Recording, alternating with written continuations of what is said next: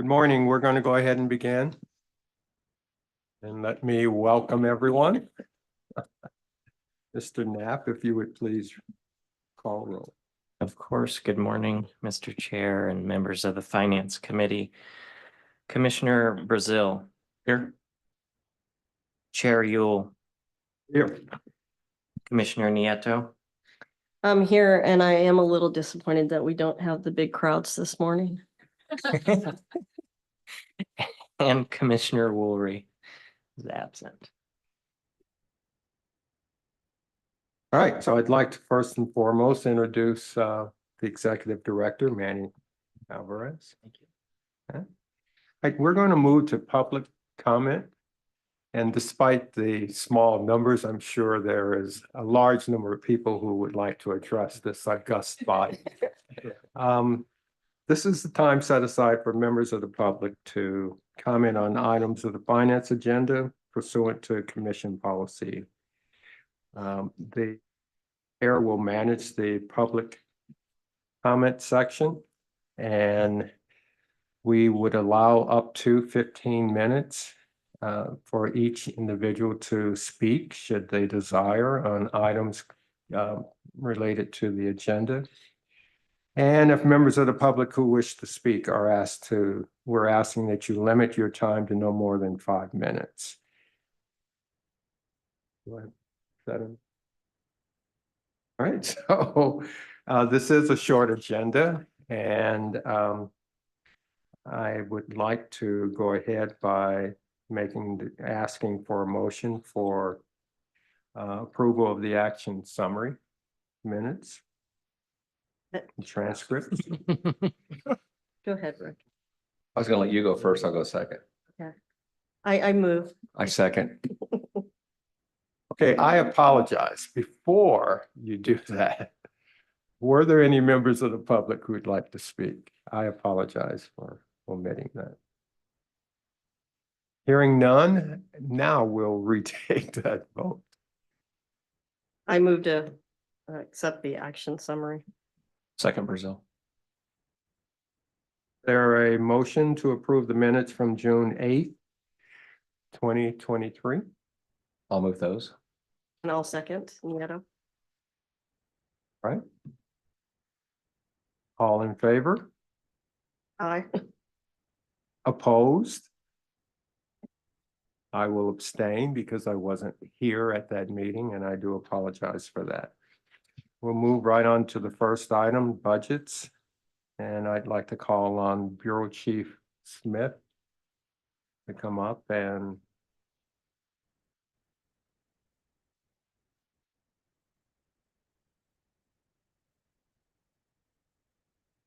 Commissioner Yule, Finance Committee members. I'm just going to go over the expenditures a little bit. Here on the screen, you'll see the expenditures, including the state penalty fund and the general fund, where we have our budget is 164 million. So far, we've expensed 62 million with a balance of 42 million. This is as of May 23rd. So I'm sure since then we've received quite a few invoices also because we're closing in on the end of the fiscal year.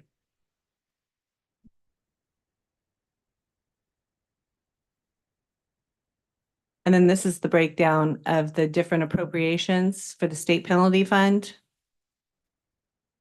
Of the 46 million, we've expensed a little over 30 million.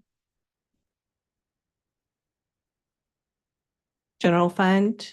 Of the 96 million, we've so far expensed 31 million, again, as of May 23rd. And the contract expenditures so far this year. Does anybody have any questions regarding any of the expenditures? And this is what we so far paid out for training reimbursement requests. So this is the peace officer training.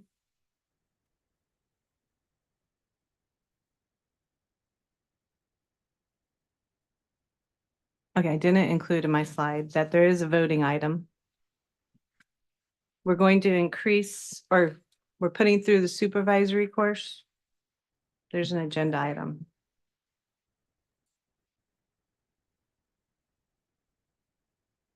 Increasing the supervisory course by $586,000.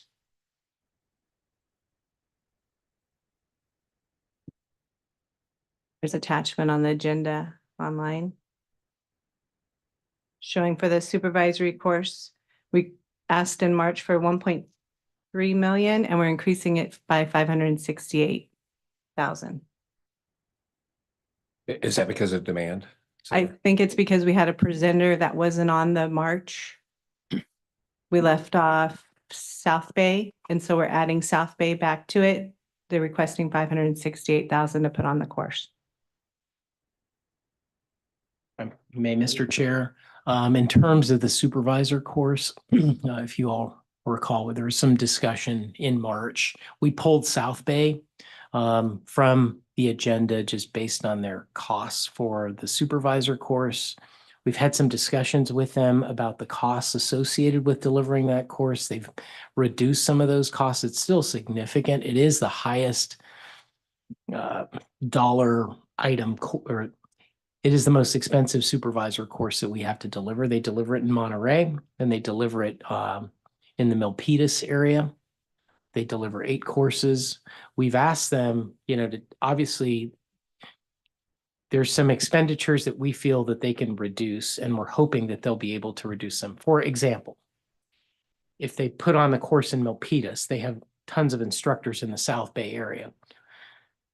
We've asked them, don't bring an instructor in from San Diego that we now have to put up in a hotel when you have instructors in San Jose that can drive over to Milpitas to put on the course. Some of their challenges are they don't have the facilities to put on the training in San Jose for the Milpitas side of the house. So they have to go out to a hotel. So that costs money to reserve a room. And then as part of the supervisor course, there's scenarios that are required to be conducted. So they have to have breakout rooms, which then increase the costs. So it is an expensive course. They have reduced some of the costs, but it's still pricey, and we're going to continue to work with them. We've mentioned this to the chair and to the chair of the commission that we'll continue to work with them on reducing their expenditures. The other part of it is there's approximately $160,000 built into that for workshops to redo the supervisor course. It's not something we do every year. It's every 5-6 years. Periodically, it's a redo. Since they present most of the supervisor courses across the state, the contract is with them to redo the course. It may not require 4 workshops. It may not require the full 160,000. As we've articulated to them, some of the challenges for us, aside from the cost, is we have to encumber that money. And if they don't use it, and we can't use it either for other things that are necessary. So we're trying our best to kind of work through all those things, but we do expect it to hopefully be less than the $560,000 and that we can use it for other training opportunities. But that's what's going on with the supervisor course. And I suspect it might come up at the commission meeting as well.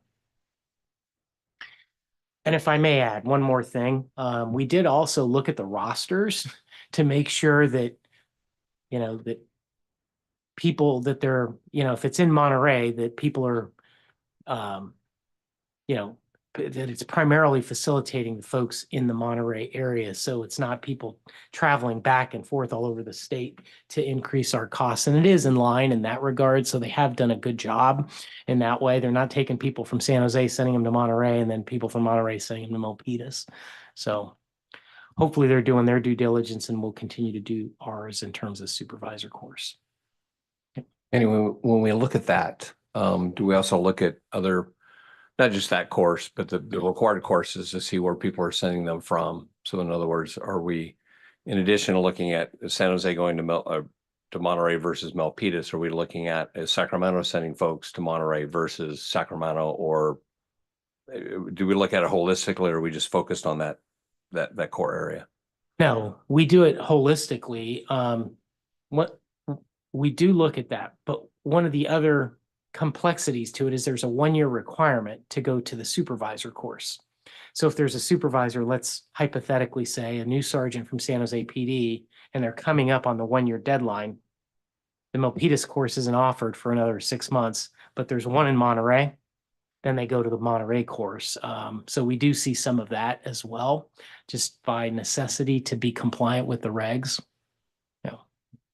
Yeah, not that I've heard of anybody deliberately waiting so they get a trip to Monterey. I've never heard of Monterey. that from Sacramento before, but Right, exactly. particularly certain times of year where golfing is better than others. Yes. But it does happen, but It it's good. does. It's good that we look at it and Mhm. notify people and say, listen, you need to pay attention to that Right. because sometimes it just looks bad. Right. Even if it's not intended to look bad, it just looks bad. Right. And I think the departments also, obviously, they hopefully do a good job because in that regard, because it's, labor hours for somebody to travel. They've got to pay for those hours when it may be just down the street. So, yeah, absolutely. Yeah, and Manny, I do agree with you, looking at it as a law enforcement leader. I know with our folks, we try to keep them local because it's taken away from your workforce when they're traveling. But like I've said before, there is a need in the Central Coast, South Bay. I know they're working on it, like to see a little reduction. Hopefully, they are building new hotels and stuff and more meeting rooms. Maybe that will help bring down the prices in some of the areas. I know people want to go to Monterey itself, but you could go to Marina and the cost is a lot lower and you're right there. But let's not take away Monterey tax dollars. We need it. So keep coming to Monterey. Yeah, and I don't want to belabor the point, but one of the other issues that plagues South Bay and some of the other presenters is that some of their instructors, they have to pay their instructors. We're a department, we have contracts with departments, and they just basically absorb the cost by having their staff serve as the instructor. So we don't get billed for that time. And the instructor costs add, significant portion of the expenditure. So. And So one hey. thing, Manny, I did want to add, they did come out with the study and actually Salinas, Monterey area is one of the highest places to live in the entire world, they're finding. So surprising, yes, unless you live there. Well, are there any questions of Bureau Chief? I would ask that you perhaps share with us where we are. I mean, with respect to the expenditures, we're on track within Yep. your projection. Yep, so we're on track. We're looking good for this year. And for next year's budget, it looks like it's the same. We're not seeing any cuts so far. If I may add also to what Cheryl's saying in terms of, we kind of break it up into 3 buckets of money. So in terms of local assistance, we're spending more than we've spent in the last few years. We're getting close to being right where we want to be in the target of the $34 million that we're allocating for local assistance. So we're going to be close to that one for the first time in several years, which is great. Which also is significant in that we've been at 34 million now for 4 years now, I believe. Historically, we were at 14 million for local assistance. So that the fact that we're able to get that money out is great. We've had some discussions about, changing. Well, let me back up. The other bucket is training, and that's the contracts, the supervisor course, the SLI, command college. We also are projecting that we're going to be very close to spending all of that money as well, which, ranges between 25 and 30 million. Again, we've been, honored and privileged to have that amount of money because historically we were at 13, 14 million. So we've got a good training budget. That money by the end of the year will likely all be spent, as we've articulated to Commissioner Ewell or to Chair Ewell.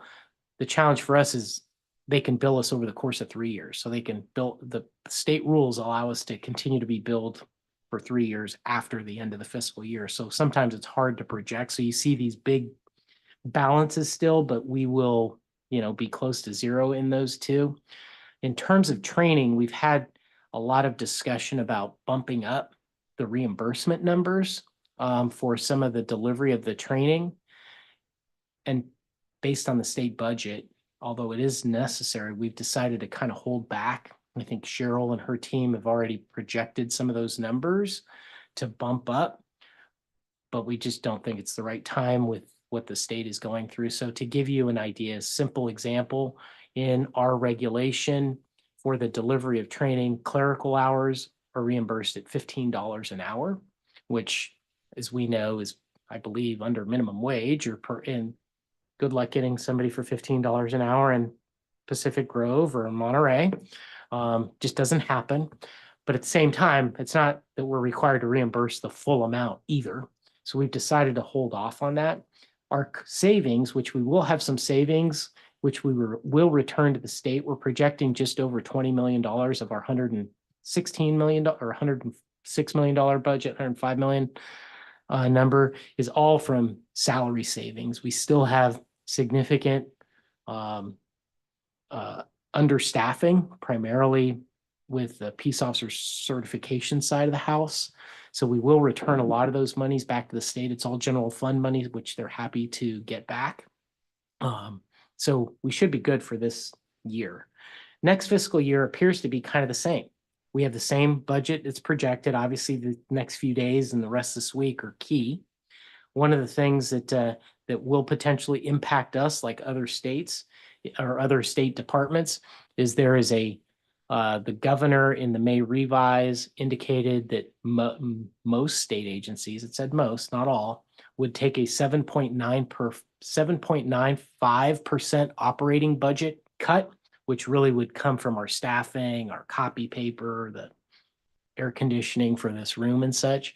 That has not been taken away from what we've seen with all the other state departments. It's not built into the budgets, but we may take a hit in that regard, which would really amount to, for us, to, potentially, multiple, $5 million, let's say, of our money. Hopefully we could still absorb that because of our staffing, but that remains to be seen.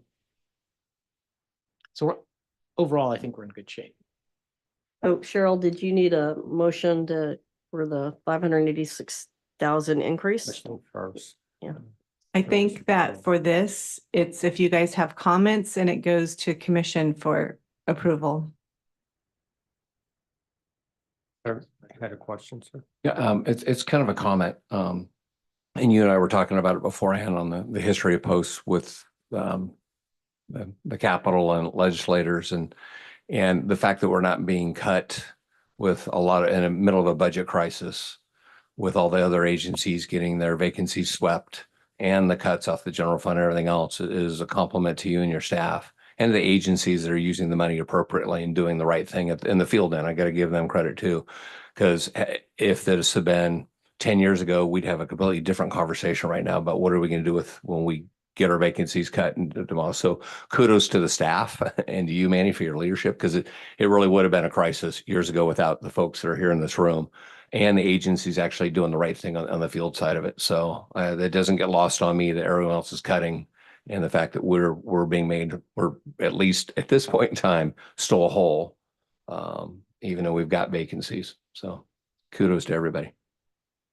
I certainly want to echo those comments because I've had the privilege of meeting with Cheryl and with Manny to talk about the budgets, and I'm still amazed that people have 3 years to submit invoices and wonder how that allows you to keep track of funds and your budgeting.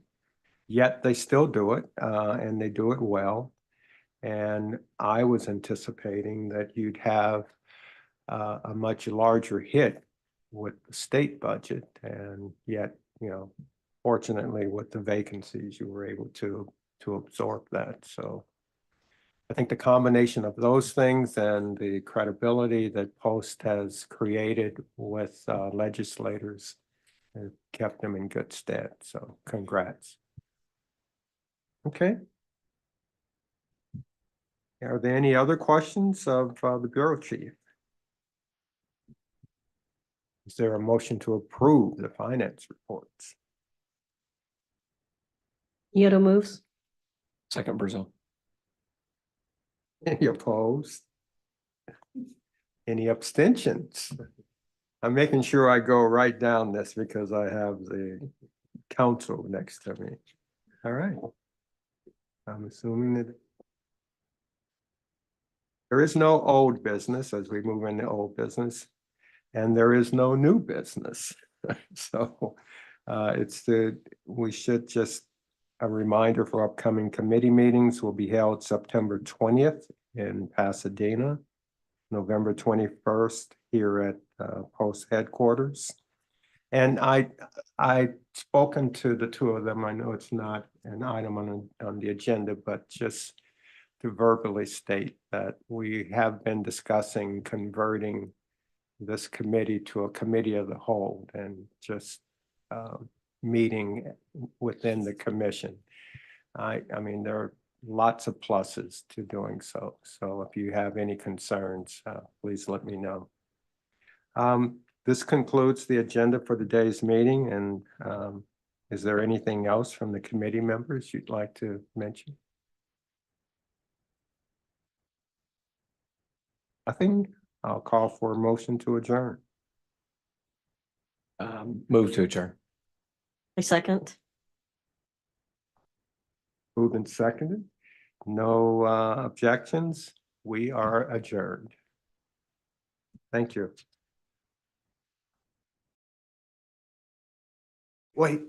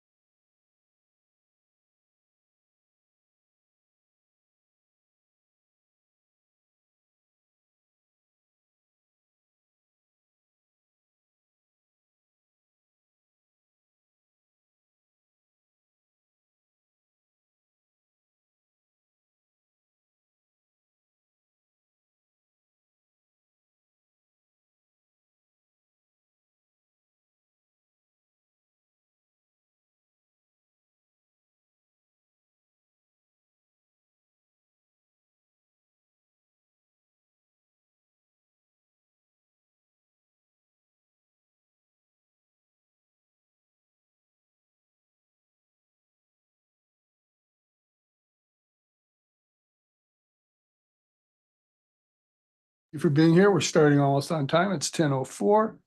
And we've got a lot to do today and a lot of people trying to make plans mid-afternoon, so we will try to act expeditiously as possible this morning. By the way, there will be some post photographers, I think, going through the room, taking pictures for social media. If you are concerned yours may end up on eBay or something because of their great value, be sure you let them know and they won't take pictures of you. Let's stand for the presentation of the colors by the Placer County Sheriff's Office Honor Guard.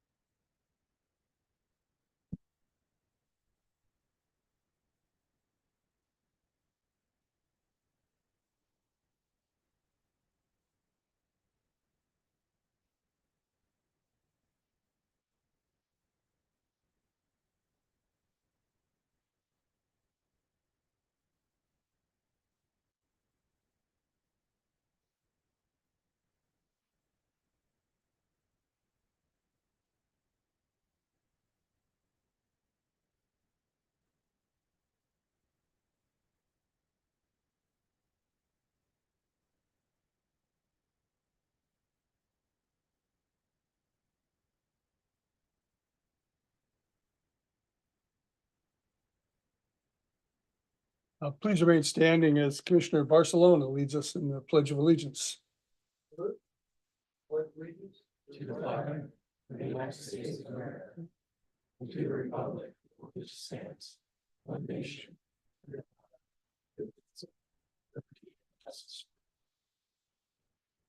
Now, please join together in a moment of silence to honor the officers who have died in the line of duty since our last meeting. Deputy Alfredo Freddy Flores of the LA County Sheriff's Department, end of watch, April 20th, 2024.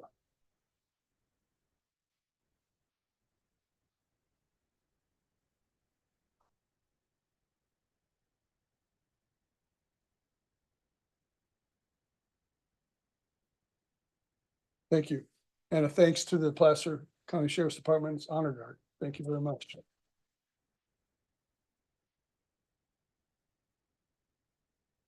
Please be seated.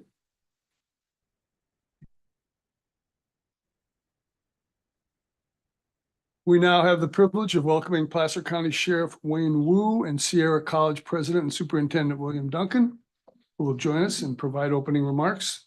Gentlemen, Sheriff Wu began his law enforcement career in 1990 with the Lake County Sheriff's Office and joined the Placer County Sheriff's Office in 1994. Sheriff Wu rose through the ranks, served in many units, including investigations, where he worked as a detective in property crimes and special investigations, rising to sergeant in the Special Operations Unit. He also served for over 18 years on the Special Enforcement Team, where he worked as an operator, team leader, and team commander. He has also served in the training division as a use of force instructor, teaching defensive tactics, impact weapons, and firearms training. Sheriff Wu has more than 1,000 hours teaching at the Sheriff's Office in Sierra College.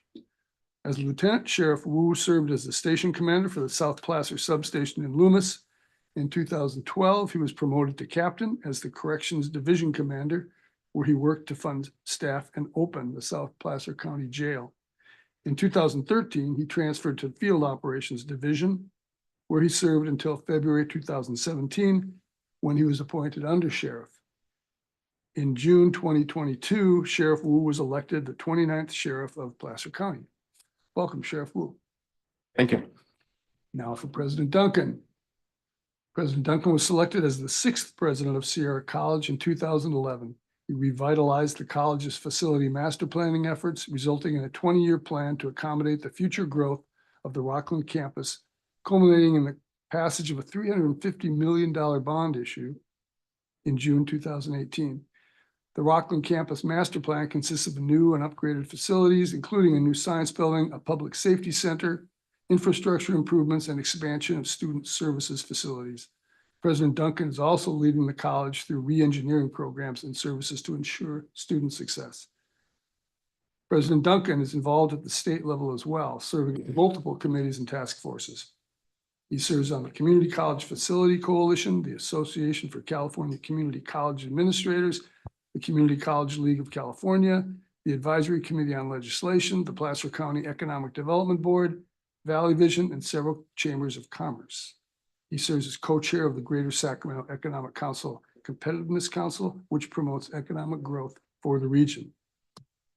All that and more. Sheriff Wu and President Duncan, thank you and welcome. The floor is yours. Thank you.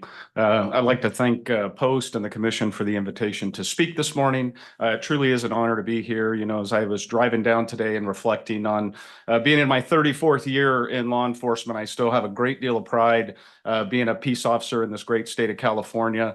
I believe we are the most professional and highest trained peace officers in the nation, and it's due to the hard work of the Post Commission and the commissioners on this board. So thank you for all of your work and everything you've done to advance the profession over my career. A little bit about Placer County. For those of you that aren't familiar, we're about 20 minutes down the road east of here. We do border on Sacramento County. We pretty much run the Interstate 80 corridor up to Tahoe. We have the North Shore of Lake Tahoe. In fact, we have the biggest section of the lake is our jurisdiction's responsibility in Placer County.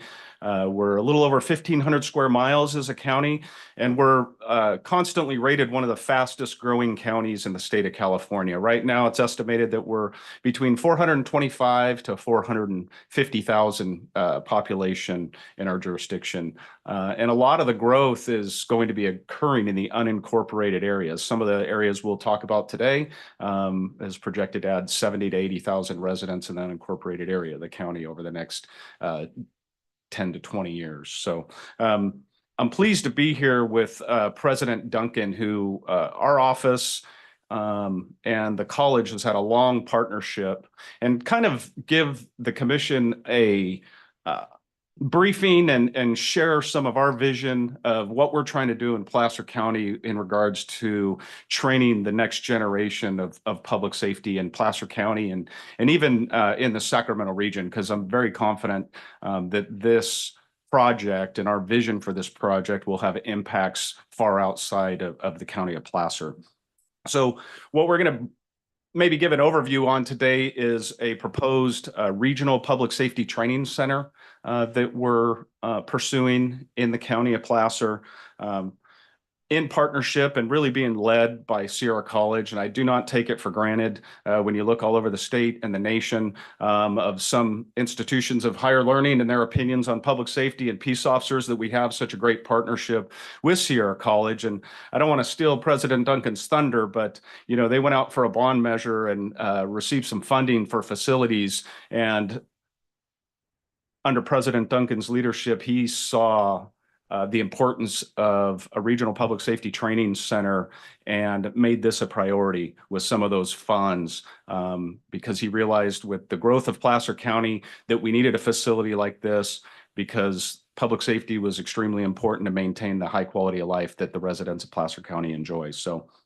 We're extremely excited to be here. And when I talk about that partnership, we've partnered with Sierra College. They're certified and run the Modular 3, Modular 2 academies, and they actually have run those for over a decade out of our office and our training unit, utilizing our classroom space and our ranges up at the Auburn Justice Center at our headquarters. So with that, I will get into the first slide. I think clearly there is a need for public safety training facilities throughout the state. Again, specifically in Placer County, we have a dire need. And when you look at the projected growth, it's really exciting that we're embarking on this journey. Like I mentioned in 2018, and President Duncan will, I think, get into more details, there was a bond measure that was passed in Placer County to allow Sierra College to improve their facilities and add facilities. And President Duncan made it one of his priorities to partner and complete this public safety training center. I talked about our partnership with Sierra College and really our commitment at the sheriff's office to provide training. We provide our staff over 4 times post requirements annually to every sworn peace officer in our office. So we've always placed a high priority on training and instruction, and I'm really excited about the opportunities that a facility like this can provide for the future of not just the sheriff's office, but all law enforcement within our region. Some of the areas we're talking about, if you're not familiar with Placer County, are really on the west end of our community that borders some of it Sacramento, some of it Sutter County. When I mentioned that a lot of this area is in the unincorporated parts of our community, specifically the proposed site for the regional training center will be in what's considered the Placer One project. This is a 2,200 acre master plan community. And some of the exciting things going on at this community are 2 universities, one of them being a Sac State satellite campus with, I think, over 30,000 students eventually. But when I talk about partnership that we have, not just with Sierra College, we also have a great partnership with Sac State. And one of the things I'm most excited about is an initiative that I've partnered with District Attorney Morgan Geyer on to build Placer County's first crime lab. We've partnered with Sacramento State. The crime lab will be on the Sacramento State campus. It's projected to be the first facility built on that campus. And it will really be able to serve as not only the crime lab for Placer County, but also a hands-on learning environment for people in the forensic sciences going through Sac State programs. I'll let Willie get into Sierra College's footprint that they'll also have out there. But as we go through the presentation, I think you'll see that our goals really are to create a modern public safety training facility. When I mean public safety, this is not just going to be for law enforcement. This will be also for the fire service and the fire academies.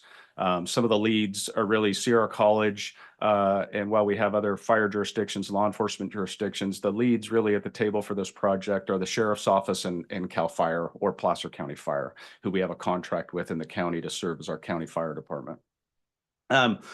So I think the opportunities are endless. Our goal is to bring in modern training, really cutting edge and forward thinking training. And I think will be great opportunity when you consider the fact that the fire service will also be there to integrate early on in somebody's career things like TEMS, Rescue Task Force training, Joint Unified Command training, and partnering with Sac State and Sierra College, I think, will also offer us opportunities as we face the challenges of the legislation that will be requiring the modern policing degree and things like that. So I couldn't be more excited about this project moving forward and the potential to impact and raise the professionalism of peace officers in Northern California. And I think with that, I will turn it over to President Duncan.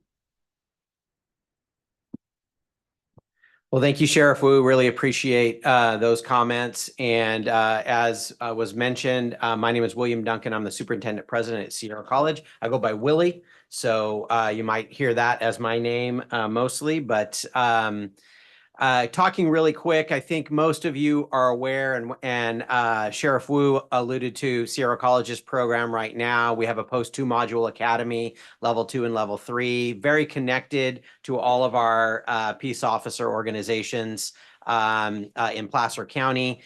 We provide internships for our students, and our students are really participating in all of the agencies in our area. We have an advisory board that's made up of all of our agencies that are participating in that. So that really makes it a strong program and ensures that it stays very well connected to current practices and training that are happening.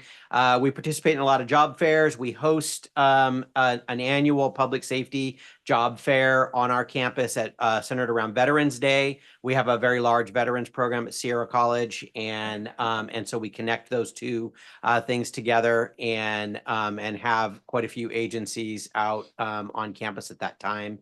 Our faculty come from our or usually retired or working peace officers at all of our municipalities. Sheriff Wu himself has taught for us. And so we greatly appreciate that, and we understand that connection makes our program a strong program. And then we also have, Sheriff Wu mentioned Sac State, and I'll talk a little bit more about that as we go on, but we also have a pretty large transfer program transferring students into 4-year criminal justice programs. Sac State has one of the largest programs in the country, and so that's a really good, strong asset for us, and is going to be important as we build out the Placer Center that was mentioned. This is a little timeline. I know it's probably really hard to see on that screen, but and I don't need to hit every aspect of it, but in 2018, we passed Measure E, which is a $350 million bond. That was the fourth attempt for Sierra College to pass a bond. So it was no small feat. And previous to that passage of that bond, the last bond that had passed in Placer County to support Sierra College was 1956. So we definitely needed an infusion of capital into our campus. And if you drive by the campus now, I think you would see those dollars at work as we rebuild and upgrade and retool the Rockland campus. As a key component of that bond measure was funding for a regional public safety training center. And as you might imagine, Placer County is a county that really does value its safety and its peace officers. And that was one of the highest ranking projects when we polled our community and talked to our community about what they wanted to see from Sierra College. So then as you kind of look forward, one of the things that we needed to do as we started in this process was originally we had been looking at a location on the college campus, on the Rockland campus. It quickly became evident to us that that location was not going to work for a large training center. It could work for a small training center that would really just meet the college's needs, but not thinking regional, not thinking very large, and partnering with all of our agencies. So that started us on a process to really look for property and try to identify a location where this could happen. I'll move to our next slide and kind of get into that. This shows you a list of our partners. As we began to reach out to the community and reach out to our potential partners, all of our agencies in the area from Auburn, Lincoln, Rockland, Roseville, all came forward, both police and fire. Obviously, Placer County Sheriff Office, Placer County Fire Department, which is run by CAL FIRE. And then the Placer County District Attorney's Office, the Executive Office of Placer County and their support, the FBI with their Northern California Field Office being right there, and then also Sacramento State with their new presence in Placer County at Placer One and the Placer Center. So we have a long list of partners, and they are all fully engaged in this process. This map shows you, and again, maybe a little hard to see, but this map shows you the general location If you're familiar with the area, Thunder Valley is right out in this area off 65, so that may help you with kind of a location. Placer 1 is the large yellow area there. That's the 2,200 acre development, and you see the Placer Center, the green area right in the center of that. Sierra College is partnered in the Placer Center. It will originally start as probably a small center as it develops. And then Sierra College will build, for lack of a better term, a transfer center in partnership with Sac State. But I just a quick moment on that before I jump over to the training center. One of the things that I have felt very strongly about in being involved in the Placer Center is that this should be more than just a community college locating close to a CSU campus. We're partnered and very much in alignment on this thinking with Sac State. We want to make this something unique that has not happened in the state of California before. We want to see this as a partnership in which the transition for students is seamless. We are talking about dual admission, so a student would come to Sierra and Sac State at the same time together. We're talking about sharing financial aid. We're talking about sharing staffing so that advising happens seamlessly for students. And so students can move through that process without some of the breaks that they have right now when they try to transfer from a community college into a four-year university. And this becomes important for the training center when we think about modern policing and degrees that align really well with training and where we're going with training out into the future and access to a four-year institution. So one of the reasons we've been looking at this location out here is for the close proximity to the Sac State Satellite Campus. And that light blue box that you can see above the yellow Placer 1 is the area that we have been looking at for location. That's about 50 acres right there. There is room for expansion for it to be larger. Not that we think we need bigger than that initially, but as we've been looking at training centers around the state and around the country, one of the things we hear from all of them is the second you build it, it's already too small. So we're kind of trying to take that into account and think about future growth for that center. So I guess I'll go ahead and move on to my next slide. There we go. With all of our agencies partnered with us, we've done quite a bit of work to kind of try to imagine what this might look like. And that has really started by essentially asking the sheriff and our chiefs that are at the table, what do you need in a training center? What do you struggle? We spend a lot of time talking about where do you get your training now and what are the struggles that you face? As you might imagine, probably the number one thing that jumped up for everybody, both police and fire, was an EVOC track and access to that. It is hard for our agencies to get access to the tracks in the area already.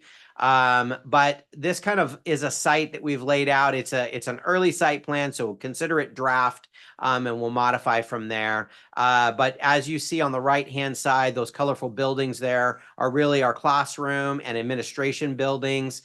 We would also have locker rooms, training rooms.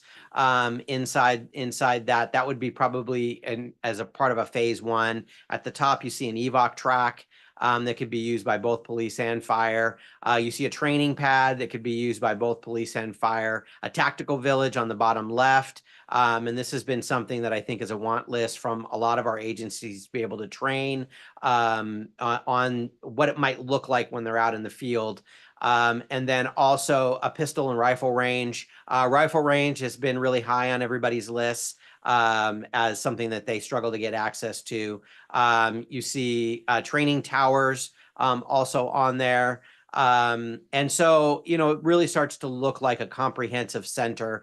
And like I said, this is draft and we'll be working on the development of this as we go along. But this is really where our line of thinking is right now.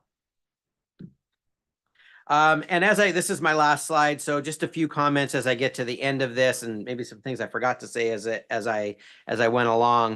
You know, I already mentioned that this is 50 acres. We're in negotiations for that land right now, so we don't own it yet.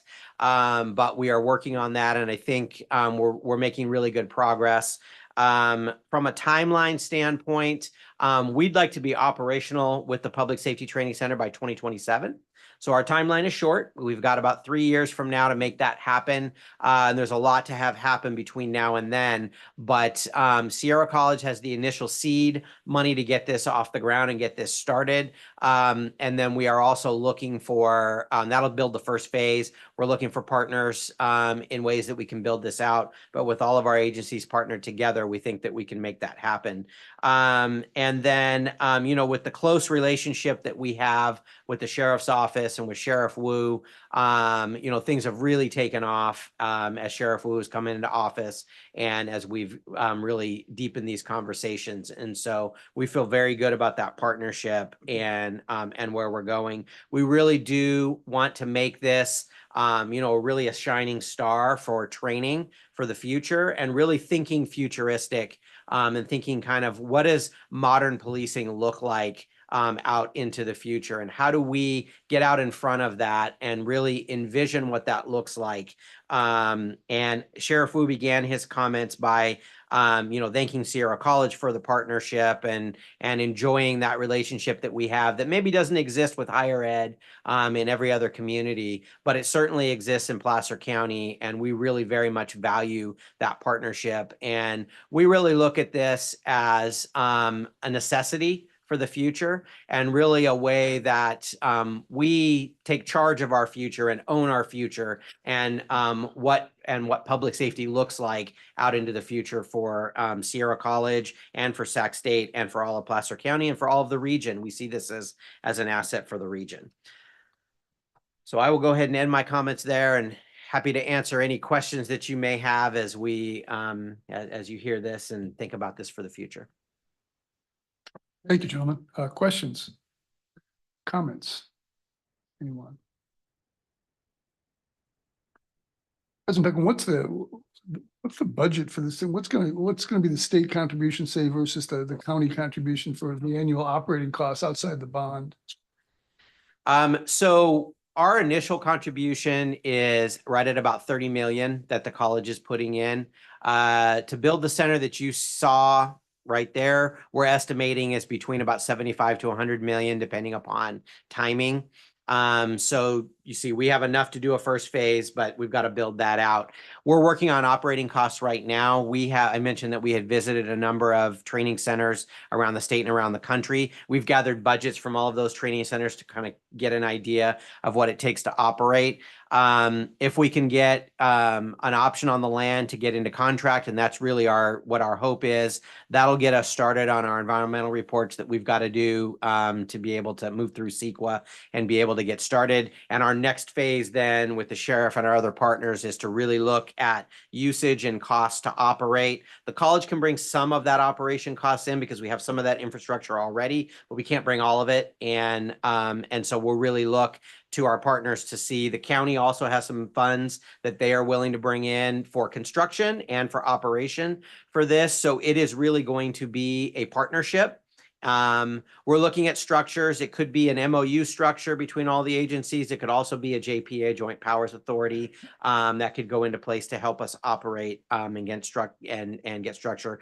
But I really see as our primary partners being the county and Sierra College as we get this started because of the deep relationship with the sheriff's office and with Placer County Fire and the CEO's office in Placer County.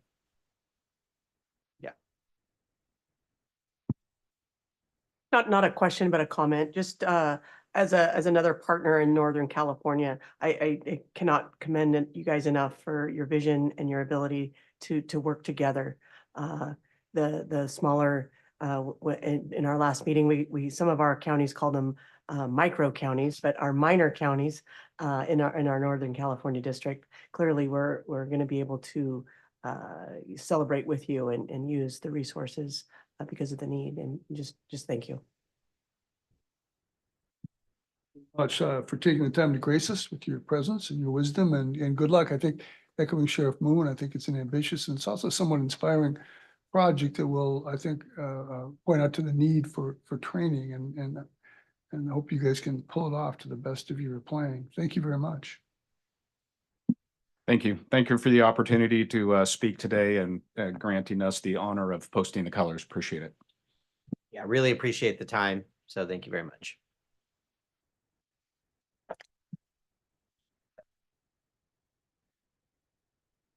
We will now begin presentations for the 2023 Post Excellence in Training Awards.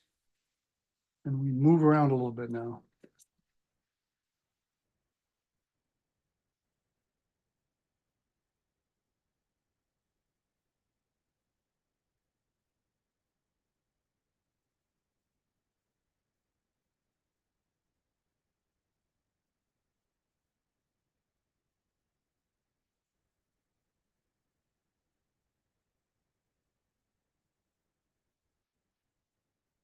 Good morning. I am Jeff Long, the Chair of the Post Commission. Each year, the commission recognizes individuals and organizations that have greatly contributed to the success and effectiveness of the law enforcement community.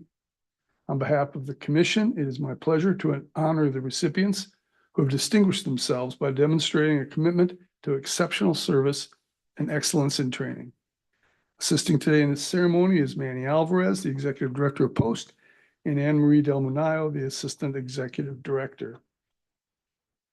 The Post and Excellence in Training Awards were established in 1994 to encourage innovation, quality, and effectiveness of police officer training and to recognize the best of the best.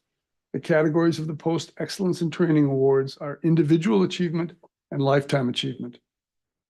The recipient of the 2023 Post Excellence in Training Individual Achievement Award is Officer Andres Rios of the Santa Monica Police Department.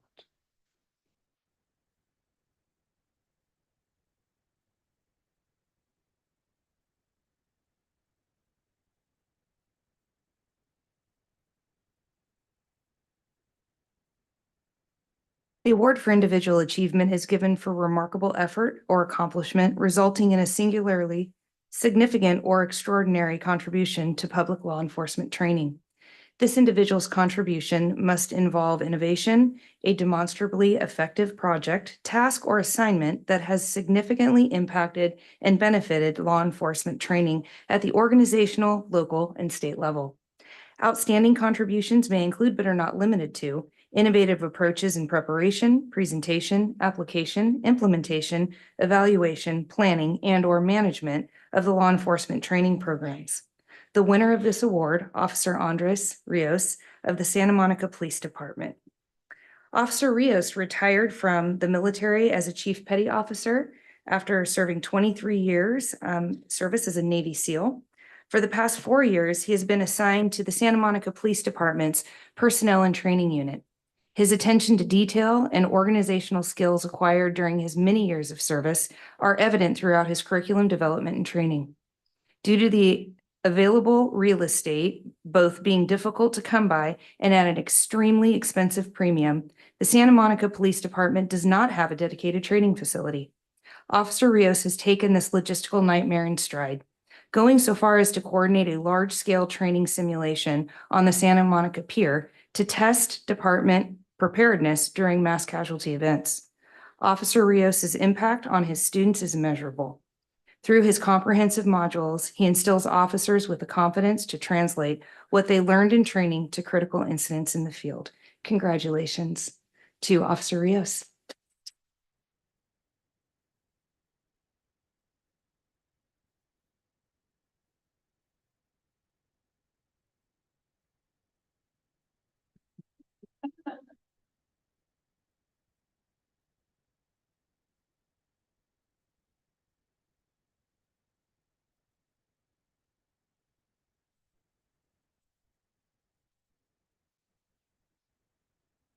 Wasn't sure if I was going to talk or not, but much appreciated. So I just wanted to thank all of you, Post, for the incredible honor for coming out here. I'm deeply humbled by getting this award. I'm not someone who is out there looking for recognition or anything like that, and I'm actually like that person who kind of shrieks back into the shadows, who just would rather have attention on other people other than themselves, but I appreciate the support. I did want to thank my wife and my 4 daughters who came. I have 5 total. And my mom will be my 5th daughter for today, but thanks for coming up. Also wanted to recognize Captain Villegas and Lieutenant Gilmore for making the trip up here. Thank you guys. And thank you for nominating me. I appreciate that. And really thank the department for really trusting an old crusty, retired, formerly grumpy SWAT guy to come and to take the important role as training manager. I've been given the opportunity to already improve a competent training platform and just improve upon it. Some of the things is really revitalizing the training calendar, getting multi-disciplines to work together, such as defensive tactics with the firearms, and to make them work together on the same day, and to incorporate those things for realistic training.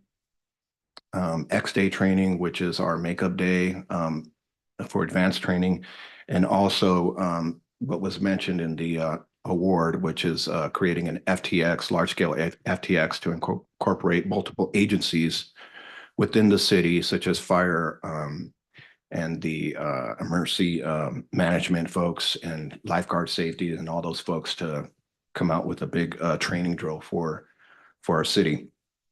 Santa Monica PD is definitely, in my opinion, an example of decentralized leadership, where they could trust someone like me to come on out and to take charge and to actually like truly be in charge and to run an event as the way I foresee it. And the captain definitely trusted me on that. I'm also grateful for my mentors and colleagues who aren't here, but one of my mentors, it happens to be Wayne Winman, who is here. So I appreciate you. Thank you very much, sir. So thank you for all that. Last thing I have to say is, so the position has granted me an opportunity to be a big brother to many young police officers. Watching them grow and learn and grow in confidence is really the key, and the feather in my cap is really watching these guys grow. Because I'm the old guy, and we want to make sure that all of our young officers are actually translating all the information and the training and putting it into real life. So that's really the feather in my cap. And, you know, thank you guys for recognizing this. So again, it's an amazing honor, and I appreciate the award and coming on up and having my family come on up to Sacramento. So much appreciated. Thank you very much.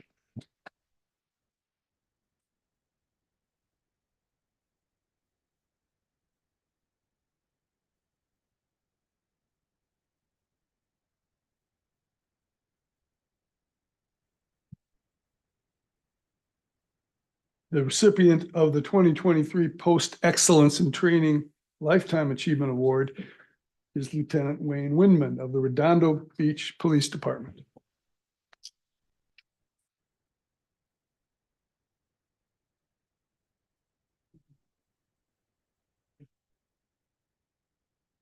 The Lifetime Achievement Award is presented to individuals who have contributed to law enforcement training over a substantial period of their career.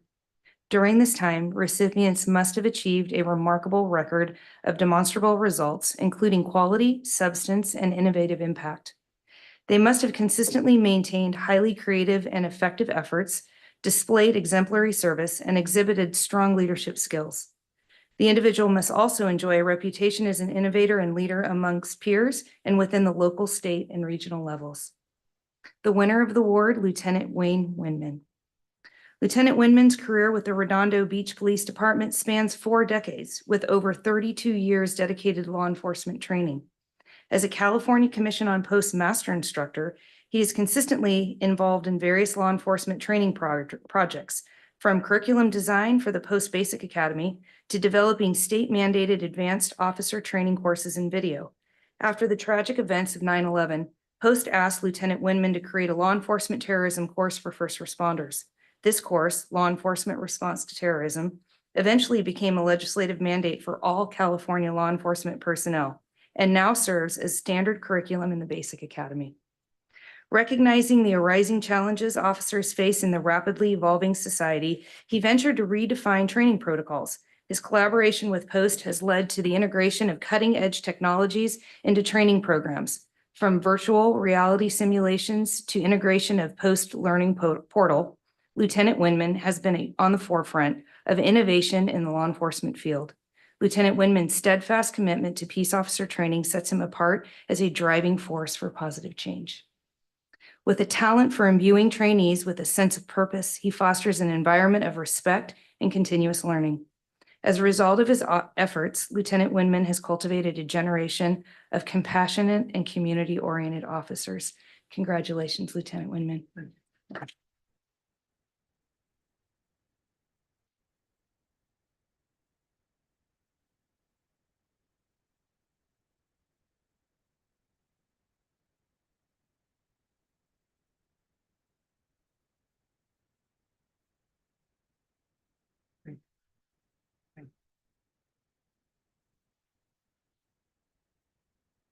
Make this very brief.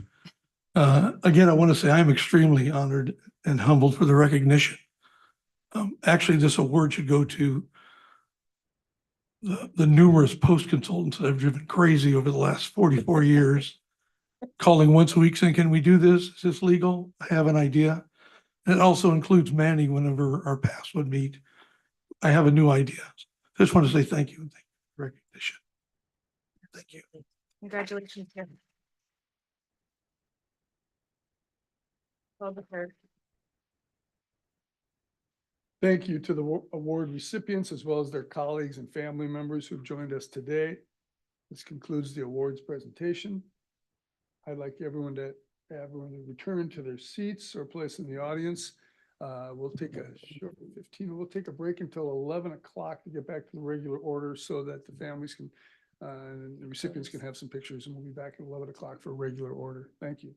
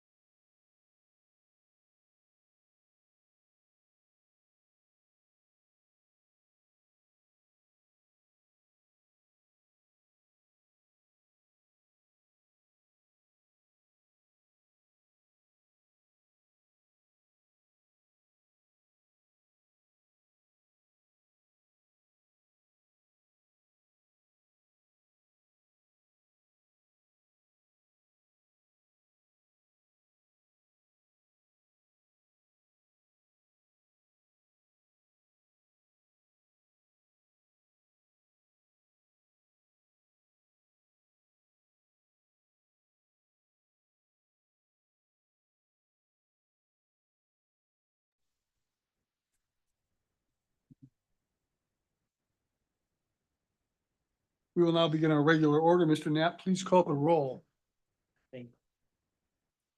Good morning. Oh, we're on. Okay. Thank you, Mr. Chair, Commissioners, welcome. Commissioner Barcelona, Here, sir. Commissioner Braun, Commissioner Brazil. Here.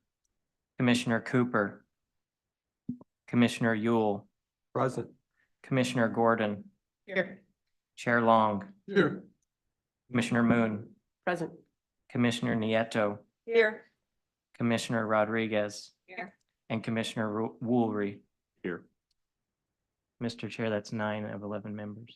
Thank you, Mr. Knapp. I would now like to introduce Advisory Committee Chair, Visalia Police Chief Jason Salazar, Post Chief Counsel William Toby Darden, and Post Executive Director Manny Alvarez. This is the time for members of the public to comment on items on the commission agenda or not on the agenda, but under the commission's jurisdiction. Pursuant to commission policy, I, as commission chair, will manage the public comment in deference to the commission's workload and the time constraints. Up to 15 minutes is allotted at the beginning of each meeting for public comment. Members of the public who wish to speak are asked to limit remarks to no more than 5 minutes. If we have multiple people who wish to speak on the same topic, I may ask that you limit remarks to no more than 1 minute. Pursuant to existing commission policy, the chair may conclude the public comment period if multiple speakers are voicing repetitive statements and the 15-minute public comment period has expired. Please be advised the commission cannot take action on items not on today's agenda. And finally, please remember this meeting is being transcribed, so please speak slowly and clearly so your comments can be accurately recorded. Does anyone wish to address the commission during public comment? All right.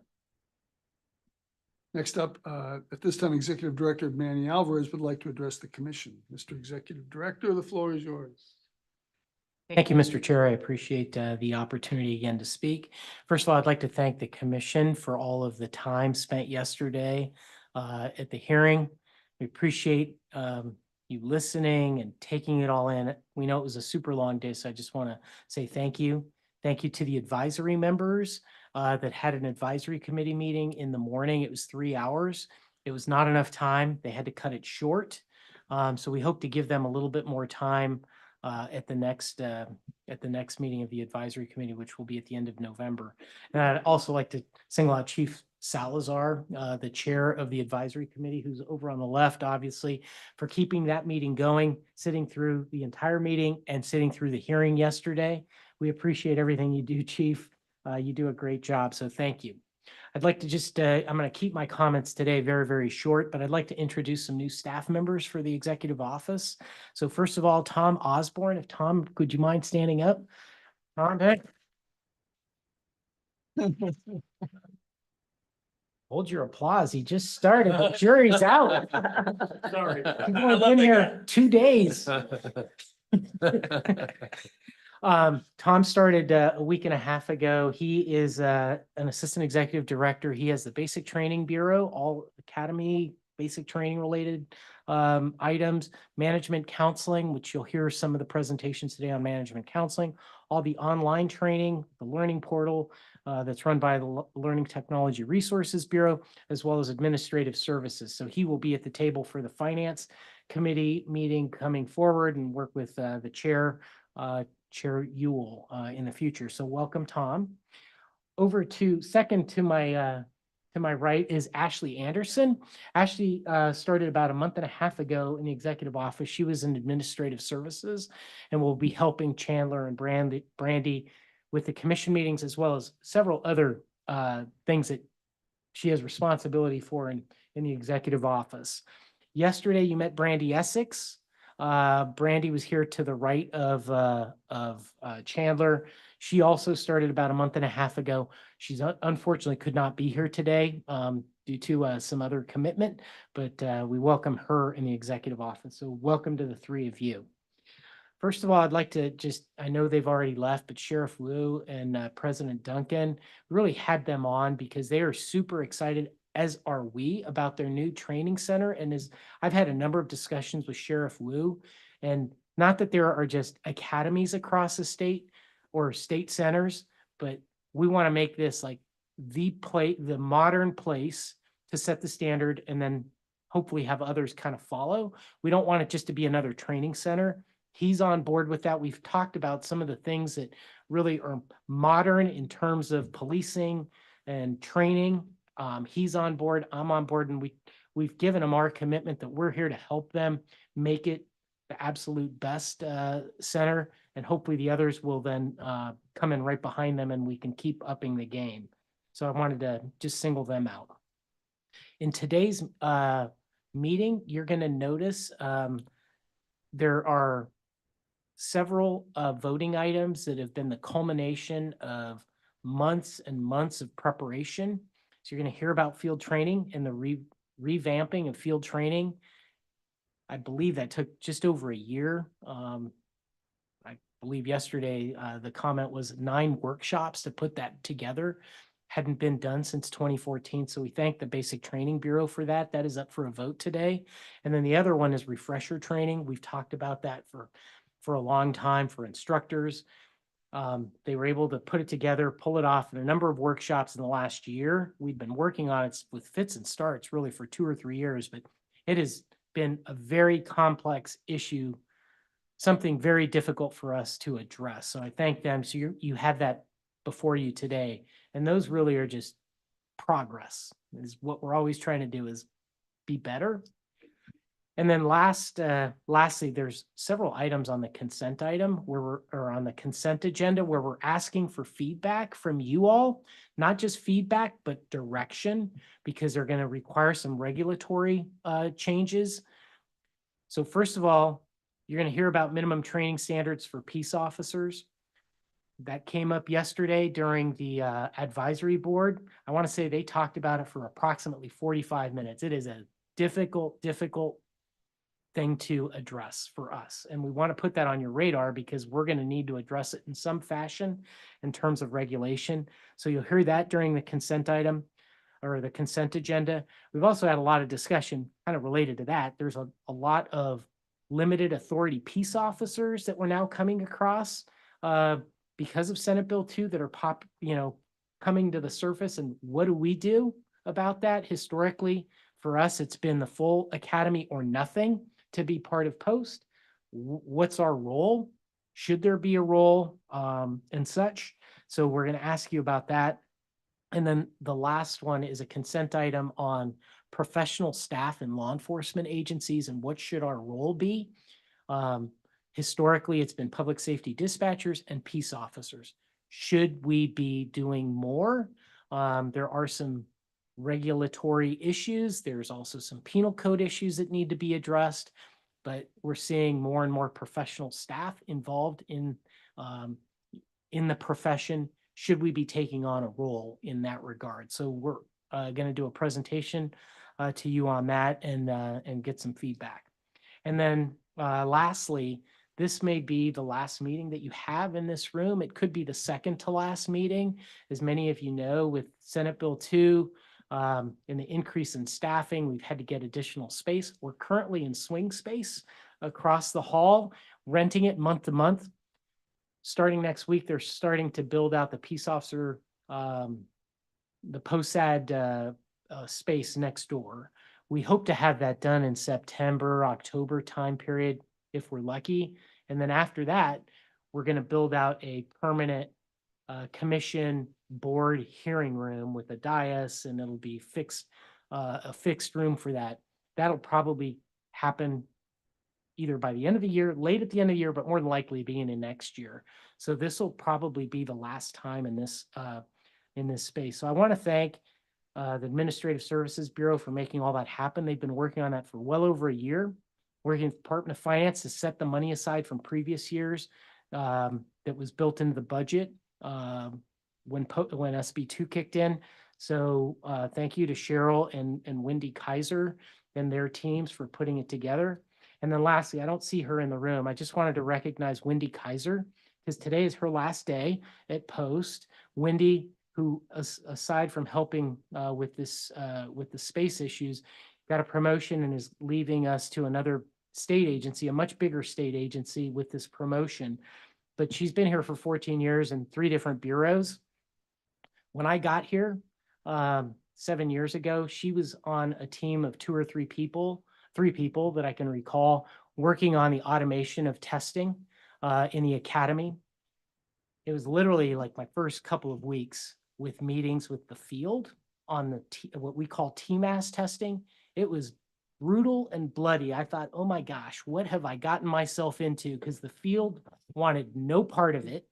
And Wendy and the others kept pushing and pushing because it was the right thing to do. And it was the right thing to do.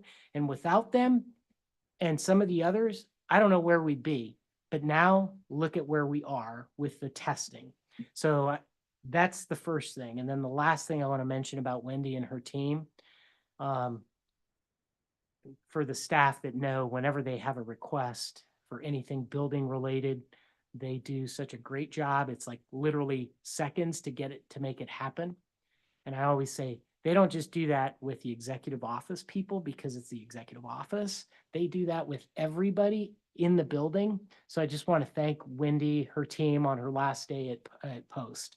And then lastly, just thank you to the team for putting all this stuff together, all these, year-long studies on field training, on the refresher training, on disciplinary guidelines. It takes a lot of work. They're the ones that make it happen. So thank you to everybody from Post staff that's in the building. And thank you, Mr. Chair, for allowing me to speak once again. Thank you. Thank you very much. And the commission echoes your support and gratitude towards the staff. Thanks very much, everyone. The next item of business is approval of action summary and minutes from March 7th. Is there a motion to approve? Stephen Woolery, so moved. Second? None. Objection to unanimous consent? Seeing none, so moved. We'll now begin with the consent items. We will hear staff presentations on consent items D through L. Would any commissioners like a report on A through C, A, B, or C?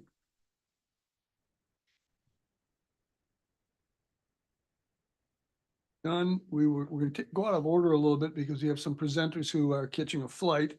So we're going to jump ahead to J, which is a report from the Racial Identity Profiling Advisory Board, RIPA. We will do J and then we will do K and then we will go back on order. So Ronnie Vieta, I believe, is here, and Manju Kulkarni from the RIPA board are here to report. Welcome. Good to see you both. Floor is yours. Good morning. Good morning, Commissioners, Chair Long, Vice Chair Braziel, and Executive Director Alvarez. My name is Manju Kulkarni, and I'm Executive Director of AAPI Equity Alliance, a coalition of over 40 community-based organizations that serve and represent the 1.6 million Asian Americans and Pacific Islanders in Los Angeles County. I also serve as co-founder and co-director of Stop AAPI Hate, the nation's largest reporting center of anti-Asian hate. I'm here today as a member of the RIPA board and also as the new co-chair of the Post subcommittee. I want to first thank you for allowing and inviting both Ronnie and me to speak with you today. The board appreciates the opportunity to communicate directly to the commission and to continue to strengthen our partnership. Through enhanced partnership, we will be better at responding to emerging data and research, as well as legislative updates concerning racial and identity profiling. Today, I'll be speaking to you about 2 topics: Regulation 1205 and implicit bias training research. First, on April 18th, 2024, the Post Commission adopted an amendment to Regulation 1205, specifying the definition of, quote, demonstrating bias for Post to use during decertification decisions pursuant to serious misconduct category of bias in SB 2. The RIPA board expects to participate in rulemaking affecting racial and identity profiling in the state of California. And while the comment period for the amendment to Regulation 1205 has closed, it has come to our attention that the newly passed bill, AB 443, will necessitate a revision to the amendment. Effective January 1st, AB 443 imposes several new requirements on Post related to investigating allegations of bias. By January 2026, Post must update its definition of bias to include at a minimum the following. Number one, bias conduct includes any conduct, including but not limited to conduct online, such as social media use, engaged in by a peace officer in any encounter with the public, first responders or employees of criminal justice agencies, motivated by bias toward any person's protected class or characteristic, whether actual or perceived. This is described in Section 51 of the Civil Code. Number two, bias conduct may result from implicit and explicit biases. Number three, that conduct is biased if a reasonable person with the same training and experience would conclude based upon the facts that the officer's conduct resulted from bias toward a person's membership in a protected class. And lastly, number four, an officer need not admit biased or prejudiced intent for conduct to be determined to be biased conduct. Among others, AB 443 also requires Post to develop guidance for law enforcement agencies on performing effective internet and social media screenings of officer applicants.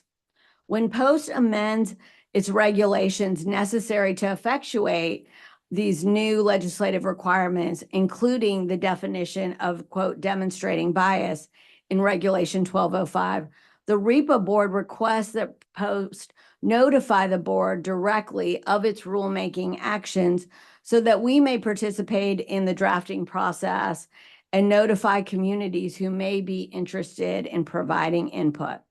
This notification request is for direct outreach to the board and not simply the generalized post-pass email update, which requires individuals to establish an account with the Post board members,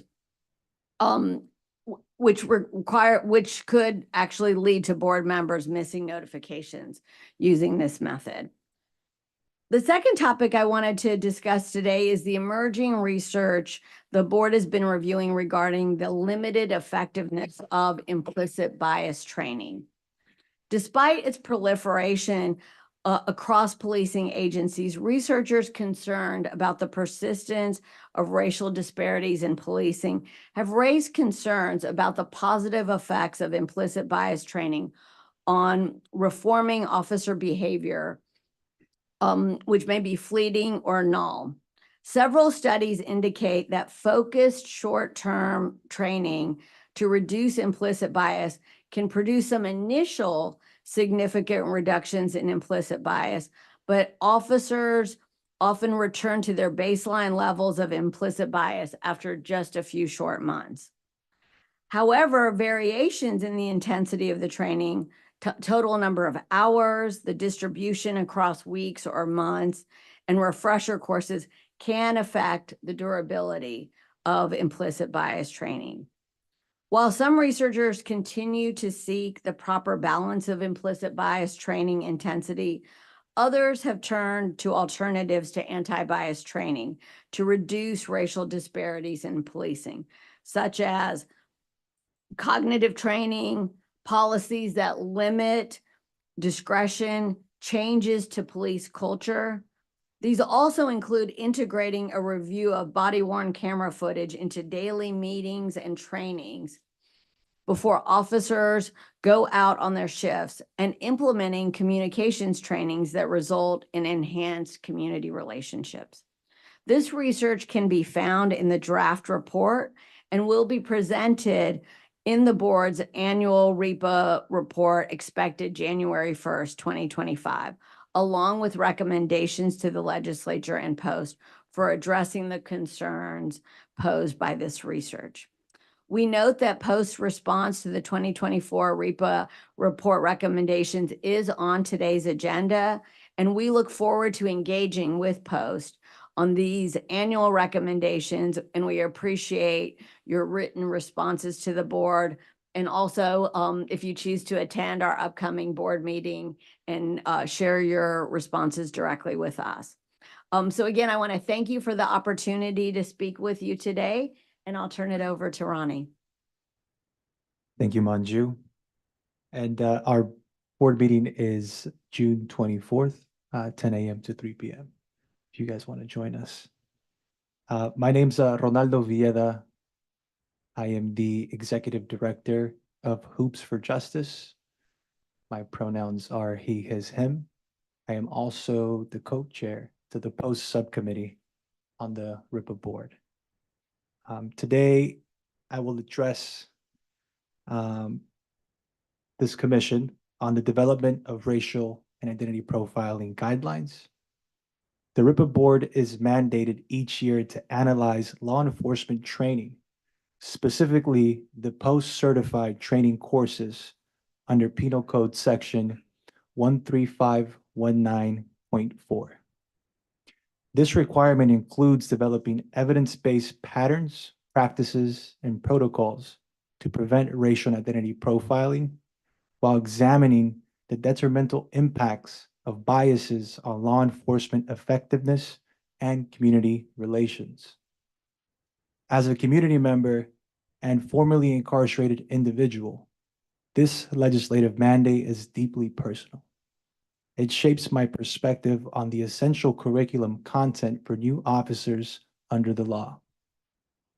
The passage of SB 2 on serious misconduct further underscores the necessity for Post and the board to collaborate in improving training to comply with both AB 953 and SB 2, thereby enhancing public protection and reducing misconduct allegations and decertification investigations.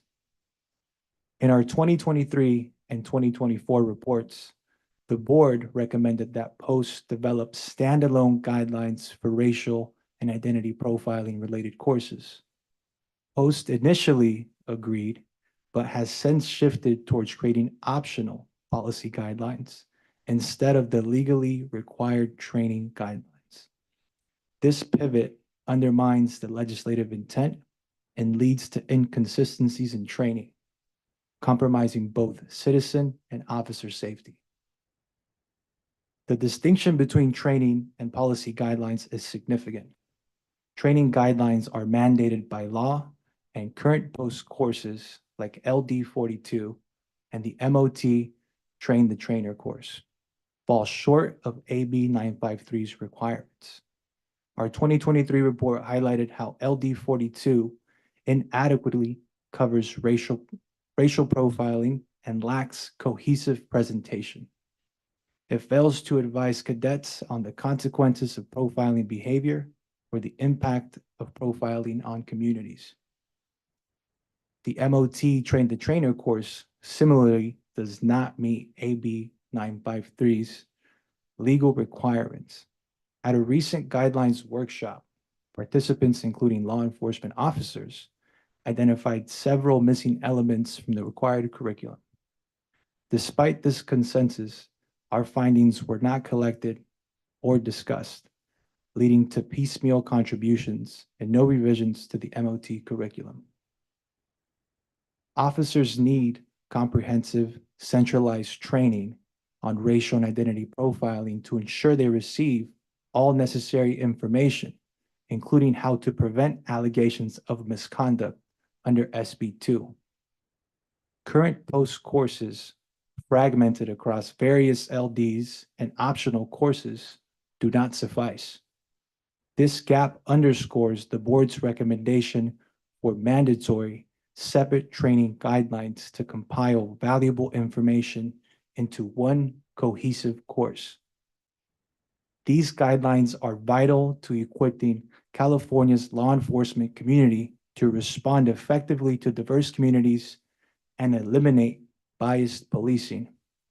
Despite existing training, RIPA data continues to show disparities in the treatment of Black, Hispanic, Latinx, Native American, and transgender individuals. Post 2021 use of force guidelines offer a precedent.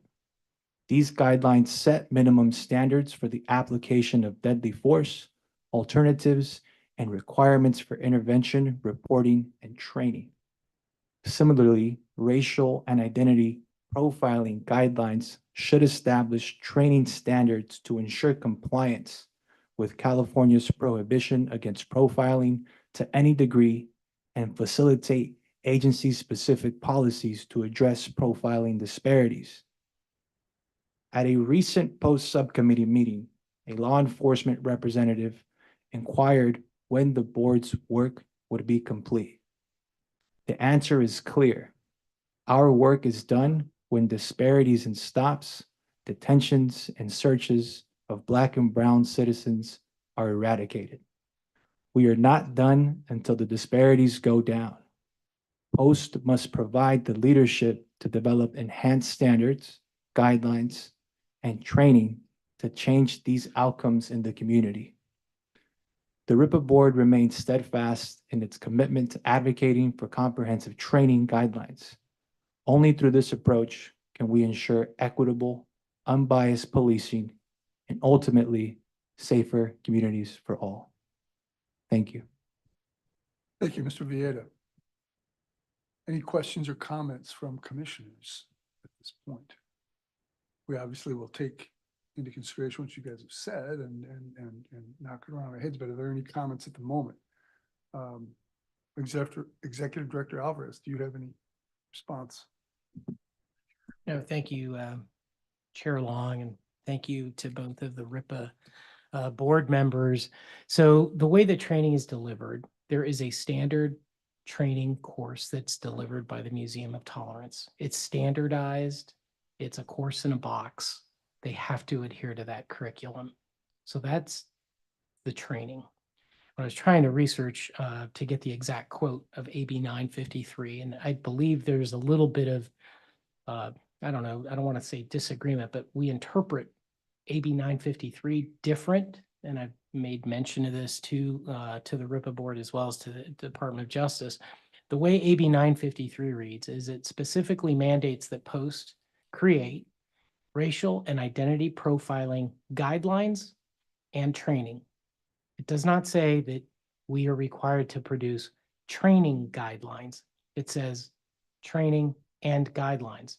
We are used to creating guidelines, as you all have seen. There's 20 or 30 sets of guidelines, whether it's use of force or some other type of guideline for agencies to follow, including model policy.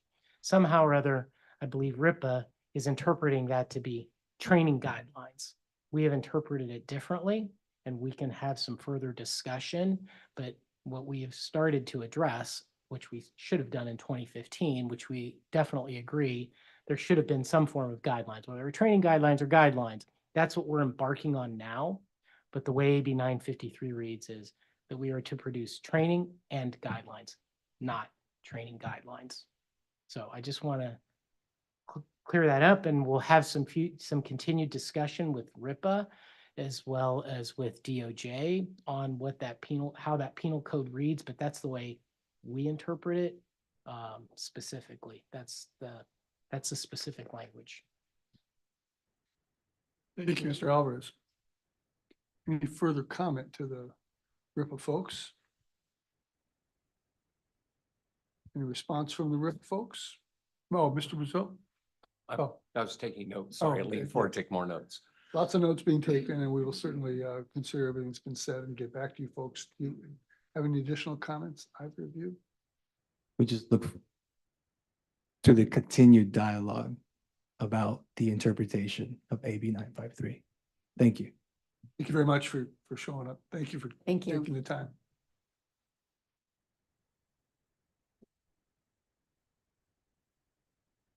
Next, to keep this consistent, is a report on the RIPA Board's 2024 annual report.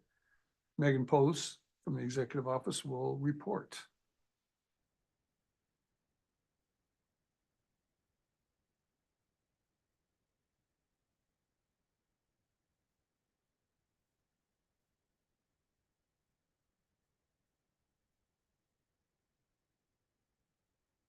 Good morning. I'm Megan Polis with the Executive Office. I'm here to discuss the post report on recommendations made by the RIPA board.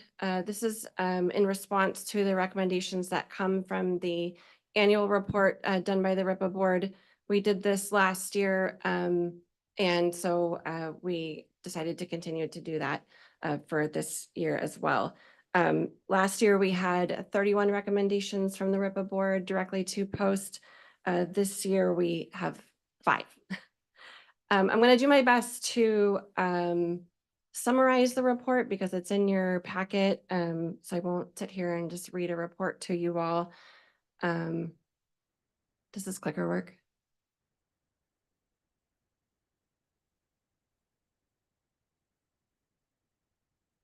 Okay. Oops.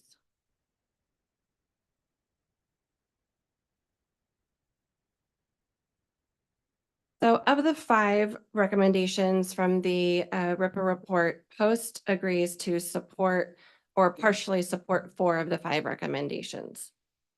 The first recommendation made by the RIPA board was to adopt protocols and publish separate training guidelines independent of the curriculum. We continue to support this recommendation. I think we've discussed it a little bit here this morning, and it was also this recommendation was also made in last year's report. And at that time, we stated that we supported that recommendation.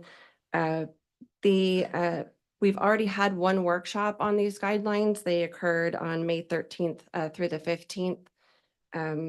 So we are starting that process and look forward to working with the RIPA board as we move forward on that. The second recommendation is to include a community and stakeholder input on how to improve trainings. Post has taken a position of feeling that this topic is sufficiently covered, or we lack resources available in some areas. This recommendation was also made in the 2023 report, as well as the 2024 report. Post remains committed to making every effort to include a variety of stakeholders, subject matter experts, and organizations with every project we complete. Providing assistance as a subject matter expert involves significant volunteer time and a commitment for any individual. Post values those partnerships we have created and continue to establish as we work together to develop and maintain the best training for all law enforcement. I did want to bring you 2 examples of how we've included some community and stakeholder input on most recent trainings. In February of 2024, Post convened a group of subject matter experts for the development of an informational video on new laws and requirements related to hate crimes. Some of the organizations that were included in that video development was the California Black Media, the California Commission on the State of Hate, the ARC of California, Anti-Defamation League, Islamic Networks Group, California Department of Civil Rights, the AAPI Equity Alliance, and the Coalition for Humane Immigrant Rights. By way of a second example, in the workshop that I just mentioned on the racial and identity profiling guidelines in May, we included on that subject matter expert group several RIPA board members, the LGBTQ community, the Council on American Islamic Relations, and the Museum of Tolerance. So in summary, after review and analysis of this recommendation, Post feels that majority of this topic is already covered. The third recommendation was to propose integrated timeline for RIPA board and community review of curriculum. The RIPA board further details this recommendation with at least 90 days before setting the timeline for course revision. Post will consult with the RIPA board on the specific topic of the upcoming training course development, or update and provide the current version of training materials and a summary of the subject matter. Then at least 60 days before publication of the training and before the course is submitted to the commission, Post shall present a draft publication to the RIPA board with sufficient time to hold a subcommittee or board meeting to discuss the new draft and review with the community and submit feedback. And then before the public comment period closes, Post will respond in writing to the RIPA board whether and how recommendations were incorporated in the training with sufficient time for the board to respond in writing. Post agrees to partially support this recommendation. Again, this was something that was brought up in the 2023 RIPA recommendations to Post. Post overall completes many projects that include multiple subject matter experts for each one. We believe that adding a stringent timeline as recommended would place many limitations on Post to act accordingly on any one subject. Current timelines are meant to be fluid and flexible so that Post may adapt accordingly.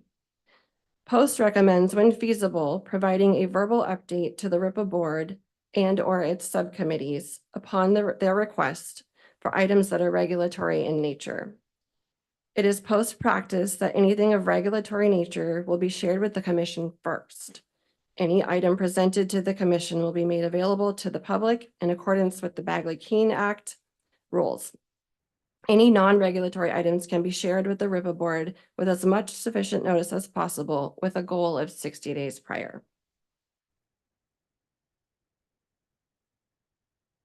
The fourth recommendation is to measure course effectiveness of all post-racial and identity profiling courses. In the full report, it does list out the entire details of how the RIPA board desires that recommendation to be met. Post agrees to partially support this recommendation, but acknowledges that there are some lack of resources available to fulfill it. Measuring the effectiveness of any course has proven to be difficult, as we all know. Post does not collect data and lacks legal authority to collect data on individual peace officer actions and performance unless it is related to serious misconduct. Thus, measuring course effectiveness once a peace officer leaves training with the vast and diverse population of California citizens, coupled with the lack of data, makes this recommendation extremely challenging. Post also lacks resources to embark on anything that would accomplish this recommendation.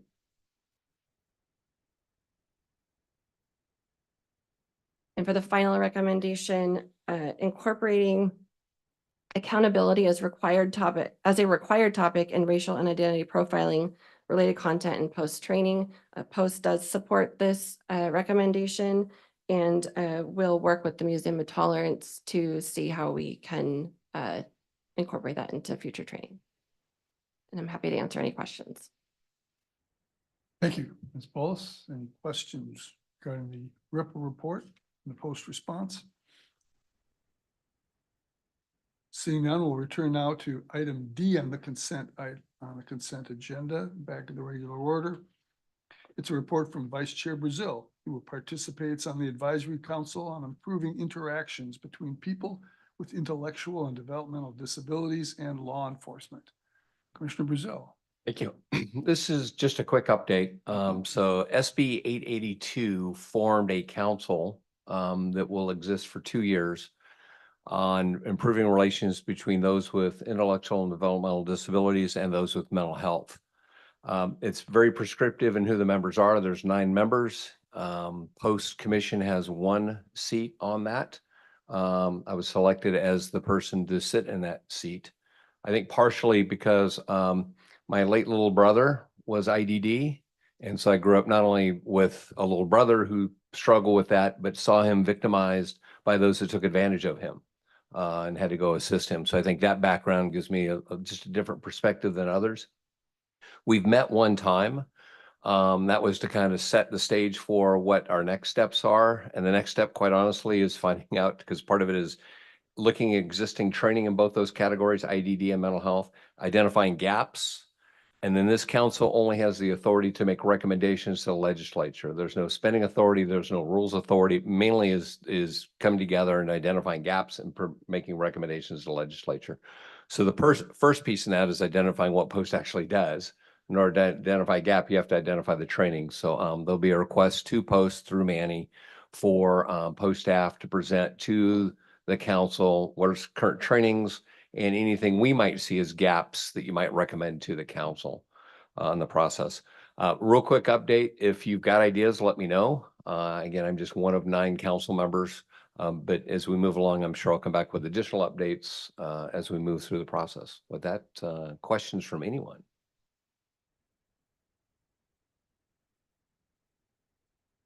Mr. Brazil.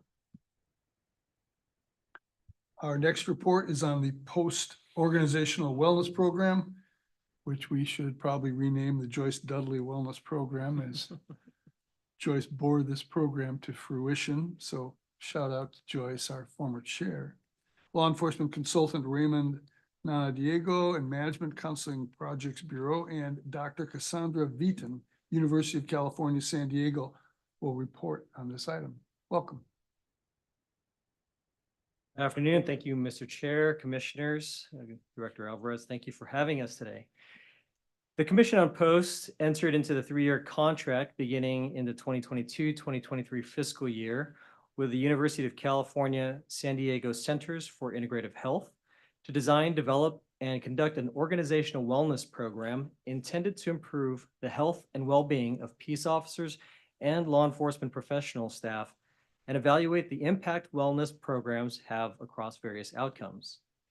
UC San Diego is currently serving as the hub and support network for the statewide program, with the goal to serve 5,000 to 10,000 individuals across 30 to 60 agencies. UC San Diego is also tasked to provide mentorship to departments as they develop agency-specific organizational wellness programs, a research infrastructure to evaluate the impact of the programs, and provide ongoing virtual resources to further sustain these programs.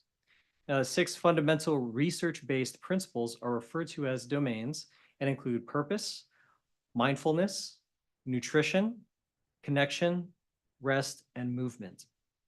Now, unlike the majority of pre-existing courses, which center around responses to issues such as critical incidents, mental health, or peer support, this approach focuses on providing fundamental research-based domains to educate the sworn and professional staff on how to thrive in their personal and professional lives.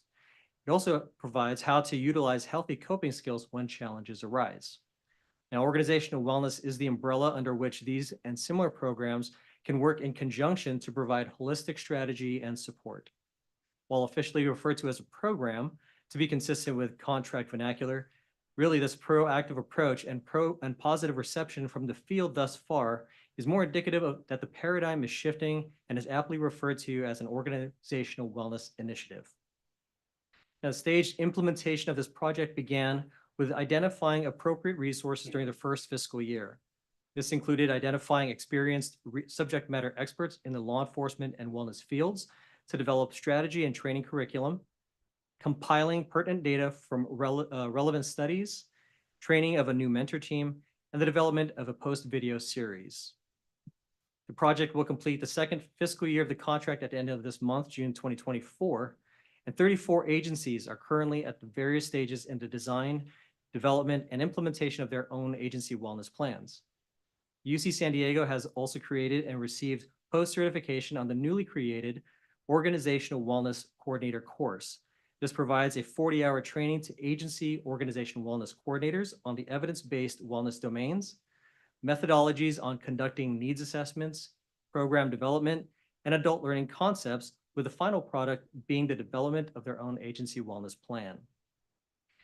The goals for the 3rd and final fiscal year of this contract include onboarding an additional 26 agencies and the creation of an organizational wellness coordinator trained the trainer course, intended to develop agency presenters of the Organizational Wellness Coordinator course throughout the state and encourage regional networking among law enforcement agencies on the topic of wellness.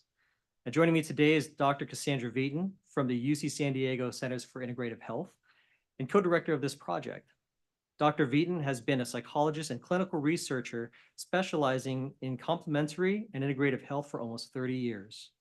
She has led large multidisciplinary research efforts at the UC San Diego's Centers for Integrative Health and UC San Francisco, served as CEO of the Institute of Noetic Sciences, and developed and tested mindfulness-based interventions for mood and behavioral disorders among diverse populations. She has been a leader in establishing empirically based competencies for mental health professionals and developed curricula for teaching mental health professionals integrative approaches to mental health. Her contributions to science include research on mindfulness-based interventions for physical, psychological, and behavioral health, spiritual competencies training for mental health professionals, and transformative practices and the development of empathy, compassion, pro-social emotions. And I'd like to take this moment to acknowledge that yesterday, Dr. Veaton presented to 800 psychologists, professionals, and then flew up late last night to join me here today. So thank you, Dr. Veaton. And I'd also like to acknowledge the hard work that UC San Diego staff, regional trainers, and mentors have done thus far for this project. It's been a pleasure working with you. Dr. Veaton. Thank you so much. And I appreciate the commission and Post for investing in the wellness of our law enforcement professionals. Over the last year and a half, it's been an honor for those of us who are at UC San Diego to work with statewide experts from law enforcement and from wellness domains to really bring, trying to take care of the people who take care of us every day and night. And so it's really a personal and a moving project for me. And so I want to go over the aims and deliverables of the project, the primary components, and how we intend to measure success. The aims are to improve law enforcement officer and professional well-being and to establish a culture of wellness in agencies. There really cannot be law enforcement officer or professional well-being without agency wellness and vice versa.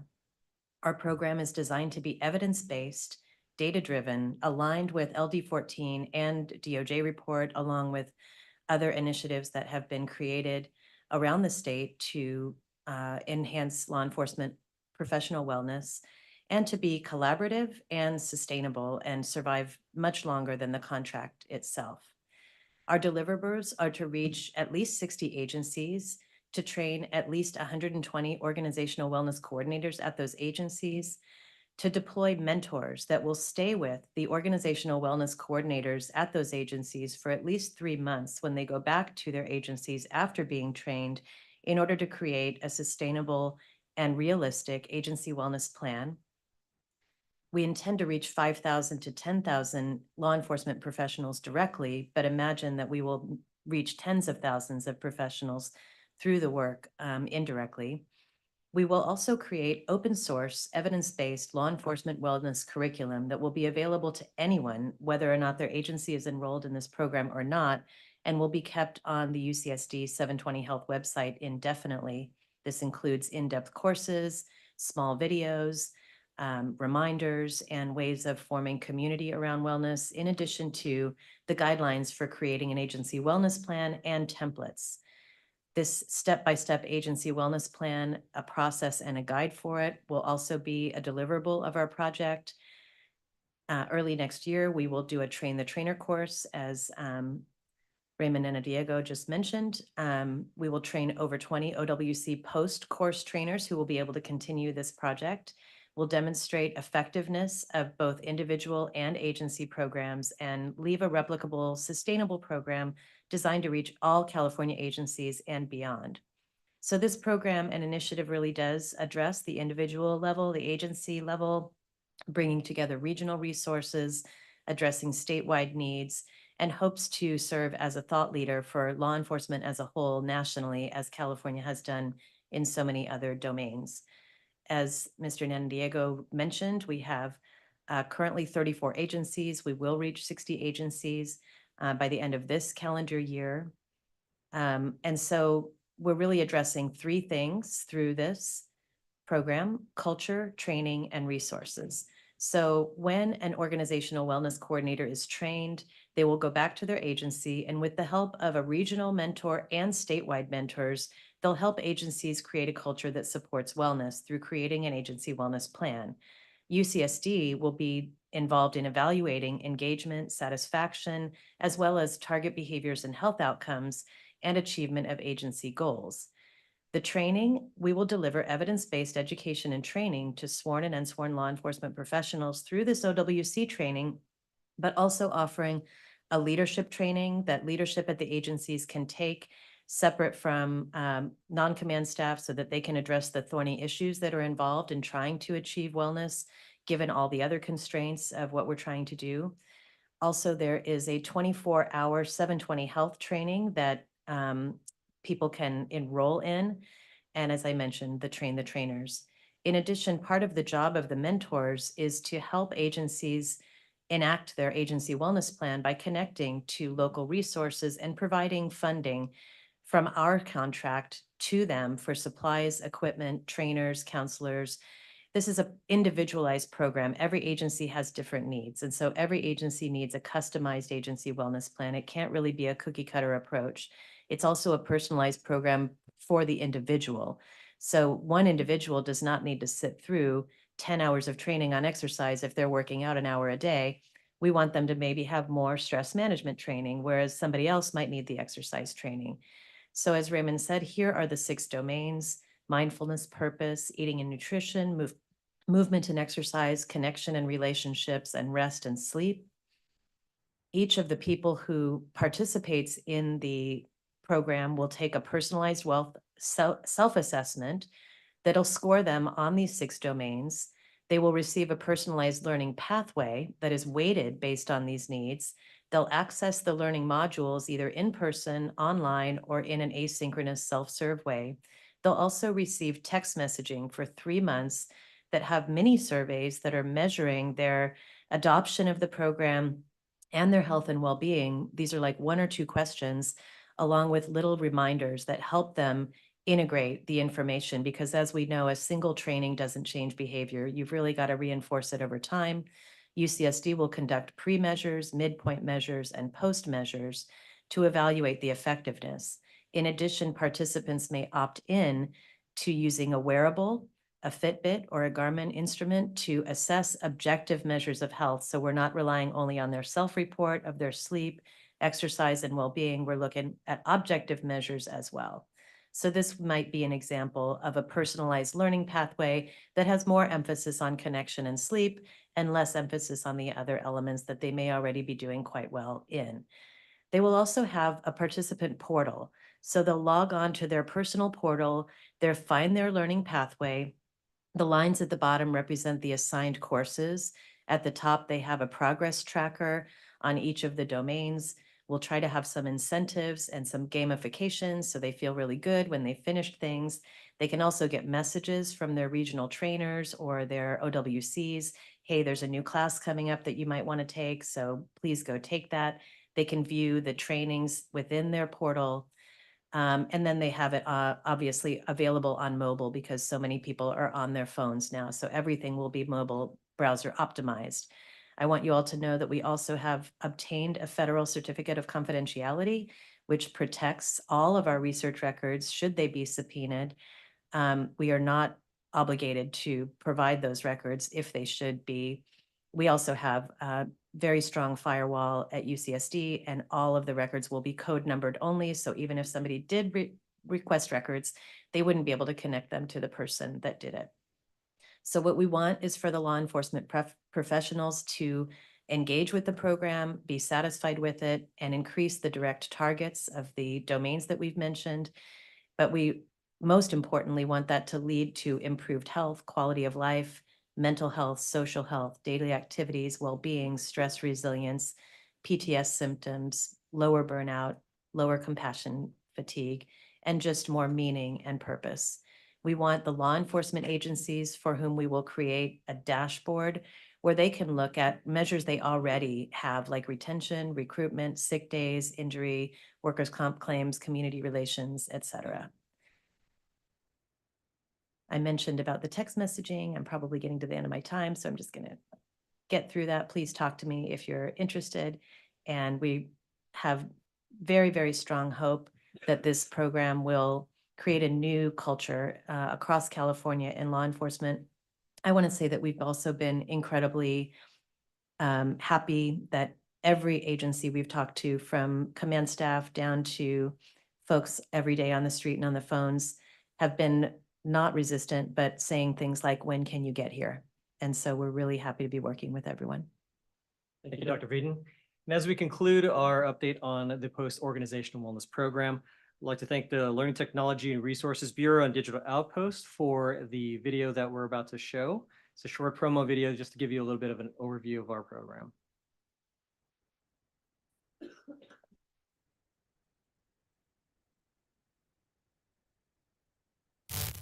Dispatch 1 Paul 114. I have a traffic collision. 1 Paul 114. Copy Paul minutes 23 request. and 2 Officer Paul additional 37 to engine cover. ready. Owner just Driver chased someone looks from his home. 35773 Oak Ridge Drive just occurred. 2 victims on scene. I didn't want to be that police officer that was divorced, disgruntled kids, in trouble, lawsuits. But there I was. I became very depressed, so I turned to alcohol again. The one coping thing that would make me feel good at the time. Ended up getting a DUI. I had headaches, nauseousness, then it became the inability to sleep, the nightmares, the paranoia. I probably needed to do something about it, but I wasn't doing it. I figured I could handle it, right?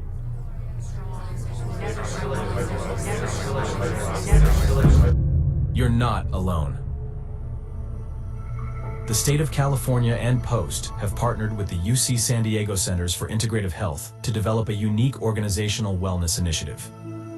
Developed by and for law enforcement, this evidence-based, technology-assisted approach focuses on optimizing performance and resilience in your professional and personal life. It provides you with the resources and skills to get you well and keep you well. I saw very quickly the loss of identity that can happen. And I've been fighting to stay who I am since day one. It was later in my career that I realized that it was okay to not be okay, and knowing other people probably thinking and feeling the same way you did. I have finally made myself the priority inside and out, mentally and physically and emotionally. It's not normal, and it's not part of the job, and that we don't have to suffer in silence. Wherever you're at, it's time. Reach out to the Post Organizational Wellness Program currently available at your agency, or go to the Post website for resources and information on how to get this initiative started at your location.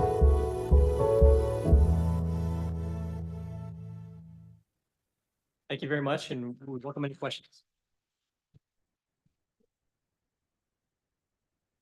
Questions or comments from the commission? A comment. Yeah. Sure, you go. As you were presenting, excuse me, I was writing down questions that I wanted to ask, and then you would answer it right after I formulated the question. So comment is simply that it's a superb program and very comprehensive. My congratulations. Commissioner Nieto. Yes, thank you. I think this is something I know we've been talking about a lot in our state and nationwide on the wellness of our sworn and people in this profession, public safety in general.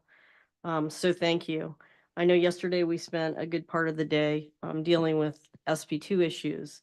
And I think if we incorporate wellness into all of our thought patterns, into our agencies, that we can make a big difference on saving people's careers. So thank you. Yeah, I think there can be a perception that this is a luxury that goes, it's the icing on the cake if you have time and resources for it, but it actually provides the foundation for performance, for retention, for recruitment, for so many other things. Commissioner Gordon. Just to echo the comments, I also appreciate that there's measurable metrics with this. It's not just a thought process. There's actually the science behind it. And for agencies that don't have the resources to develop or the expertise, the experts are developing it with the input of officers that are currently serving. So I really appreciate the thoughtful approach. Sure.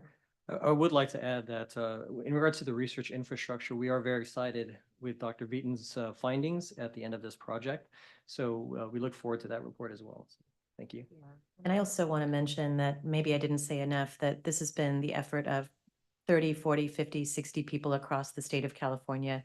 Many of people who you know, our advisory council, retired Chief Lori Lunow, retired Chief Sarah Creighton, Jared Sade, Rich Gerling, people who have been working on wellness for a very long time in silos. So we're standing on the shoulders of innovators and giants. Commissioner Brazil. First of all, thank you very much. For someone who does these critical incident reviews across the country, we dedicate entire chapters to wellness and see gaps.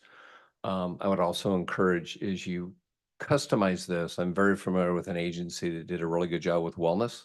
They saw significant reductions in workers' comp, sick leave, morale went up, recruiting went up, and then they stopped.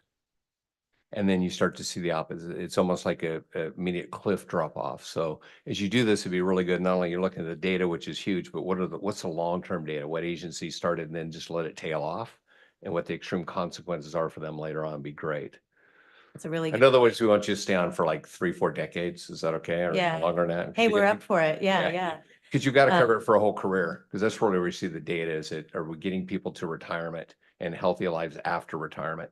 I mean, that's really where we see I think we truly will see the outcomes that far out. Sir, and to echo your sentiment, one of the goals of this project is to create and foster regional networking with agencies. So as programs emerge and get enhanced and all, it's then agencies supporting agencies, because very much we talk agency for agency, formally and informally on various topics. What we'd like to see is wellness come to that forefront. And so these regional pockets continue to support agencies across the state. I think also two things are important the way we're framing it. One is as a perishable skill, that this is not a one and done situation. It's a perishable skill that requires ongoing training throughout the course of someone's career. And the other is that I come from medicine, we're taking more of a sports medicine approach. We're not trying to get people off the field, we're trying to keep people on the field. And I'd be remiss if I didn't mention it, but, and I notice you put in the civilian staff as well, but we have so many civilian staff that suffer, and we tend to think of just the folks that wear the guns and wear the badges, and I saw that in there, so kudos for that as well. Thank you. Comments? I'll comment. Manny decided to tweak me during the presentation, reminding me of my questions a couple of years ago. Where's this money going to go? What are we going to do with all this money? And I think it was a good question then, and I think it's a better answer now. I think this type of third-party validation for these programs that Post embarks on is so crucial. And the more third-party validation and efforts that we can combine with UC is the better. I mean, this is an incredible resource to organizations like Post, and to see us, really reaching out to it and having it be effective is very impressive. The more partnerships we can have with UC, the better. Love the deliverables, the objective outcomes, very impressive. Thank you very much. That's it. There are no more comments. Thank you. On discussions regarding Commission Regulation 1005, Peace Officer Minimum Training Requirements. Well, Post Chief Counsel Toby Darden and Training and Delivery Compliance Bureau Chief Tom Chalk will report. Good afternoon, Commissioners. And it is afternoon now. So I have two that I'm going to be providing to you. I'm not going to read a staff report to you. You'll be pleased to know. I really just want to have a discussion with you, but I want to center you on what the issues are first before we get into discussions. The two that I'm going to talk about are distinct, but they are somewhat interrelated. So I want to let you know what I'm doing now and then what the next one will be. So the first one is the question about revision to our foundational training regulation, which, as you know, is Regulation 1005. I'll pull it up a little bit later. The second one, the next staff report that I'm going to do, is the question of mergers into existing post agencies. So if you are a post agency, and of course under 1005, you are required to hire RBC officers, but you now have to merge into the agency a group of officers that are lesser trained. So that's going to be after, we'll talk about that after I talk about 1005. So with respect to the 1005 question, you may be wondering, why is a lawyer bringing this to you instead of someone from our Training, Delivery, and Compliance Bureau? And I do have Tom from TDC here. But I believe that because of legal issues that we've been required to look at, it's important for the Commission to look at revisions to 1005. And I want to kind of take you through why. We have been increasingly dealing, after the onset of SB2, we've been increasingly dealing with questions and issues throughout the state by individuals that are classified as peace officers under state law by state or local or municipal entities, but they may have only 832 training, or in any event, something very much less than the regular basic course or the SIBC course. And they may not be in the categories that we have already recognized in 1005, such as coroners or jail deputies. Now, we're all familiar with 1005. Like I say, I will pull it up a little bit later. But I think historically, folks in the field and even some folks here at Post have tended to view 1005 as being a regulation that only applies to Post participating agencies. But that isn't correct. And I want to sort of take you through first why. So as I say, we first got hit with this, really with this understanding with Senate Bill 2, and that's 13.510.1. And that makes it clear our certification program applies to a number of categories of officers, regardless of whether they're employed by an agency that's post-participating.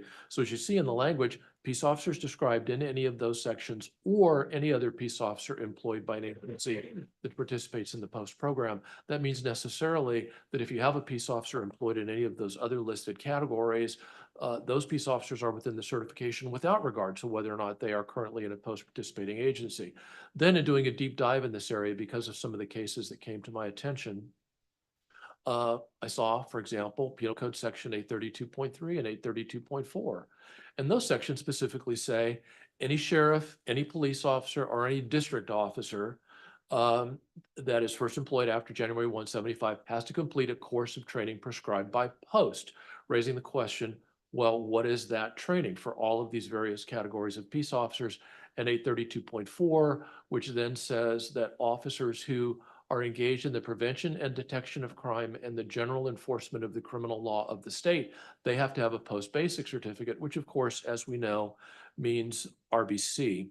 So what we've started to see is peace officers being entered into our EDI and my certification bureau. The certification bureau comes to us and says, hey, Toby, what do? We have somebody that's entered into EDI. They want to have a POE issued. We've had lifeguards employed by fire department training bureaus that have 832. We've had a number of issues involving harbor patrol officers, some of whom only have 832, or 832 is only required within 6 months or 12 months. A number of issues involving park rangers that have 832 training, and yet might seemingly be engaged when we look at what they do or look at how their agencies use them. They might actually be engaging more in general law enforcement functions. And then as I laid out in the staff report, in looking into these statutes, there's a number of other specific statutes about specific peace officers that have been identified by the legislature that are required without regard to post-participation to be covered by post-regulation, such as some of them I listed, water and municipal utility district officers and rangers and so forth, as laid out in the staff report. And those individuals are also required to abide by post-training requirements. So in looking at the question of, well, what kind of peace officers are there out there in California? I took a real deep dive, and this is a lot of information, and I just want to kind of flip through it real quick. And just to give you a sense, so we don't take a ton of time, the first is I found a group of officers that the legislature has said, you are a peace officer if you are regularly employed and so forth in this capacity, and you are responsible for the enforcement of the law in or about the properties that you protect. And there's a bunch of those, such as County of LA, local agency park rangers, housing authority patrol officers, etc. The ones I highlighted in yellow, those are the ones that are specifically called into the post program by SB2. So we know definitively we have to have training requirements for those folks. San Francisco BART, Harbor, Port Police, Transit Police officers, airport law enforcement officers, but others, Sergeant at Arms, Supreme Court marshals, bailiffs, and so forth. Then we have other groups of peace officers that are tasked with a primary duty by the legislature of enforcement of a specific set of laws or the enforcement of specific laws. So we see, for example, CHP, UCPD, enforcing the law within certain provisions of the education code.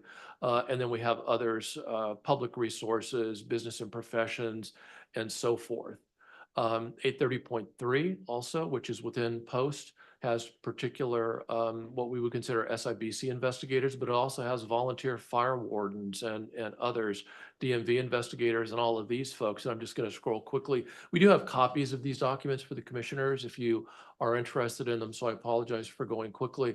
But this is just to give you a sense of the wide variety of peace officer positions Same thing, community colleges, welfare fraud, child support investigators, arson investigating units, state hospital investigators, health and human services and the like.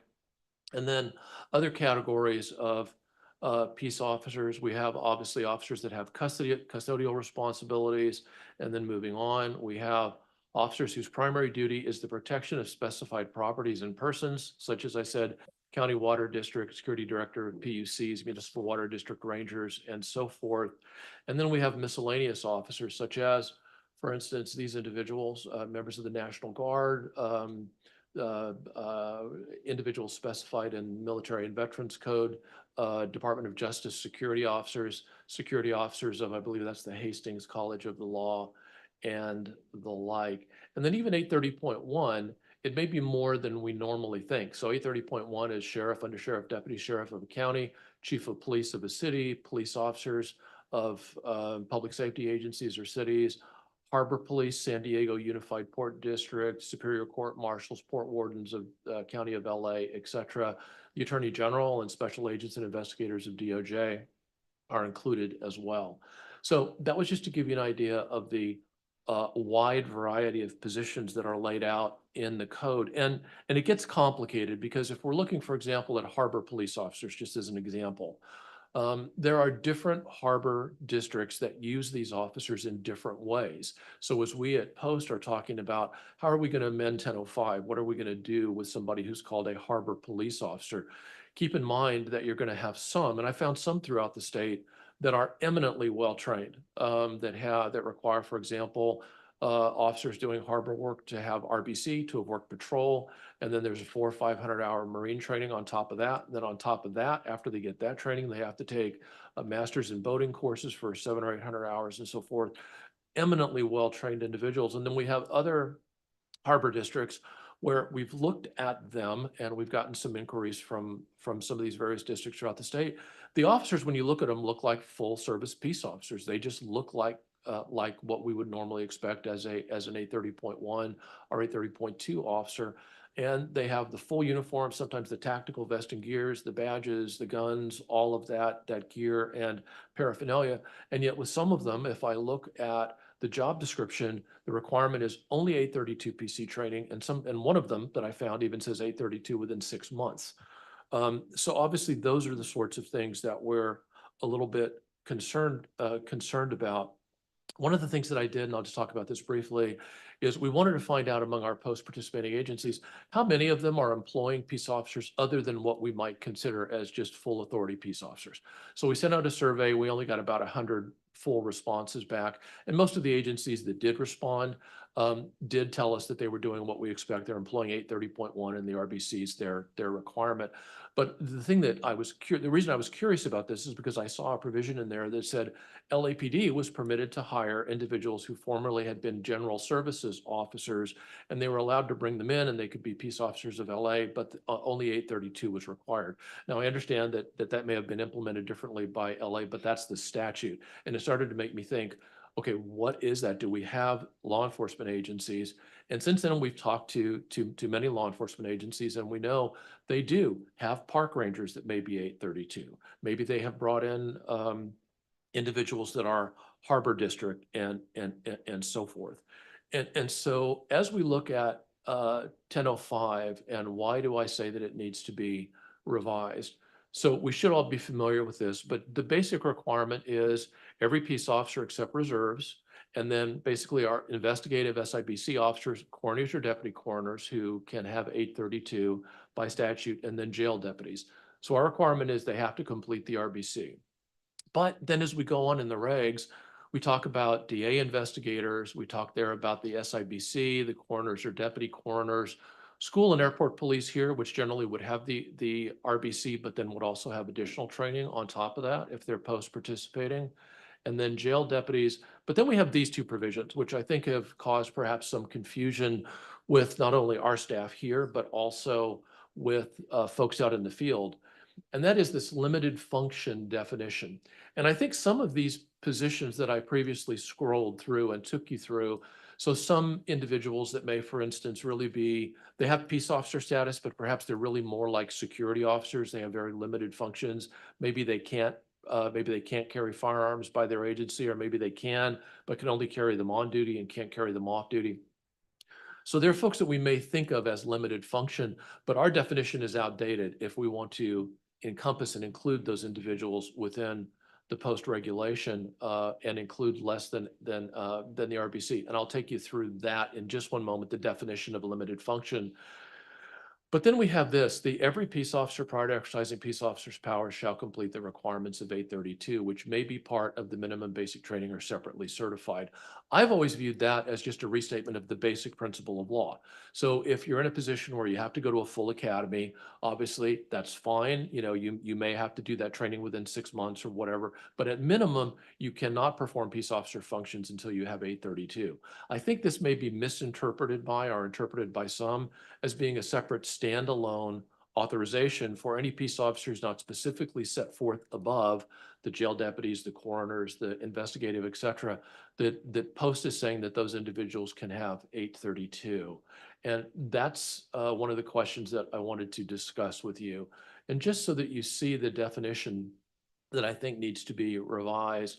So currently limited function is defined as deputy sheriffs, police officers of cities or districts designated on or prior to June 30th, 1985 to be a peace officer as described in 830.1 and is employed to perform duties other than the prevention of and detection of crime and the general enforcement of the criminal laws of the state. I have no idea why this was put in back when it was, but it strikes me that that is not very helpful to us, at least with respect to these issues that we're talking about today. So if we do want to, in 1005, to specifically enumerate, and I recommend that we do, I think we should change 1005. And if we want to use limited function to take into account some of these peace officer positions that are perhaps not full authority peace officers as you and I might think of them, then I think we need to redefine limited function officer. So this is the idea, and I know I went through it kind of quickly, but I think we need to revise 1005. And I think there's several reasons that we need to do that. First, I think we clearly have to specify what training is required for all those officers that are specified in Penal Code Section 832.3, the one that says all district officers, city and county and sheriff's officers have to go through a course of training specified by post. I'm not sure that 1005 currently does that, and I think that's something that we need to consider. Cities and counties, it's a little easier. The districts, it gets very complicated very quickly. I think we should also specifically identify training for those post-participating agency officers and those that are not post-participating agency officers in SB2, so 13.510.1. And then I think we should revise the training standards to make clear that, for example, any peace officer employed by any agency that we have jurisdiction over that is required to comply with our regulations that do what we consider general law enforcement duties, that those individuals should have the RBC. But then we have these other individuals. So individuals that, for instance, are peace officers, but they may be limited. Perhaps their primary duty is only to exercise or to enforce law on the property. Well, if they're enforcing law, all laws on or about the property, that kind of sounds like RPC to me. Some of the park rangers, that's what they are required to do. You may have some that are specified by law that their primary duty is enforcement only of health and welfare or some sort of those requirements, but that's their primary duty. So then the question is, if that's their primary duty, but they look like full function peace officers, do they have secondary duties which might require, in our view, the RBC? So this is going to be a long discussion, and I really just wanted to sensitize you to it today. And I'm sorry for talking for so long, but I would love to hear your thoughts as we look at revising this with respect to how should we revise 1005? How do we take into account these other positions of peace officers, which I believe we should have in regulation, but that are not currently specifically addressed. So with that, I'd like to open it up to discussion and hear your thoughts. I think, Toby, I'm going to curtail that Okay. and merge F with G and get the presentation on G, since there appears to be a great deal of overlap, at which time we'll also ask Chief Salazar, because I believe there was a fairly robust conversation about these items in the advisory committee, as well as commissioner response. So why don't we move now and do G? It's a report on discussion regarding Commission Regulation 1010, agencies merging within the post program. And Toby and Bureau Chief Tom Chalk and Kern County Sheriff's Office Chief Deputy David Kessler come forward and we'll report on this, and at which time then we will, once we get through this report, we'll ask Chief Salazar and then we'll open it up to the commission. So this is also related, a somewhat related issue. And the question is this: what happens when you have a post-participating agency? Post-participating agency subject to 1005, which is, once you're a post-participating agency in 1005, you're required to hire only RBC officers. What happens in that circumstance if that agency, for whatever reason, they may choose to do it, they may want to do it, they may be required by a local political mandate, there may be a law change, but they are required to merge into their RBC department a group of officers that have lesser training. And this could happen, for instance, with a city or county that merges, that either wants to or is required to merge in airport police, harbor police, park rangers, or similar groups into that RBC agency. And the question is, what does our current regulation say about that? So let me just briefly take you through 1010, which is on the screen.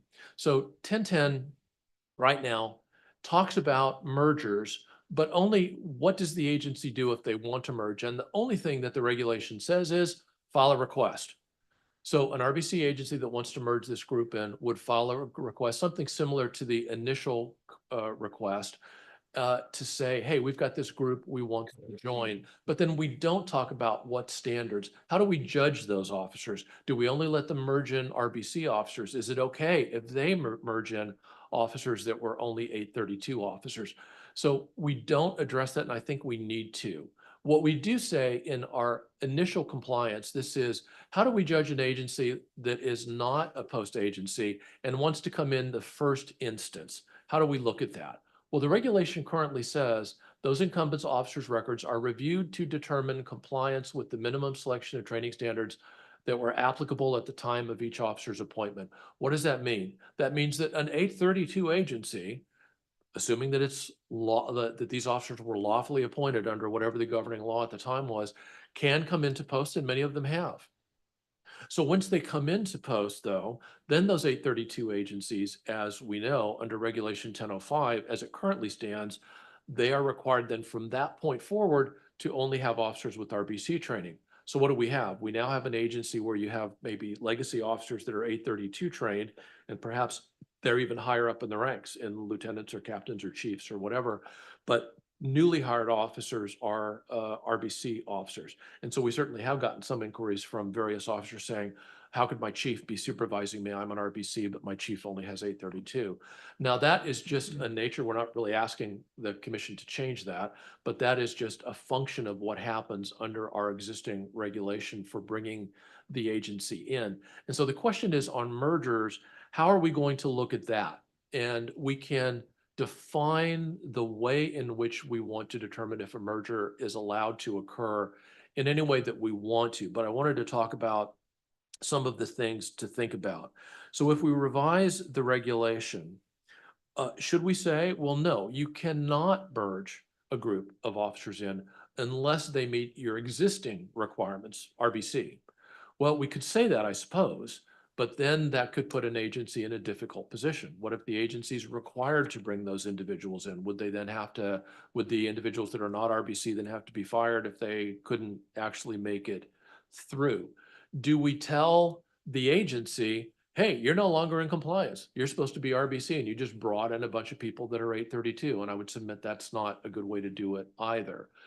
But if we do amend the regulation specifically to allow, in the case of a merger, these lesser trained officers to come into the RBC agency, my suggestion would be that the commission should look, and we would like direction, at the following questions. My concern would be if we do that and you allow agencies to bring in a group of 832 officers and shift is short, people call in sick on beat 12, are they going to be pulling 832 officers that now are wearing the uniform and look like those peace officers? Are they going to pull them into and put them into duties which we would all say the RBC is required for? My recommendation would be if we amend this, that we take that into account and say you cannot do that. If you're going to bring in the 832 officers or these officers with less than RBC training, then you have to keep them solely in that capacity and continue to use them only in that capacity. And that they can't be used in any role beyond that limited capacity for which they were hired. But then another big question, and I think we're going to hear this from Kern County, is the other question, which is, if we've now allowed that group to merge into a post agency, an RBC agency, under 1005, our existing regulation, now let's say those park rangers come into Kern County, under 1005, they would be required to now only hire RBC officers because that's what 1005 says. And I think what we're going to hear from some agencies throughout the state is they don't want to do that. What they would like to do is continue to have, for example, a park ranger or a harbor district or, patrol, harbor patrol or airport program or whatever, where these individuals have limited functions, but the limits would be defined by those municipal agencies. But then they want to continue to hire individuals with just that 832 training. So effectively, I think what we'll hear is you'll have an RBC agency. They want to have a smaller group of, let's say, 832 park rangers, airport, harbor district, whatever it might be. And instead of having to hire RBC now into that, they want to continue to have 832 because of financial concerns or hiring considerations or whatever. So those are the two issues. The first is sort of generically 1005. And then the second is, what do we do in the case of these 1010 mergers? And then I don't know if we want to do commission comments or from Kern County or public, however you want to do it, Mr. Chair. Yeah, Kern County, Chief Deputy Kessler. Thank you, Chairman Long and Post Commission and Director Alvarez for inviting us up here today. My name is David Kessler. I'm a Chief Deputy with the Kern County Sheriff's Office. Unfortunately, Sheriff Youngblood was unable to attend today, so I'm here in his place. I'm here today to strongly advocate for limited peace officers as defined under Penal Code 832 to be supervised by full post agencies. This is a vital step to ensuring the safety and security of our communities across the state. When Kern County Sheriff's Office began examining the Kern County Park Rangers, we uncovered numerous violations within the agency. Oh, I'm sorry. These include lack of supervision, operating beyond their authority, inadequate training records, and insufficient documentation. There was no established processes for internal affairs, follow-up investigations, or other legal requirements. However, under our supervision, we were able to ratify these issues, ensuring they operated within their designated scope as a park ranger and not an RBC officer. Firstly, let's consider some of the critical responsibilities undertaken by the park rangers. Boating safety, ensuring the safety of our waterways is utmost important. Park rangers in Kern County are responsible for boating safety education that requires special training. Their presence is important for carrying out their duties enforcing maritime law. Interpretation services. Providing interpretation services is essential for preserving the rich history within our communities and our parks, enhancing our communication between law enforcement and the diverse communities we serve. Law enforcement within parks, limited peace officers are often tasked with law enforcement duties within the parks, including enforcing county ordinances, issuing administrative citations, and responding to search and rescue operations. Additionally, they handle investigations related to fish and game, harbor navigations, and low-level misdemeanors that improve the quality of life within the parks. Supervision by a full post agency is essential to ensure the officers are properly trained and supported in their duties. Moreover, it's essential to note that limited peace officers are not only confined to parks throughout the state. Like we heard, they also serve in various other agencies such as probation, water districts, lifeguards, services, airports, arson investigators, and hospitals. Several agencies handle felony investigations without support or knowledge from full post agencies can provide.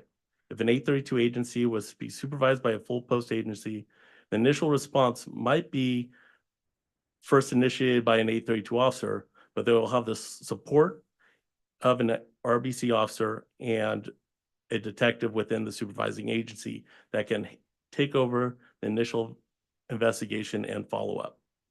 While felony investigations might be rare, the majority of their time is spent with low-level misdemeanors and quality of life issues within the parks.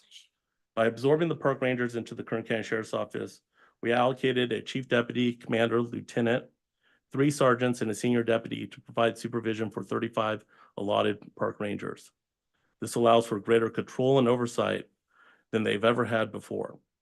We're also providing them with advanced training, updated equipment, updated software, supervision, body-worn cameras to ensure they're held accountable. We extended their academy from 64 hours to over 200 hours and will provide ongoing in-service training to the park rangers. While I acknowledge Penal Code 831.4, armed security guards have a role within departments, they're not to be as versatile as 832 officers in the field. Whether an officer is armed and designated as 830.4 or 832, the department's liability remains equal. For the Kern County Sheriff's Office, most of our county ordinances are misdemeanors. The majority of the boating laws, fish and game laws rangers enforce are also low-level misdemeanors. Changing their classification to 831.4 will require the Sheriff's Office to dedicate staff to enforce these low-level crimes, diverting their attention away from more serious crimes. Including limited peace officers under the supervision of full post agencies is not only logical, but also critical for the effective functioning of these agencies and maintaining the quality of service the community is accustomed to. 832s fill an important role in the specialty positions that they provide throughout our communities. Kern County Sheriff's Office supports changes to the training requirements or limitations on the authority of 832 officers who are supervised by post agencies. However, deleting the category of officers would be a disservice to the communities that rely on their services. California Penal Code 832 exists for a reason. Even with new recommendations from post regulations in place, this will not correct the issues post is hearing about. Agencies that are working outside their jurisdiction will continue to do so without a change at the state level. Other agencies will separate back from an RBC agency, since most 832 agencies feel they are not governed by post, and assistance and oversight will be lost. Therefore, it's important to ensure these officers are adequately supervised and trained by full post agencies, protect our communities, maintain public safety, and the education that they provide to the communities. With that, I'll be happy to take any questions or have any conversations. Commissioner Nieto. Would it be possible to get a copy before we leave of his comments, because they're read into the record? Yes, okay, yes. Okay, perfect. Toby, you wish to comment? Yes, I just wanted to clarify for those who may not be familiar with 831.4. The question is, there are a number of provisions in the penal code that identify peace officers. Then there are provisions that talk about public officers that are not peace officers, and some of the public officers may actually perform duties which we think of as peace officer duties. They may issue citations or make arrests or serve warrants or whatever, depending on the specific section. So I believe the 831.4 reference, and I don't want to speak for you, but the question was, are we going to continue to employ them, be allowed to continue to employ them as peace officers, or do we have to put them into a non-peace officer, public officer category? I think that's what you were saying. I just wanted to clarify it.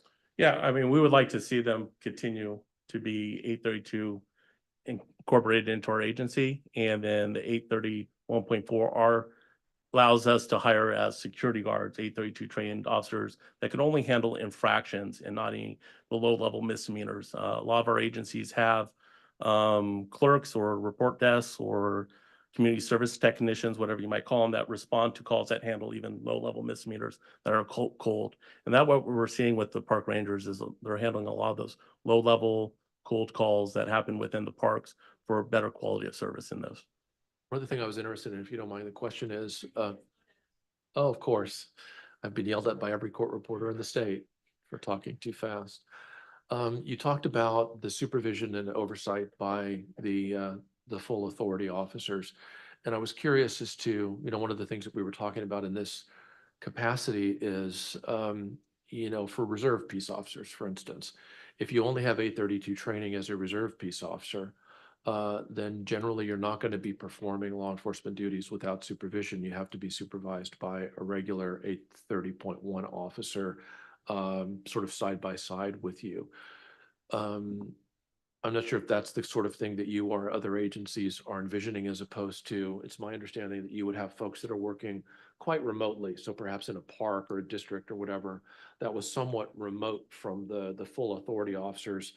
And so those officers, the 832 officers, would be handling situations until a full authority officer could arrive, which might be some period of time or maybe not.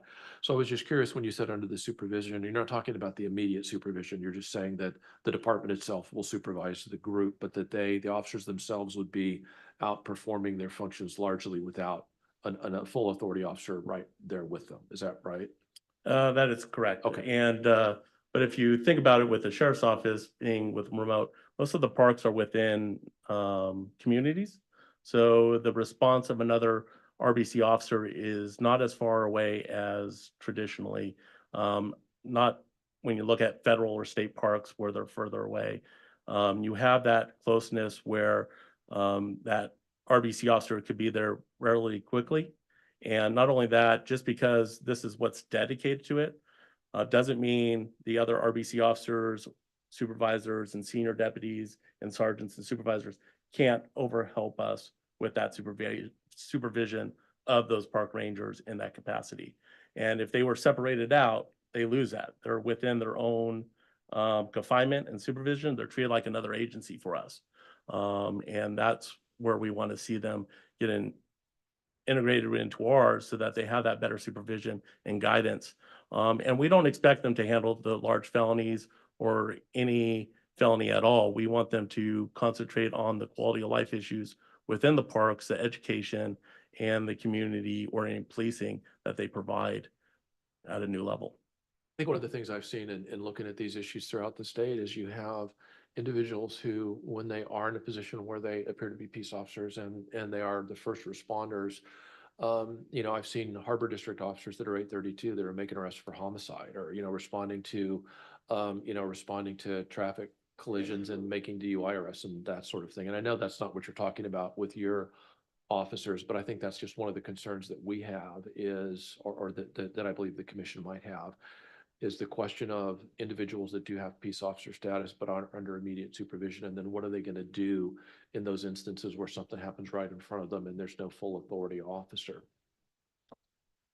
We have that concern too with our park rangers. That's why we started, we were asked to come in to evaluate them and give some recommendations on the best way to move forward. We don't want them, see them interacting with that type of situation. Of course, I think no matter what type of officer you have out there, there's that possibility of that person getting involved. But at least now you have the policies and procedures in place to where we could not only hold those people accountable for those actions, but we could also provide the training and the insurance that those type of incidents don't happen with the park rangers or those other 832 agencies, that these RBC full post agencies could step in and provide the proper guidance that they're lacking. A lot of these agencies, I'll agree with you, are lacking that guidance because the 832 officer that has 32 or 64 hours of training has gone up to the ranks, and all of a sudden he's a chief of this department, and he reports to a civilian that has no idea on anything law enforcement related. And that's what we're trying to change by taking them under our leadership, is to provide them with that course that they can move forward and be successful and continue the specialty tasks that they're out there to do, and not the other stuff. And apologies, commissioners, I didn't mean to hijack your questioning. Before we move to the commissioners, I'd like to hear from Chief Salazar, who is best to summarize, which was as I said, a robust discussion with the advisory committee on both of these agenda items. Chief. Thank you, Chair Long. I will do my best to summarize this discussion. I will preface it though with the fact that the advisory committee received this presentation yesterday, but did not have the benefit of hearing the perspective that was just presented from the sheriff's office and the chief deputy there. So with that said, in general, the advisory committee with regards to 1005 first was in support of the idea that the regulation needs to be changed and at least clarified as to what was actually required for officers that fall under those categories. So in general, supportive of that idea. There were questions with regards to some of what Mr. Darden's already presented, but are we tracking how agencies are using those officers, particularly 832 officers, and what capacities? Are they expanding their roles into more like an RBC type officer? So there were questions regards to that. In terms of how that might be addressed, could you employ the reserve officer parameters to those types of positions? So under 830 or under 832, could they work under the same kind of provisions as a reserve level 2 or a reserve level 3? Questions with regards to how does this potentially impact academies if we were to require that all of those officers have the RBC training as their minimum, as well as questions with regards to the impact of AB 89 on these categories if we were to require the RBC. As was just mentioned, concerns about the 832 firearms and that 64 hours is not enough for officers if they are actually working in a capacity that is beyond the scope of 832 and actually performing more peace officer duties. But in general, the feedback from the advisory committee was in support of if these are officers that are out representing agencies or in uniforms performing those functions, then they should be required to attend the RBC if they were part of a post academy. And again, having said that, we did not hear the perspective that was just presented, which I think provides some pretty good arguments as well. With regards to 1010 and the agencies merging, in general, it was the idea of the committee that if there was a merger, officers would be required to come up to the standard of the RBC. And I'll summarize it there. There was a number of discussion about that, and in general, that was the recommendation of the advisory committee. Thank you, Chief Salazar. Questions? Commissioner Barcelona. I had a question about, so if they're going to have to come up to the standards that you were just talking about, what happens when they don't? What happens when you have officers that can't meet those standards either physically or whatever? Because if you go back to the state police merger with Highway Patrol, there were a tremendous amount of those guys who thought they were all going to go over and just change uniforms, but they had to go through the entire process. And a lot of them didn't make it. And so what would happen to these park rangers if they have to meet those standards and they can't? What would happen to them? Commissioner, that's a really good question. We would have to, if they're off probation and they're fully employed, the county would have to look at another spot for them within the county or find a different classification to move them to. So there are some things that we would have to work through on that notion if they do have to go through an RBC and they can't meet the standard. There's also talks that maybe you do an extended academy type format for those since they are actually working. So there are some unknowns to this situation that we're still evaluating. Unfortunately, I've been looking at this for the last 8 months, and every day there's a new question that comes up that we're kind of what ifs are new to us. It's something to give some thought to. It just was done over the past few years with the state museum police down in Southern California. They all went to full peace officer, but there were about 8 of them that were either older, had been there a long time, and they didn't want to go to the academy or couldn't go to the academy. So the state decided to leave them in that capacity till they retire, and then just fill in with the higher standard people afterwards. So food for thought, for some of your people, says you might have some folks that can't get through the academy.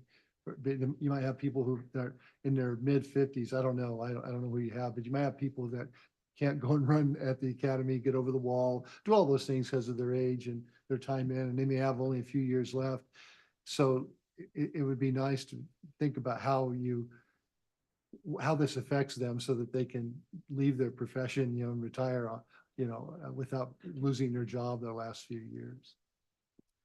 Yeah, thank you. That's the last thing we want to do is have them lose their job over this merger. we want them to stay within the rule. And a lot of these people want to be park rangers. They don't want to be full RBC deputy sheriffs or go work the streets. They like the work that they're doing within the parks, within the community. So we want to try and keep that with them. Absolutely. Thank you. I just want to give you some, think about that, because that's going to be a problem. You're going to have to deal with that one. Thank you, sir. Commissioner Brazil. Yeah, what I don't want to do, and one, I appreciate what Kern County is doing so I'm going to summarize, I think, what you said. They took a very ineffective unit within the county system, brought them under the sheriff to fix them. Is basically what they did, right? To give them the responsibilities and actually professionalize a group that wasn't professional. And maybe I'm going way out on a limb. What I would hate to do is create a regulation that would discourage agencies from doing that. What I'd rather see us do is be a facilitator of that, be a resource to them. So for example, let's go back in time. Kern County says we're about ready to absorb them. Post has a resource that says, hey, let's come help you do that. Let's identify some potential issues you may have legally or with training.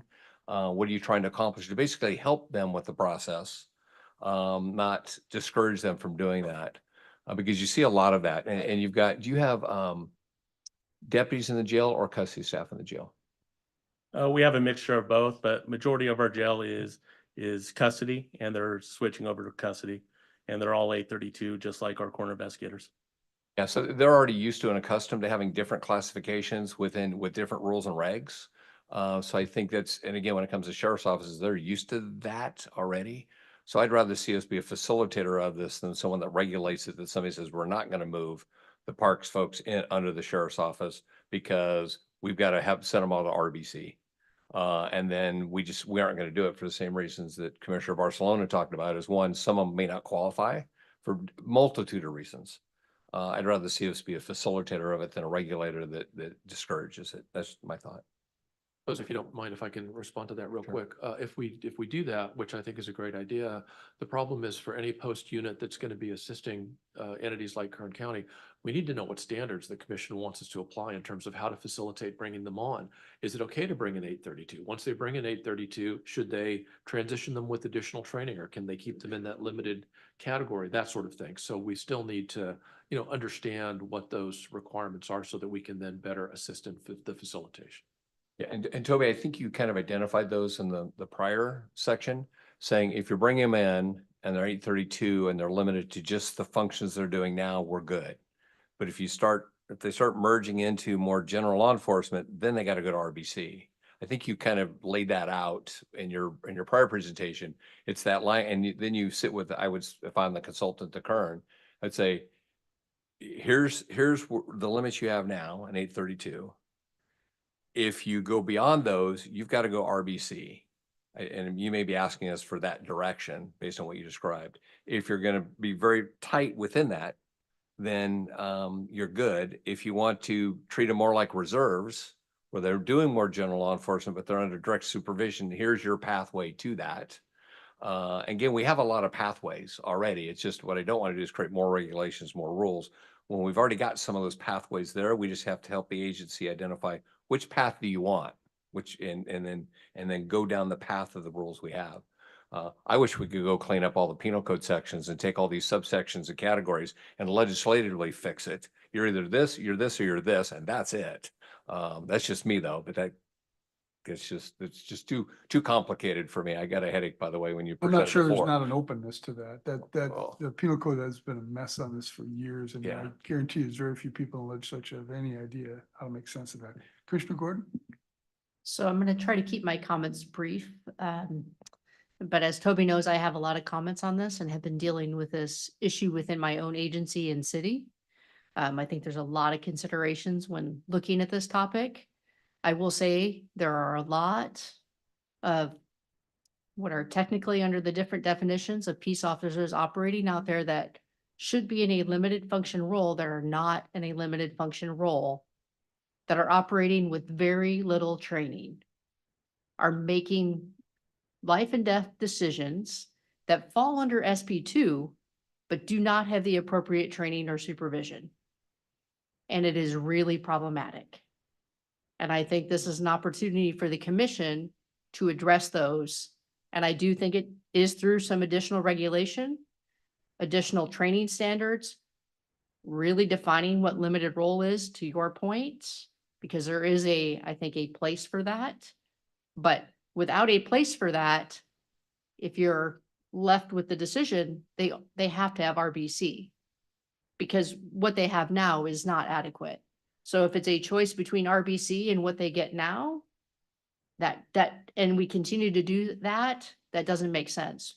We have airport officers, we have park rangers, we have harbor patrol officers throughout the state that when you're a community member, you don't know that they only have 64 hours of training versus RBC.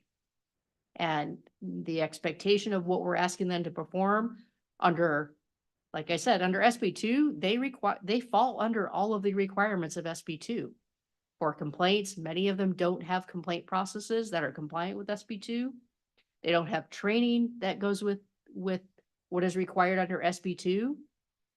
And I think I can tell you from working through this in my own city, SB2 has really daylighted those standards and lack thereof standards. So I do think we really need to spend some time, whether it is through a subcommittee, through, some other options, and really working through and coming back with somewhere where we find a place for the limited function, but with a standard that doesn't currently exist. If not, then my recommendation is going to be, then it would have to be RBC. Because like I said, I can tell you for my own dealing with this issue, there are a lot of different subsections, and I think it would be great if there was a legislative cleanup with really simplifying this. But without that, from a post-commission standpoint, we really need to define those training standards really clearly and define what limited function means. Because they're carrying firearms, they are making those life and death decisions, they fall under SB2, but yet their training standards are, I will just call it, woefully inadequate. Commissioner Gordon, is that if we can get that kind of a legislative fix in California, what I'm hearing is we're talking about 2029, 2030 in terms of the implementation date for if it can get through, and we have to do something in the meantime is the problem. And the other problem is, as you've noted, as we've noted, that if we wanted to, just as Commissioner Brazil said, say, okay, well, this is an existing 832 agency, this is the function they're performing, they'll come in and they have to be limited to that function. What we found in legal is that some of these entities, we don't believe are interpreting the law right. Some of them, as we found, they don't even have the authorization to hire peace officers or have a police department, but they didn't think of that. They look at 830.33 and say, hey, Harbor District, we can have peace officers, so we're gonna hire cops. But in reality, when we look at it, we don't believe they actually have the authority to do that. And also, they may have been 832 all these years, and maybe we disagree. Maybe we think they shouldn't have been. So then we're going to have this question of bringing them in, and what do we do with them? And do we have to give them additional training? And do we permit them to be peace officers at all? Are we going to continue to allow them to perform in this function for which maybe we don't think they even had the proper training to begin with? Or do we accept their representation that they thought it was proper? So tons of issues to work through. I completely agree with all of those, and agree that this can't wait to 2029. I wholeheartedly agree with that. And I commend Kern County on what they're trying to do and what they're trying to accomplish. But I will say not every agency or city or district is approaching it the same way. So there does in fact need to be a standard that everyone has to abide by, in my opinion. Commissioner, Executive Director Alvarez. Okay, go ahead. Thank you, Chair Long.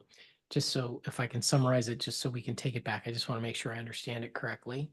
So obviously, historically, it's if you're a post agency, you can come in with 832 folks, but anybody after is RBC. What you all are saying is that we should allow limited authority peace officers to continue to be hired. So for instance, if Kern County, if we were to change the regulations, should Kern County incorporate park rangers, they should continue to be allowed to accept 832 peace officers into the program.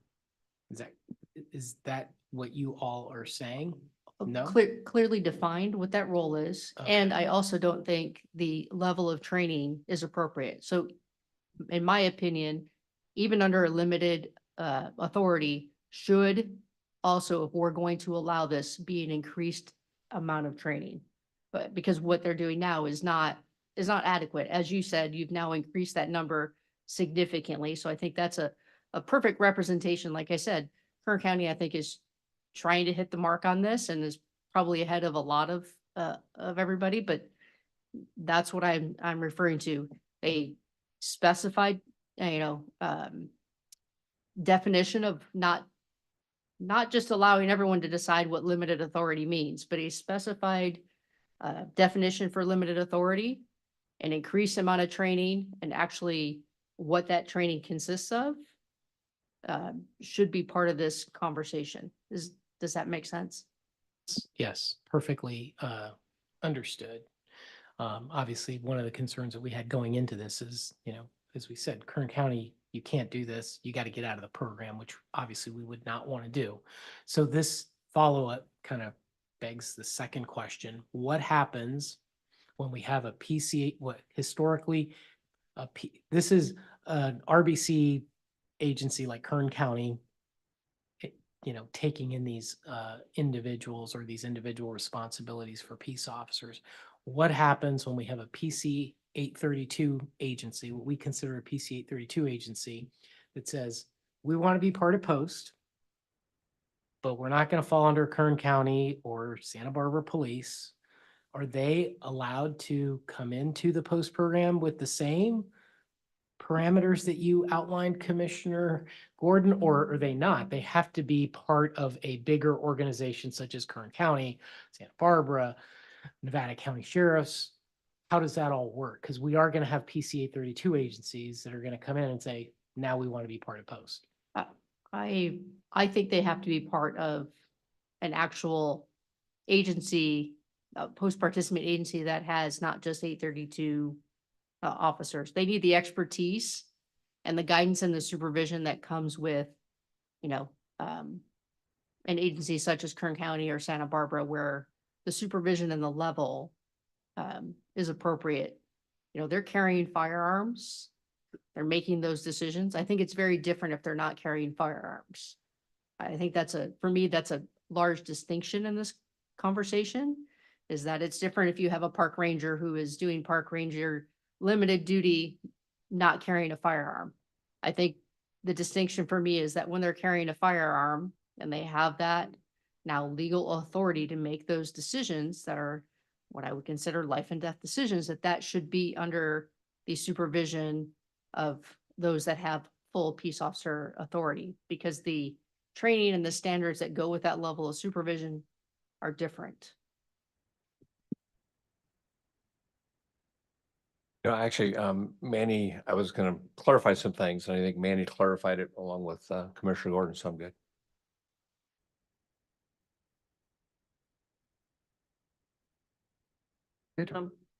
Yeah, this is more of a question, because I'm not ready to make a decision today. I just want to do some more research. But when we look at agencies overseeing, such as a county sheriff, they're an elected official, and so they get to decide things. But city chiefs, you may have a city who's saying, I don't want to take this agency. And I'm just saying that as a comment, food for thinking, as we look at this issue. Commissioner Nieto, if I may add, we have seen that. We have had conversations with municipal departments that have said, this is being forced on us, and we don't want to obviously leave the Post program, and how do we do it? So it has happened. Recently, in the last few years, it's happened multiple times. Thank you.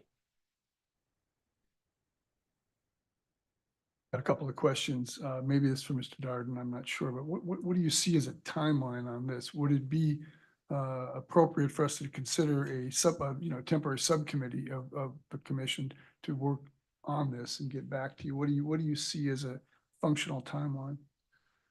Well, we currently have issues that are coming to us every day about this, but obviously this is a very complicated issue and we want there to be deliberation and we don't want to make any decisions without both the full input of the commission, but then any stakeholders out there.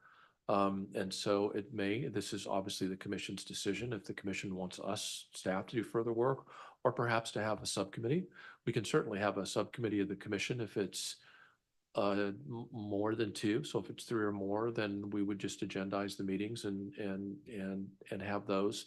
We're open, of course, to whatever the commission wants to do in terms of getting input from outside parties if the commission believes that's appropriate. So really in terms of how we move forward, it's completely up to the commission. But I would anticipate that this is something that is going to take some time to work through. It can be very complex. Along those lines, second question, Toby, I realize that California is the 800-pound gorilla, but are there model states? Have we looked at what other states have done? Albeit they may not be as big as California, but do we have any idea whether other states have gone before us and have a semi-template for this type of reorganization? Yeah, I tend to look a little bit askance at looking at other states because the statutory schemes tend to be so different. So no, we haven't done a dive into other states to see, but really what it would boil down to is what do those state legislatures, what sorts of provisions do those state legislatures have for who may be a peace officer, and then what sort of differential standards do those post agencies or those legislatures apply to those different categories of officers, and whether or not there are other states that have as many as California, which I think is over 100 or close to 100 or more. I would guess probably not, but who knows, maybe. Seems to me that it'd be worth at least checking with the National Post Organization to see if, albeit the codes would be different, but to see if someone has, I assume other states have dealt with this specific issue, and some have probably done it very well, and some have probably done it very poorly. Maybe worth as part of the timeline to at least take a look and see if there's some model template out there. Additional questions? Commissioner Brazil. I just have one suggestion. Toby talked about a subcommittee, and I think Commissioner Gordon may have talked about it as well. If you have a work group, not a subcommittee meeting, because my thought is Cal Chiefs, Cal Sheriffs, PORAC, or somebody sitting at the table with some of the staff here to kind of work through the issues. It's great having someone from Kern County talking about, we just did the merger. Here's the example of it, but allowing our major stakeholders at the table to actually work through it together. Do those have to be agendized if there's more than two commissioners there? Yes. Okay. So the bottom line is you can have any work group that you want, but once you have the members of the decision-making body, it potentially implicates Bagley-Keene, which says if it's more than two, or the two or more are exercising any delegated authority, then it's subject to Bagley-Keene. So we can have work groups, but if we have more than two commissioners, then yes, we would just need to agendize it. I think it's and Toby, first, thanks for flagging it because, SB2 created a lot of other issues that weren't anticipated. So kudos to the legal team for doing that. I think it's a big issue, and having Jason on a work group or someone from the advisory committee, plus Cal Chiefs, Cal Sheriffs, and some of the unions on there saying, this is what we got. Let's get consensus on the direction we need to go and take this a slower time at the front end. Got to go slow to go fast. So take the efforts at the front end to do it right. Get everybody's stake on it so we aren't battling back and forth is my recommendation.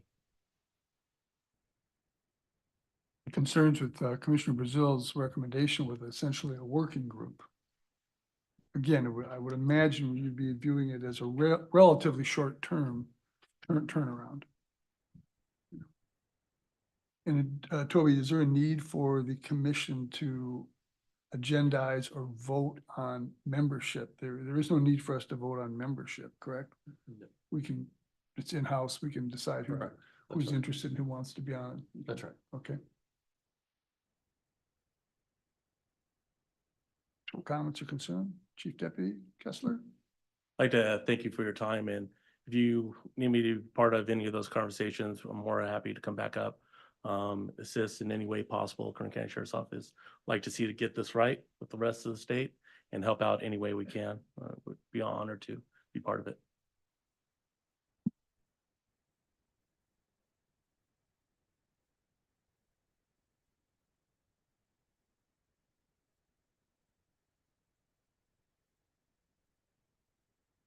I think we can close it here. We can continue discussions on that maybe even today, but we will talk internally as a matter of internal commission about who's interested and so forth and how to set this up. So I believe lunch is available now, so this seems like a good time for a break and lunch. So why don't we, how long do you? And how long do you want to go? I'm very aware of people's flights and so forth. Can we do lunch and a break in a half an hour? Is that okay? So back at 1:40 to move with alacrity. Thanks. We are on break. So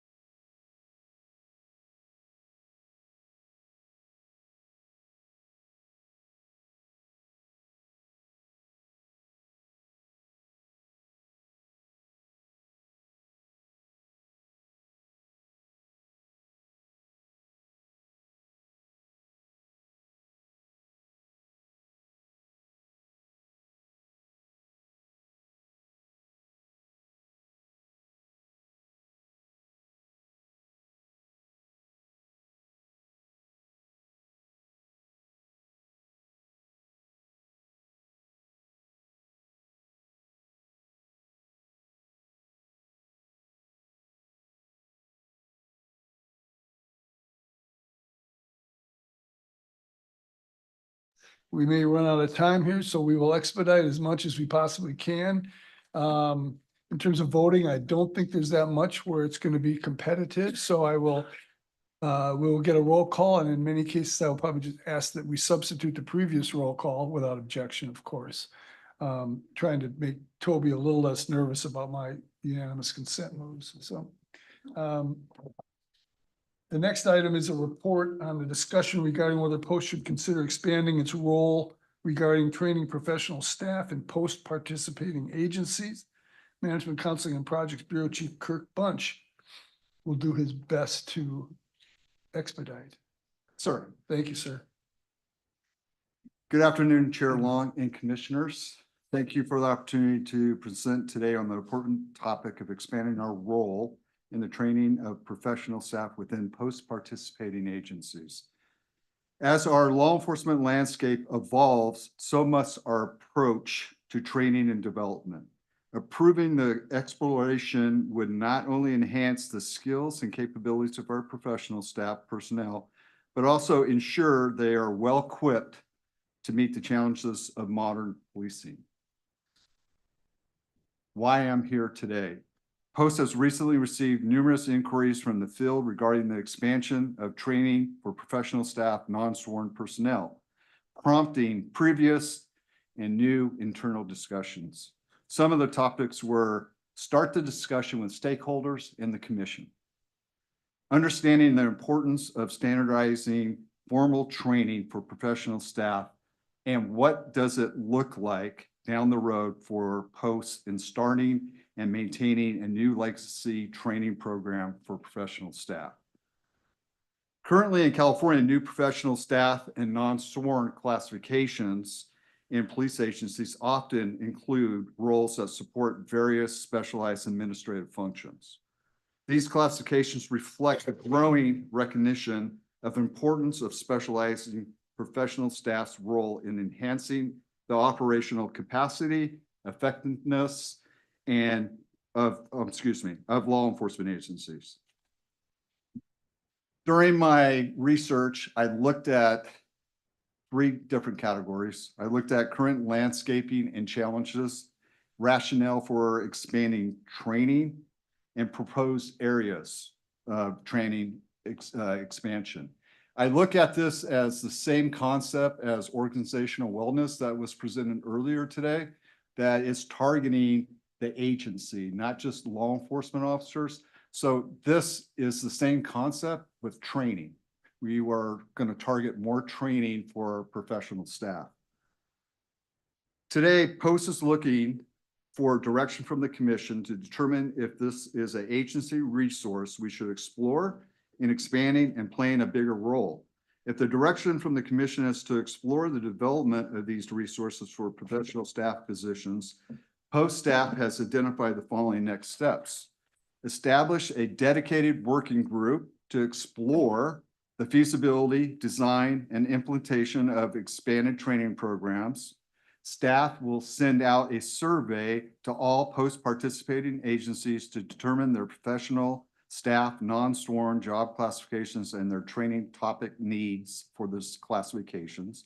Engage with agency leaders, professional staff representatives, and community stakeholders to gather input and build support.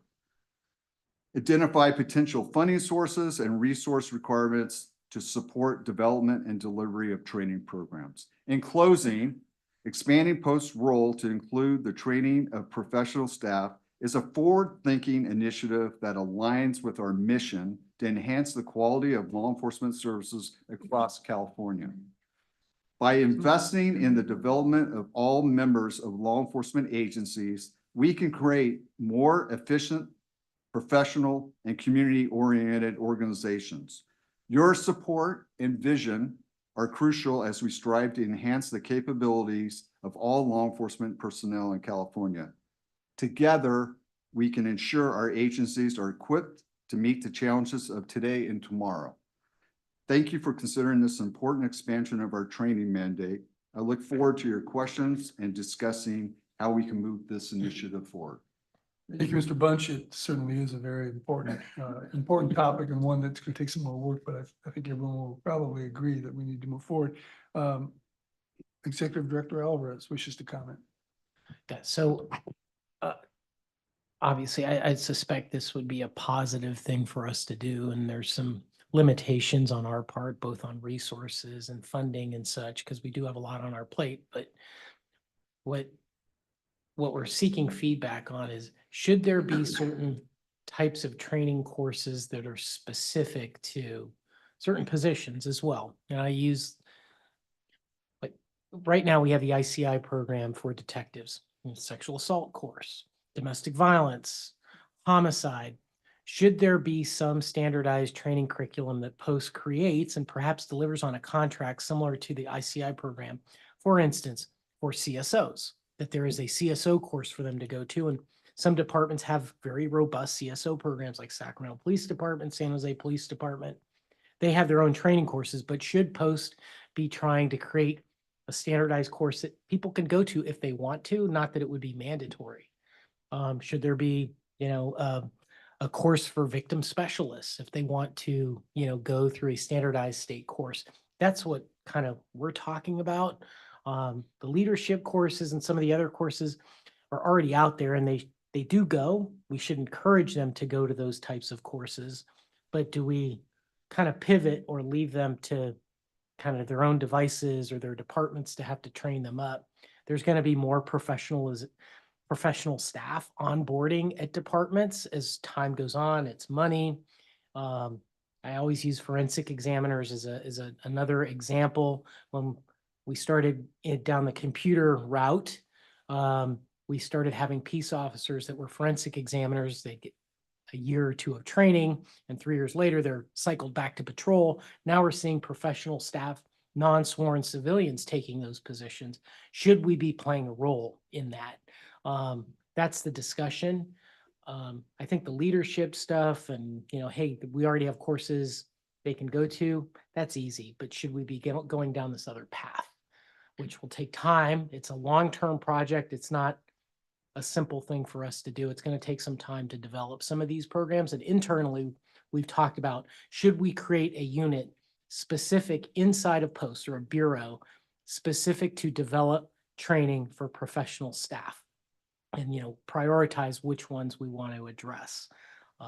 So that's the route we're going, or that's not the route we're going, the discussion that we're hoping to generate from you all. There's two sides. I mean, we talked to some people and it's like, no, your mission is peace officers and dispatchers. You continue to try to do that well, and there's an argument for that. So those are my comments. Thank you, Mr. Executive Director. Discussion, comments from any of the commissioners on commission direction? Commissioner Forward. Good afternoon, everyone. I'm going to ask for your indulgences. This is my first commission meeting. So my thoughts, though, are I think this is the right move. I think that, and I understand the mandate for Post, but within DOJ, within the Division of Law Enforcement, I get a lot of interest, questions. Anecdotally, I have auditors that are CPA background, and they're asking for fraud examiner training, and they're asking for training that will advance them professionally, but also be able to enhance these investigations that we're doing now with crypto and, the dark web and, the digital environment. And some of you know my background is coming from the FBI. I've been with DOJ for 3 years. And in my former life, that was just a given, that there would be commensurately, or proportionately, there'd be training for the professional staff or cadre, and of course, training for agents. But it seems like in the environment that I'm in now, it's all very, very heavy agent or peace officer training. And anecdotally, again, for AB 1506, there's lots of, homicide and, blood spatter and, you know, all these kind of trainings for agents, but I've got analysts that are doing all the video work and all the responses to PRA requests, you know, and all the analysis that occurs in terms of that crime scene being processed and being able to harvest that information as evidence and such. There's very little training for the crime analyst folks. There's very little training on sworn folks. So I think that, you know, Post with its preeminence and its reach and respect, I think, you know, my perspective from, you know, sitting here for the last couple of hours, this is music to my ears. Brazil. Yeah, I echo Commissioner Woolery. Back when the Post Commission was first established, I mean, it was all about law enforcement, and then we added dispatchers. But when a community member calls Visalia Police Department or Nevada County Sheriff's Office, they expect whoever they contact to be professional, knowledgeable, well-informed, well-educated, well-trained. So I would not only look at what are the positions on the civilian side of the house who we want to offer courses to, but also self-reflect. Are we allowing civilians to go to some of the courses, not just the leadership ones, where they're now doing the role that was formerly done by a sworn officer? Like some of the ICI courses, there's a lot of civilian employees doing some basic investigative stuff. So again, self-reflecting, are we limiting people based on their classification? And then how do we expand it out as well? But you know me, I mean, I've been a big push for a long time about how do we offer more training to our civilian staff. So I think this is a great move. I think it's well worth it. And I think our customers, both customers, the public, and the customers, the agencies we serve as well, would be greatly appreciated and benefit from this. So I think it's well worth the investment in time. Commissioner Nieto. No, then Sorry, Manny. You first. I do echo what they both say. Commissioner Brazil said, 28% of my staff are professional. And for many agencies, a big percentage of their agencies are probably professional staff, not sworn, or dispatchers or falling under these other categories. My only caution is that we need to start bigger, like what are the bulk assignments that we're looking at professional staff? Because we go too big, too quick, we can lose, in my opinion, you can lose some of the prestige on the quality of courses that we do, and we're trying to expand too quickly. So I would like to see a work group to say, how do we do that in a methodical method that makes sense to cover the bigger stuff. I would like to also see a basic course though for all professional staff, because in a lot of cities and counties, those professional staff designations, they move in and out between different departments outside of law enforcement. And so they're coming into agencies and they may be very good at what they do professionally, but they may not understand law enforcement, and that might make it easier for those agencies if these people had this basic stuff about what is this law enforcement part of it.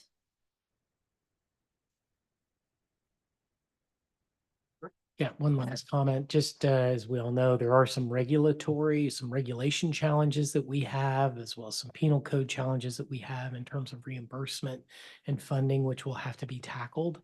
So it's not simply, developing a training curriculum, but thank you for that. I had not thought about your comments about basic training. We hear that here at Post, where some of our staff have said, I don't know the difference between a sergeant and a lieutenant, or a deputy and a police officer.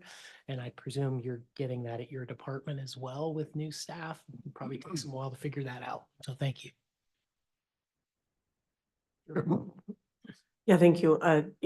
When I look at some of my professional staff, the most training that they get is from their associations, if they are allowed to go through a evidence association or clears through the records clerks, which provides good training. But again, the threshold of standardized throughout the state, I think that would add, if we did provide that type of training through Post for our professional staff, through our analysts, crime analysts, the evidence technicians, the legal office assistants, and the records clerks. and providing just an all-around professional ability for them to learn the great work that gets done throughout the state. One more thing that I think we'll have to tackle, and I think the responsibility hopefully will be like on you, sheriff and chief, is I think there's also, we hear, from what I've heard, just a culture in terms of peace officers going to training. It's like, yeah, no problem. They have to go to training.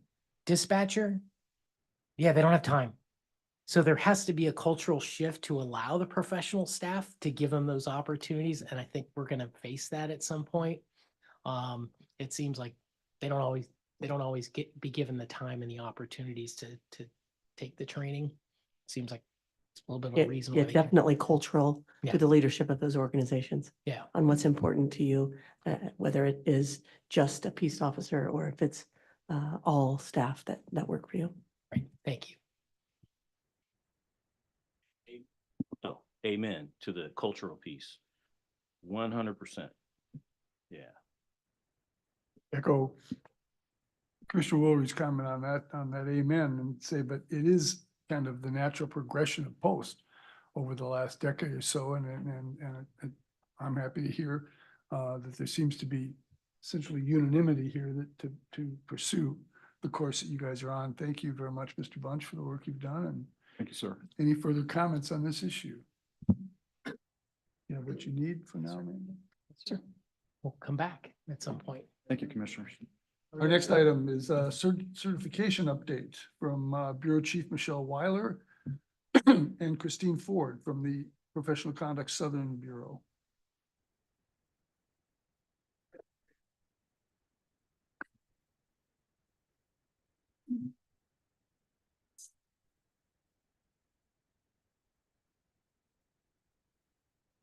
Good afternoon. I know you guys are all so used to seeing me now. So this morning this afternoon, we're combining our normal presentations. We're going to start off with providing you some updates on statistics related to certification. So as presented as an idea at the March Commission meeting, we're now moving to this format to present you with the various statistics that I've been just reading out to you guys in prior meetings. So as you can see, also these numbers were pulled May 31st of this year. So they would be a little bit lagged if you were to look on our website now for this information. It is public. So you can see we took into consideration your questions and suggestions. We have it's most visible in the middle column for appointments approved, but there's a little I there. Any member of the public who were to look at this online could hover over that I and get a greater description of what that number is giving them. So for instance, if they're hovering that I, it would advise that the appointments approved includes lateral peace officers who are moving from one agency to another because they are a new appointment to that agency, as well as brand new peace officers. So this is a summary of the numbers since January 1st of this year.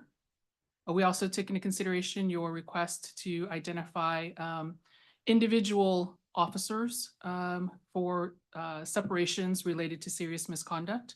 So you'll see the top number in the red box there is the total number of serious misconduct allegations that were identified on an affidavit of separation when an officer left their job, whether they resigned or retired pending an investigation or they were terminated. And the bottom number, that 99 there, is the number of individual officers that those allegations represent. So you see there's a number of officers who have multiple allegations of serious misconduct related to their separation.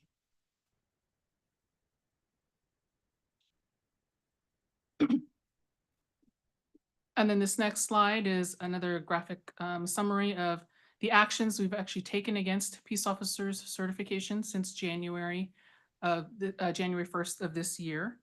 Excuse me, the number of immediate temporary suspensions issued is up in the top left. The number of temporary suspensions that have been removed are in the top right, and those numbers take into account different things. So in December, when you voted to approve the revocations of certifications for peace officers. That we didn't actually do those until January, but in order to do that, those that had temporary suspensions, we had to remove those suspensions in order to enforce the revocation. It also includes individuals who had default revocations. They failed to respond to our notice of intent to revoke. And by statute, their certifications were revoked. At the bottom left is the number of voluntary surrenders that we've received so far this year. Christine's going to go into a little more detail and information on those numbers in a bit. And then you'll see again the number of revocations. Those are the ones that you have approved in December, as well as those individuals who defaulted.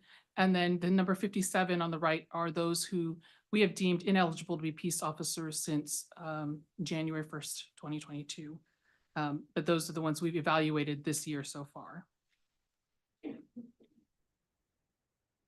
I know Commissioner Gordon had to leave, but this is in response to one of her concerns, as well as Commissioner Brazil, with regard to the affidavits of separation that we were receiving. Did we see any patterns in those affidavits?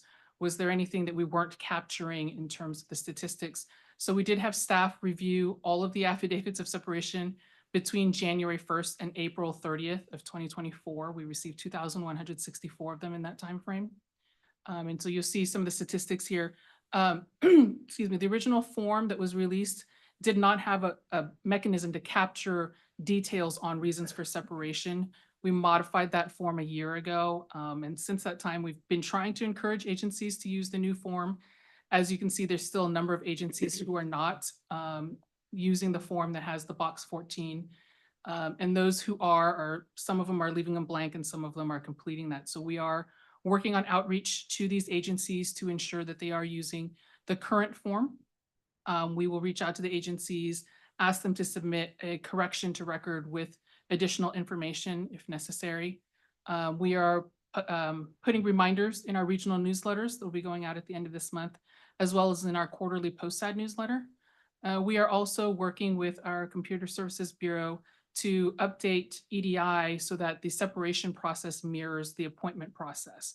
Currently, an agency can go in and enter a notice of separation, and it's automatically approved and the individual is automatically removed from their roster.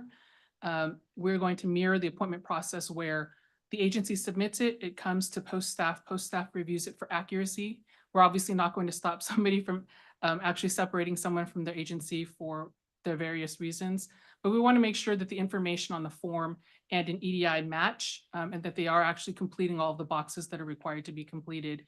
If not, we will return it to the agency and ask them to make the corrections before we approve them. And then that will then show up in EDI. We hope to have more accurate numbers and information, especially for agencies who are accepting laterals and they're requesting information on reasons for separation from a prior agency. We really want to be able to provide them with that information. For instance, if somebody was separated during probation because they didn't complete probation, that box 14 would be handy if the agency could complete what the specific reasons were. What did that officer struggle with? What was the reason they didn't complete probation, so that an agency that's considering them has all the necessary information.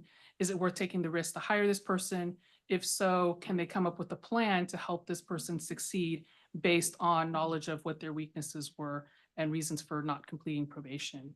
So we're hoping to get this launched by the end of summer, but no guarantees. So I will have an update for you at our next meeting on the status of that. Before I move on to our 1029 ineligibilities list, are there any questions on any of the information I presented? Okay.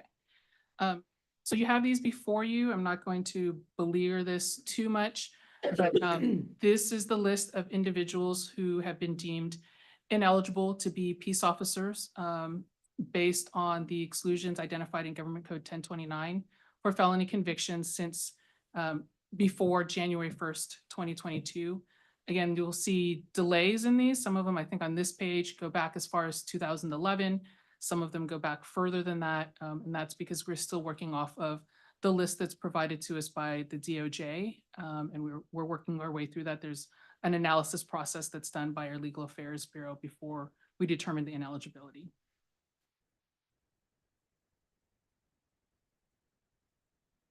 So there's a number of these.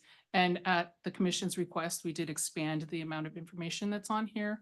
Let me go back to the first page so you can see the headers, to include the date of judgment, the district, the last employing agency, and what the actual convictions were for.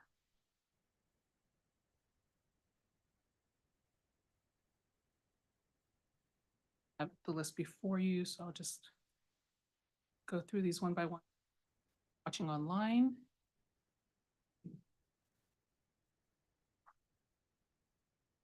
And if there are no additional questions, I will hand this off to Christine. Good afternoon, Chair Long and Commissioners. I will be providing an update on the Professional Conduct Bureau statistics. As you can see, year to date, we've taken in over 26,000 reports of serious misconduct from the agencies. As you can see, this year, we've only taken 4,000, projected to take in 9,000 for the rest of the year. Quite a drop off from 2023, as you can see, 21,000. The bulk of those 21,000 are from retro cases. I do want to advise that in pulling our higher priority cases, which we would deem as at first blush a potential decertification case, 5.3% represents out of that 26,000. So those higher priority cases, the decertified cases, potential decertification cases, really only represent 5% of those reports. We have over 29,000 reported allegations, which are unique to 16,000 law enforcement officers. That number may indicate to you that on any single incident, your officer may have multiple allegations. We are getting an upgrade from Mark 43 in the sense that we asked for an improvement to be able to capture specific closing on each specific allegation that is reported to us. And we've taken over 895 public complaints. Next slide, please. Cases, we've taken over 16,000. You can see how they're rationed out as far as open cases, open with post, open with the agency, and 6,700 closed. Just for those folks online, that QR code does provide the website to our post website, which does give these numbers daily. On the next following slides, I do want to talk a little bit more detail about our closed cases, which was something that the commissioners did ask for. Next slide, please. These are cases where the agency had a sustained finding. Thus far, Post has closed 520 of those cases. As you can see, bulk of them, 42%, after the investigation from Post, was that they did not meet serious misconduct. Over 32% at that point did not meet clear and convincing, which means that we could not get to that evidentiary standard. And 26% were not actionable or non-action, which basically means that based on the disposition year, the agency came to that finding, we could not take action based on SB2's parameters. Next slide. For the closed cases with sustained findings, 74% were on duty by that subject officer, and 26% were found to be off duty when that allegation and misconduct occurred. Next slide. So closed cases with sustained findings, the agency discipline imposed, as you can see on the majority of all those cases that we did take in with agency sustained findings, all of them had some form of discipline by the agency. The only time you're going to find that there was not under the 115 was the officer resigned in lieu of. So obviously a discipline wasn't imposed at that point. On occasion, we do get questions from Post or from agencies to Post in regards to termination. If an officer is terminated, why would Post not move forward with that case? So we did pull those numbers. We did pull those cases and found that 85% of those cases where the officer was terminated, it was for agency policy violations, which did not meet serious misconduct. Surely it met misconduct by the agency, but not serious misconduct per SB2. Some of those examples that we've talked about in the past were dishonesty, where it would include timesheet fraud, failure to act, neglect of duty, which again, does not fit within the confines of the SB2 dishonesty definition. Next slide, please. Some of our lower priority cases, we call P3s and P4s. P3s are going to be your not sustained, your unfounded, your exonerated cases by the agency. And P4s are your non-actionable cases where they were basically our retro cases. So this is kind of a breakdown of those cases, and there's closures. Again, 69% were not actionable based on most likely because there are retro cases. Not serious misconduct was at 26%. As you can see, those are the rest. Next slide. As Michelle mentioned, our voluntary surrenders, this slide only reflects 2024. We've had 31 thus far. To give you kind of a comparison, in 2023, we had 10. So the uptick on surrenders this year, it due in part is because Post began to send out notice of investigation letters to the officers in January. Basically, that letter advises them that Post has received that the agency misconduct report and that we now are investigating it. The more important piece of the letter is it gives them information about our process. It gives them information about voluntary surrender. And it also gives them a contact to the consultant on who's working their case in case they have questions. As far as the top allegations for surrenders, it is dishonesty and acts that violate the law. Next slide, please. This is where our current revocation suspension cases are. So thus far, we've sent out 23 notice of intent to revoke letters. 6 have appealed, and the commission has heard all 6 of those cases. 7 have defaulted, 1 has surrendered, and we have 9 pending cases right now within that 30-day time frame for the officer to ask for an appeal. If we're to look at those 23 cases, 14 of those officers were terminated by the agency and 9 had resigned prior to. The misconduct on duty was 14 and off duty were 9. And as you can see by that pie chart, the allegations, the top 2 allegations were dishonesty and acts that violate the law. Be happy to answer any questions if you have any.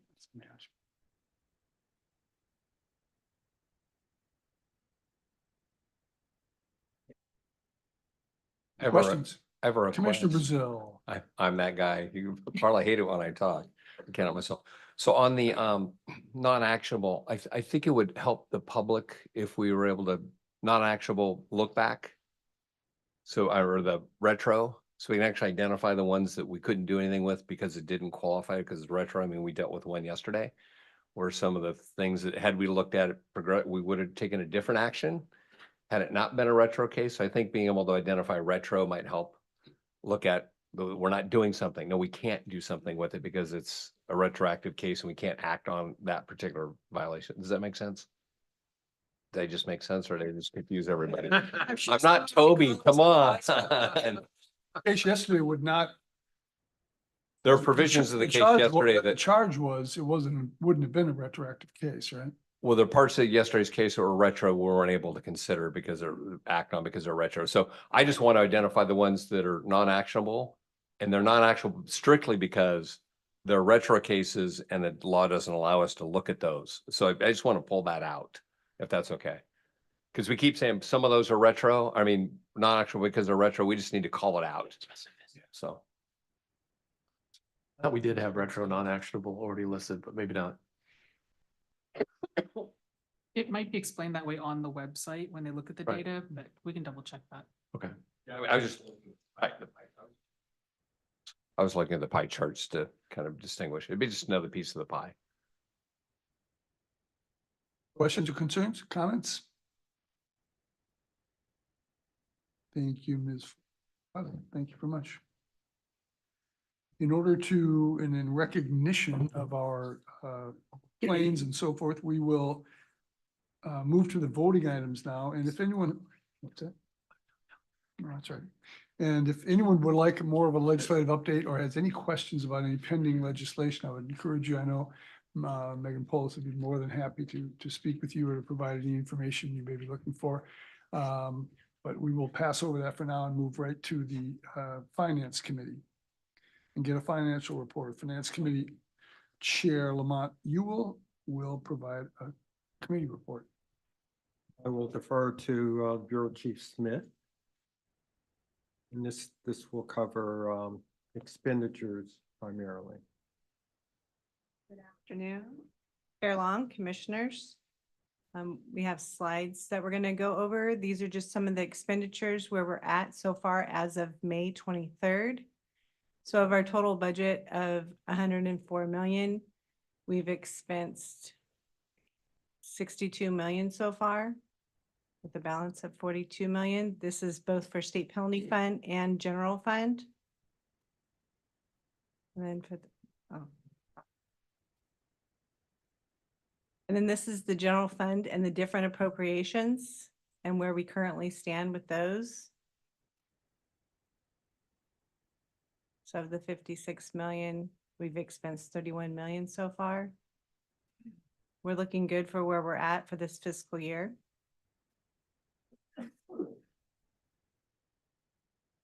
Then this is the contract expenditures. On the contracts, on this, it looks like they haven't expensed that much yet. They have 3 years to send in invoices for any contracts. And I'm sure within, since May 23rd, we've received quite a few invoices because we're closing in on the end of the fiscal year. Is there any questions in regards to expenditures?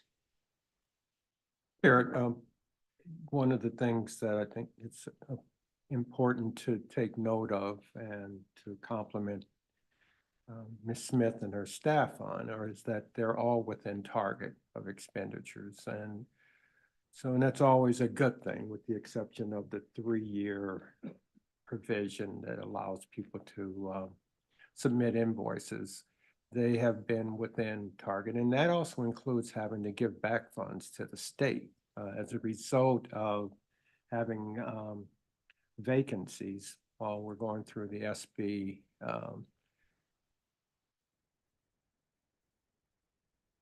authorized.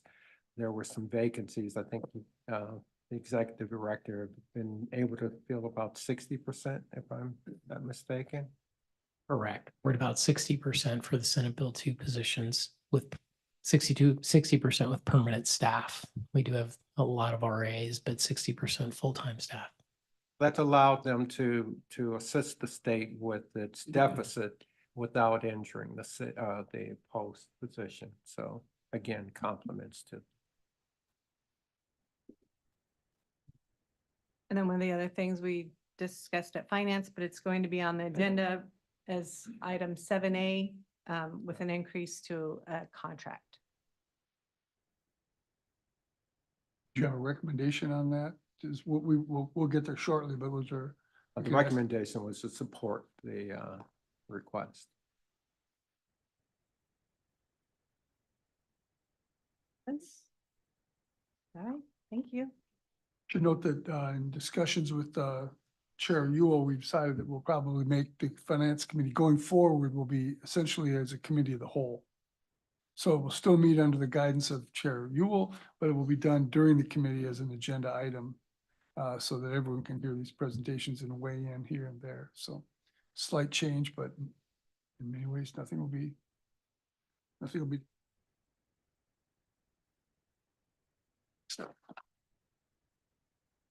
Basic Training Bureau.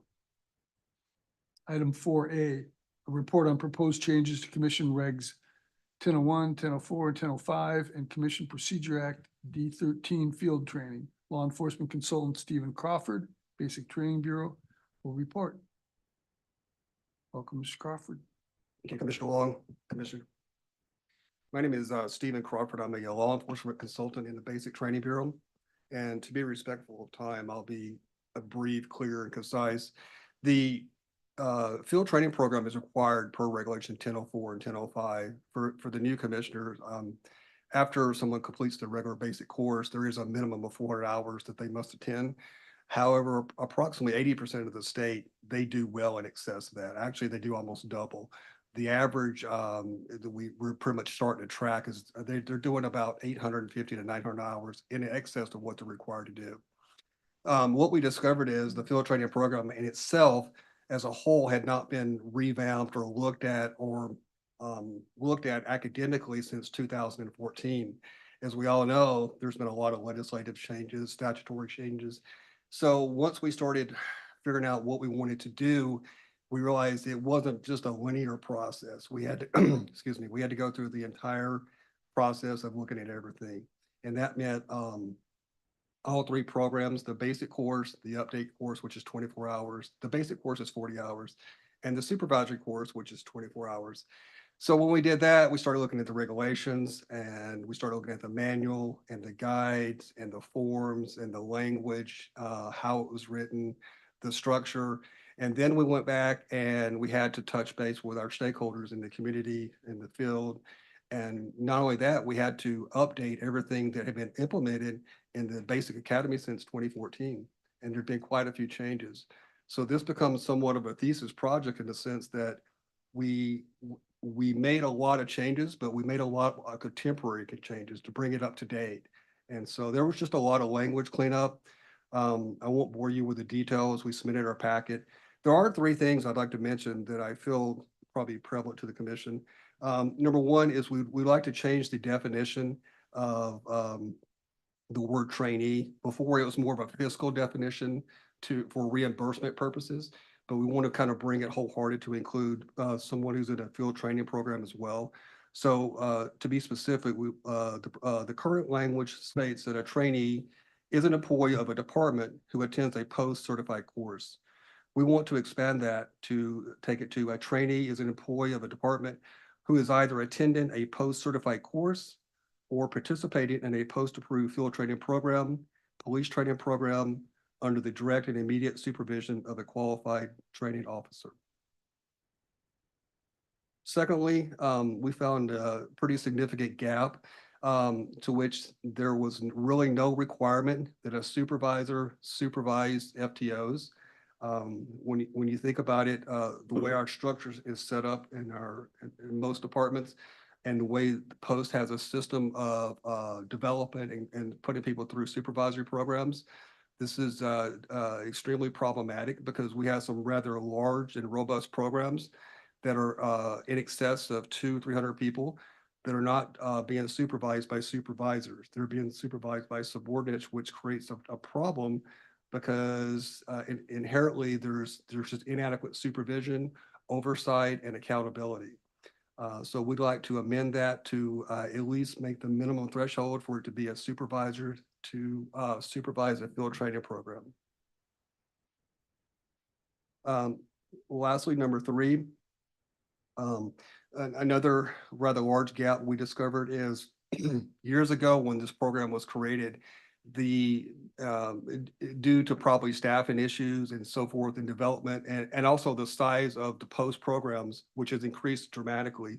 For example, as of like yesterday, when we came in, there was approximately 610 or 11 post participating agencies. We have 499 field training programs that were required to monitor, update, and assist. So the number has grown. The language that was put into effect years ago stated that a post field training program was in effect until such point it was modified. Now the problem with that is if they never contact us and we don't have the personnel to contact them, there's no regulatory oversight of what's being done, who makes changes, and no one's really checking. So we would like to condense that. And what we started doing, and it pretty much started back in 2014 when they started tracking the departments, when departments' field training programs were brought up to date, and when we had contact and what the contact was. I can tell you this, as of today, about 60% of the field training programs in the state have been touched, reviewed, or processed since 2016. And we're kind of on a process to become more standardized. And also with standardization means more post-regulatory oversight. So we're proposing an 8-year, if you will, an academic cycle review that states that basically every 8 years that post has to review a field training program of a department. to at least have some type of accountability and to ensure the department is maintaining academic protocols in accordance and congruence with the learning domains of the local academies. Absent that, I can answer any questions you have about the field training program. I know we submitted the packet, and I'll be more than happy to do that this time. Questions or comments? Thank you, Mr. Crawford. I think your write-up and rationale was very clear. Thank you. Noting that, is there a motion to approve the proposed changes described in the staff report to Commission Regs 1001, 1004, 1005, and Commission Procedure Act D13 field training? Is there a second? Second. Would you please call the roll, Mr. Knapp? Barcelona, Yes. Braun, Brazil, Cooper, Ewell, Yes. Gordon, Long, Yes. Moon, Yes. Nieto, Yes. Rodriguez, and Woolery. Yes. Motion carries 7-0, correct? All right. Item 4B is a report on proposed changes to Commission Regs. Do I just do? Yeah, 1005, 1007, and Yes. 1008. Basic Training Bureau Chief Carrie Holler is already there to present. Thank you, Chair Long, and thank you, Commissioners. Following the implementation of Senate Bill 2, Post staff felt it was necessary to introduce students attending a basic course to the certification and decertification process and the relationship they'll be entering into with Post. 2 workshops were held with subject matter experts to develop a video that instructors can show and discuss with students. The SMEs felt that it was appropriate for Learning Domain 1, which is leadership, professionalism, and ethics. So the proposed changes to those training and testing specifications would add a learning activity for students to view that video. And in addition, it adds a learning objective to discuss the components of Penal Code Section 13510.8, peace officer certification, peace officer decertification, and serious misconduct. So this would add 1 hour to the following basic courses. For the regular basic course and for the specialized investigators basic course, we were able to pull the hour from the additional instructor and testing hours, so the overall hours will not increase. For Module 3 and the requalification course, it will add an hour to the overall total required hours to that course. At this time, I will answer any questions you may have.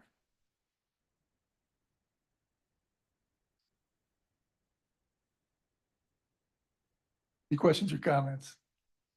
Again, I believe the rationale and write-up were very clear. If there's no concerns or questions, is there a motion to approve the proposed changes to Commission Regs 1005, 1007, and 1008 as described in the staff report?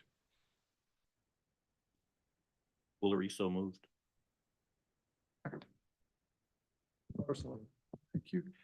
In discussions with OAL, they would just want to be clear that there's an actual roll call. Since we have established a roll call, is there objection to substituting the previous roll call on this, for this matter? Seeing none, motion carries. Item 4C is a report on proposed changes to Commission Regs 1005, 1007, and 1059. Basic Training Bureau Staff Services Manager Anita Finner Yes, sir. will report. Thank you. Yes, sir. Thank you. Good afternoon, Chair Long, Commissioners. Basic Training Bureau staff identified inconsistencies with both the administration of and equipment utilized for the work sample test battery. The proposed changes in attachment B will provide the clarity needed to ensure statewide consistency of the learning domain LD32 lifetime fitness training and testing requirements. There were no changes to the events within the test, and there were no changes to the equipment specifications previously approved by the commission in rulemaking process. Can answer any questions at this time. Questions or comments? Again, these write-ups in this section of the agenda, I think we're all very clear and convincing, and if there's no questions, we will look for a motion. Motion to approve. Barcelona. to approve the staff proposals. A second? Brazil. Brazil. Is there objection to substituting the previous roll call? Motion carries. Thank you very much, Ms. Finnerd.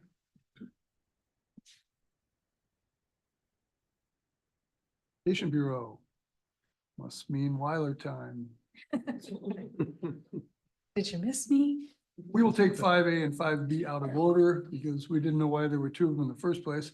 And begin with 5B, which is a report on proposed changes to Commission Reg 1210, the voluntary surrender form. Ms. Weiler. Okay, yes. So, you had previously voted to approve an amendment to the current voluntary surrender form to add the requirement that it be notarized. In finalizing this form prior to sending it to the Office of Administrative Law, we noticed that we had failed to include an intended revision to include the post ID number to help us better identify these specific officers. We have had on occasion received a couple of voluntary surrenders from individuals with fairly common names. And we had to do a search in EDI, pull up each individual, then pull their post ID number in Mark 43 to make sure that we were coordinating the voluntary surrender form with the correct officer and not surrendering the certificate of someone who's still planning to actively participate in the profession. So the first item related to 1210 that is before you is a request to be able to amend the form to include a post ID number to make my life easier. Any questions? Questions or comments? Is there a motion to approve the proposed changes to Commission Reg 1210 as described in the staff report to make Wiley's life easier? Brazil. Is there a second? Nieto. Is there objection to substituting the previous roll call? Seeing none, motion carries. And I figure at this point, you guys see me so often, I have to make light of my presence, right? 5B is a report on additional proposed changes to Commission Reg 1210. Voluntary surrender form, an additional witness option. Ms. Yes, Weiler so- will report. Once the original revision that you approve goes into effect, we plan to do further revisions. There was some concerns that with the requirement for a notary, if an individual officer were to walk in the doors of post to voluntarily surrender their certification, we might not have a notary available. We do have a notary on staff, but if that individual was going to be off or at lunch, out sick that day and not available, we wanted to provide an alternative option for that officer so they didn't have to come back or they didn't have to go somewhere else to find a notary and return that form or mail it to us. So this is just another option to make this process more accessible to any officer who would desire to voluntarily surrender in person here at post headquarters. Questions or comments? I think we've all bumped into the where's a notary issue. So it seems a good solution to a common problem. Is there a motion to approve the proposed changes to Commission Reg 1210 as described in the staff report? Foolery, so moved. Is there a second? Moon. Is there objection to substituting the previous roll call? Seeing none, the motion passes. Next item, 5C is a report on proposed amendments to Commission Reg 1202, Peace Officer Certificates. Your Chief Weiler will report on this item. Again, you have all of the specific amendments are before you in the agenda items, so I will just give you some key highlights. We want to clarify language to more accurately reflect our processes for the notices of appointment and subsequent issuances of proofs of eligibility if necessary. We want to be more clear on specifying minimum training requirements for the basic certificates and professional certificates. The eligibility for those specific certificates, including calling out any exemptions as they do not apply to jail deputies until or unless they've completed the regular basic course and completed a probationary period. We also want to highlight that one certification status will remain inactive if they are not employed, even if they complete the requalification course. We've had several questions about that from potential hiring agencies, as well as potential candidates applying to agencies, believing that they were reactivated as soon as they completed the requalification course. And that's not the case. They have to complete the requalification course and be hired and appointed by an agency to reactivate their certificate. So the inactive status for our newest member is not a negative reflection on somebody's certification. It just means that it's currently dormant due to not being currently employed. We also wanted to clarify our existing eligibility requirements for professional certificates as, I'm sorry, I need to slow down. As it relates to work experience, training requirements, and education requirements. We do get a lot of individuals who come to us from the military into the profession, and they provide us with, I can't remember exactly what it's called right now, forget, but they provide us with documentation that they've completed a course of training in the military, but that's not acceptable. It needs to be shown on a college transcript. So branches such as the Air Force that have their own community college, those individuals are fine because they'll reflect on the community college, the Air Force transcripts. Other individuals would need to take their course information to a local community college and have that documented on the college's transcript as a transfer credit, and then we would be able to accept it. So we wanted to be more clear on what is and is not acceptable, as well as the fact that they have to be on official transcripts, not your unofficial transcripts.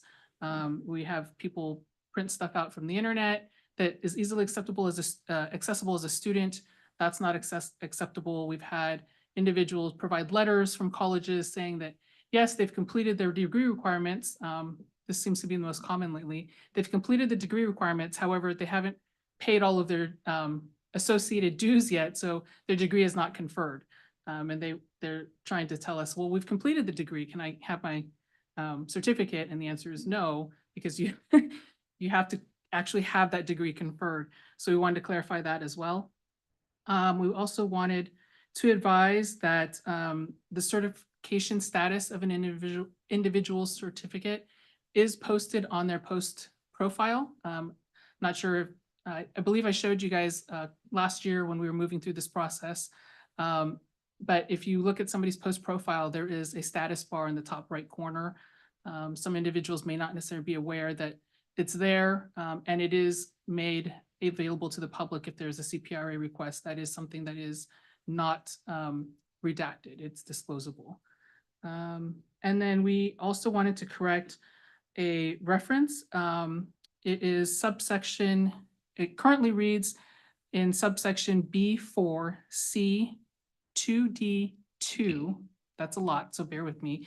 It currently incorrectly references Commission Regulation 1011A3 Big D, and we wanted to correct that to 1202B4 Big D. That was not in the agendized version of text. We noticed that we provided the wrong version of text after we had published it. So that was what was distributed to you just now by Caitlin, and any members of the public. It is available in the back of the room for anybody who wanted to pick that up and take a look at it. The correct version of text will be published when we open for public comment. And that's it. Questions on these items from Ms. Weiler? We appreciate the thorough write-ups. This is one in a series of technical items that we're dealing with this afternoon. The thorough write-ups are very much appreciated, and it's good to know you guys continue to pour over all this information. It's helpful to know that we're always looking to improve specs. Is there a motion to adopt the proposed staff changes? Result moved. Is there a second? Good. Is there objection to substituting the previous roll call? Seeing none, motion carries. Item 5D is a report on proposed changes to Commission Reg 1201 definitions related to peace officer certification. Bureau Chief Weiler will report on the item. Yes, so we are proposing to increase the number of definitions under Commission Regulation 1201 specific to peace officer certification actions. These will help the regulated public as well as the general public as we continue to move forward with taking actions against peace officer certifications, the hearing process that will continue to come before you. So we are looking to add the terms accusation, canceled appointment, canceled certificate, conditional certification, default revocation, denied appointment, denied certificate application, revoked, and stipulated settlement. For now. Questions or comments? Again, we appreciate the meticulousness and attention to detail. Is there a motion to accept the proposed staff report? Is there a second? Lori, second. Thank you, sir. Is there objection to substituting the previous roll call? Shouldn't have to be. Seeing none, the motion carries. Move now to training program services, and item 7A is a report on a request to renew the South Bay Regional contract for the post-supervisory course. Training Program Services Bureau Chief Brad Newmeyer will report on this item. Welcome. Hello, Mr. Newmeyer. Good morning, or excuse me, good afternoon. So I'm here to propose a contract approval to the commission for the South Bay Regional Public Safety Training Center. This presentation of the post-supervisory course. The supervisory course is a post-required course of all those promoted to supervisory positions, either 12 months before or within 12 months of that promotion, appointment, or transfer to that said position. This is cleanup from the previous commission where you actually approved 15 other contractees for presentation of these courses. This is the one that was pulled back by the executive office and asked to work with the South Bay Regional Public Safety Training Center to take a deep look at their courses and whittle down as much as we could from the course, which we were successful in doing. The current contract requests 8 presentations, including 200 potential seats for the supervisory course and up to 3 curriculum update workshops for that course. The number 3 for the curriculum updates is proposed. If we need less, we will use less and re-encumber that money for other services, and we'll do that at the beginning of the contract when we start. So the request is for a total of $525,482 with $395,000 and change for the course and $129,000 and change for the proposed 3 curriculum update subject matter expert meetings. Questions, comments, or concerns for Mr. Newmeyer on this item? Is there a motion? Motion to approve. To approve the request to renew the South Bay Regional Center contract for the supervisory course as described in the state report. We have a motion. Is there a second? Second, Barcelona. Mr. Knapp, please call the roll. Barcelona, Yes. Brazil, Yes. Yule, Long, Yes. Moon, Yes. Nieto, Yes. and Woolry. Yes. Motion carries. I skipped over 6A. I apologize to Mr. Chalk. Because 6A is a report on proposed changes to commission regs 1001, 1007, and 1082. My exuberance to get Mr. Yule on his flight. Mr. Chalk, please. Yes. Well, Chair Long, members of the commission, good afternoon. And I'll cut down it's 50 slides. I'll cut it down in the interest of time. But yes, we're here to finally, the 1070, 1082 instructor update. So, and I'll be brief on these. So just quickly, the project overview. So Regulation 1070 identifies certain critical skill, high risk, high liability topics that require specialized instructor training.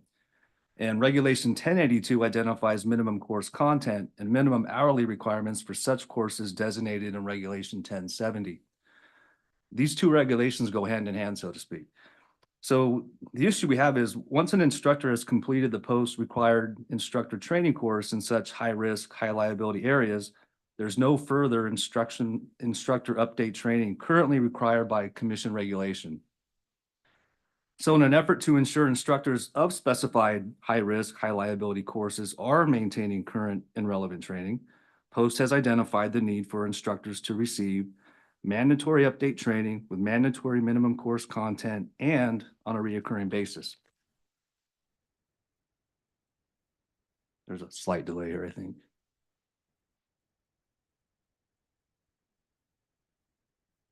So just a quick background, 1070 and 1082, this update actually was previously approved by the commission on November 30th of 2022.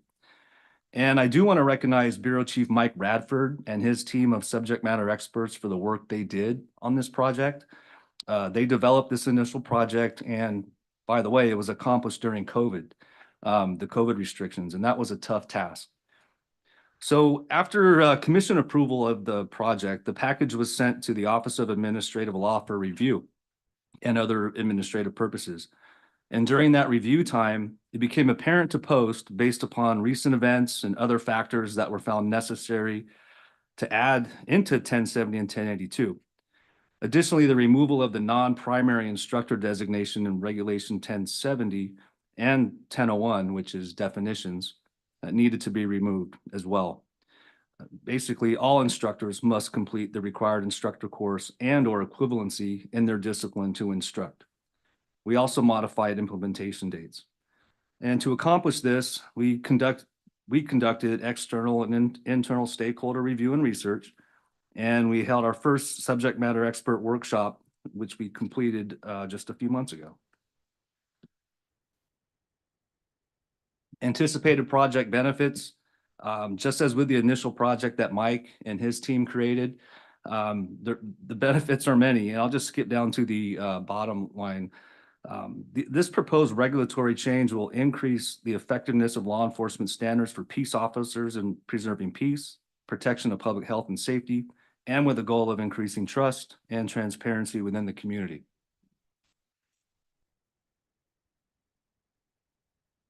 And these are the proposed instructor update topics. Arrest and control, 8 hours update.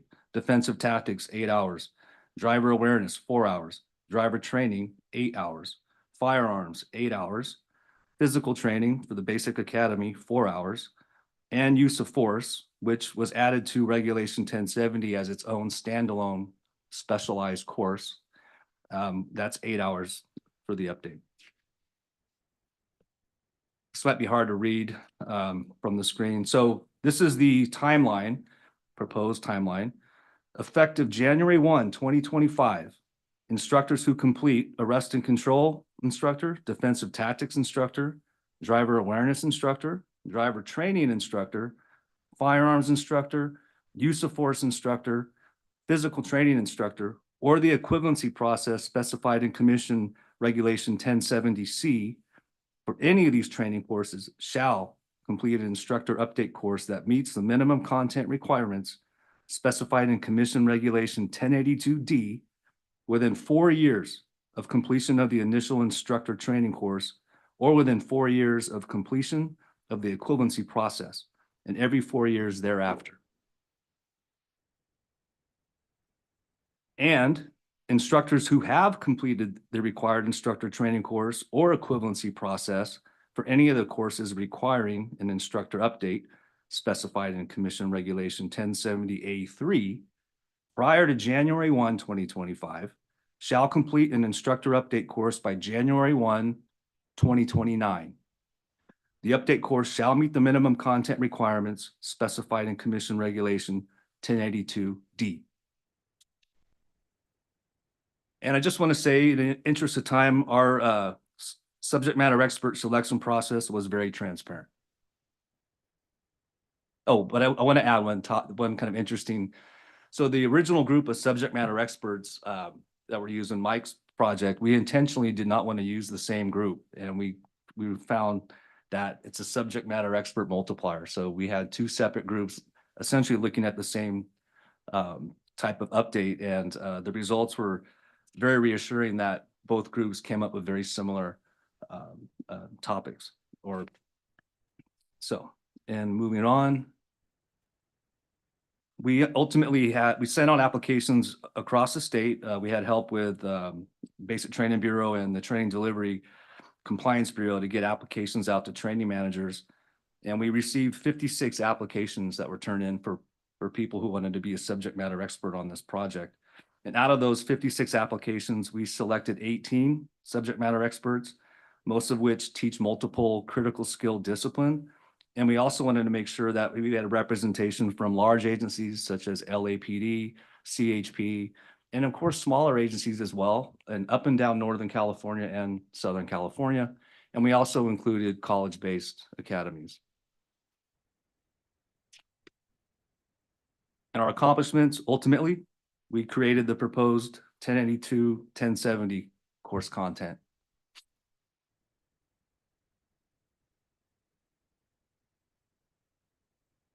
Now, I do have links to the actual proposed regulatory action, the text, but they've also been provided in the agenda packet. And if the commission would like me to have those, to look at those, we can, or I can just move on. Okay, move forward.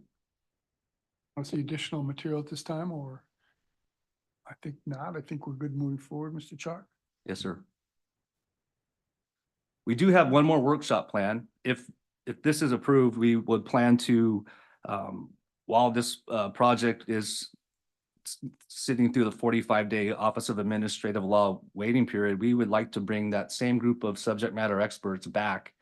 And we would actually create the minimum course content for these courses and expanded course outlines and have those post-certified. And trust me, as a prior presenter, agencies love that. And we also were able to ensure compliance with the minimum course content by creating the courses ourselves. And of course, agencies can expand upon the course content because I want to remind everyone, this is minimum course content. And then after that, we close out the project. Any questions? Questions or concerns for Mr. Chalk? Another very thorough and informative write-up. We appreciate it very much, as we have most of these this afternoon. Our pace in no way reflects the importance of these issues. I think it speaks also to the substance of the write-ups and the material that we get in advance. We thank you very much for that. There a motion? What? Oh, I forgot to ask you. Chief Salazar, I think you guys discussed this one. Thank you, Mr. Chair. We did discuss this item and got some feedback from the group, but generally the advisory committee supported this issue. Just had a number of questions with regards to process and timing, but we're supportive of the training and the importance of the update for these specialized courses. Motion to accept the recommendations contained in the staff report. Motion, Moon. Second. Now please call the roll. Barcelona, Yes. Brazil, Yule, Yes. Long, Moon, Yes. Nieto, Yes. and Woolry. Yes.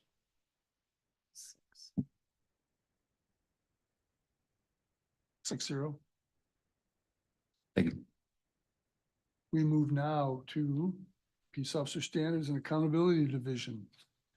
Item 8A, a report on draft disciplinary guidelines. Assistant Executive Director Anne Marie Del Munayo will provide a report on this item. Good afternoon, Chairman Long, members of the commission. We've talked about the disciplinary guidelines at the last probably 3 meetings in terms of needing to adopt something that will help guide ALJs, administrative law judges, when reviewing cases of serious misconduct and proposing some level of discipline. What's before you is a draft document for really further development. It's not for consideration today. We're hoping with the permission of the chair and the commission, you will form a subcommittee that can work with staff. We can fill in some of the blanks on minimum, maximum penalties and rationale behind when we would perhaps mitigate something from a revocation. So that's what's up for consideration. I think the overview and the agenda item explains the reason for disciplinary guidelines. Open to any questions. Thank you.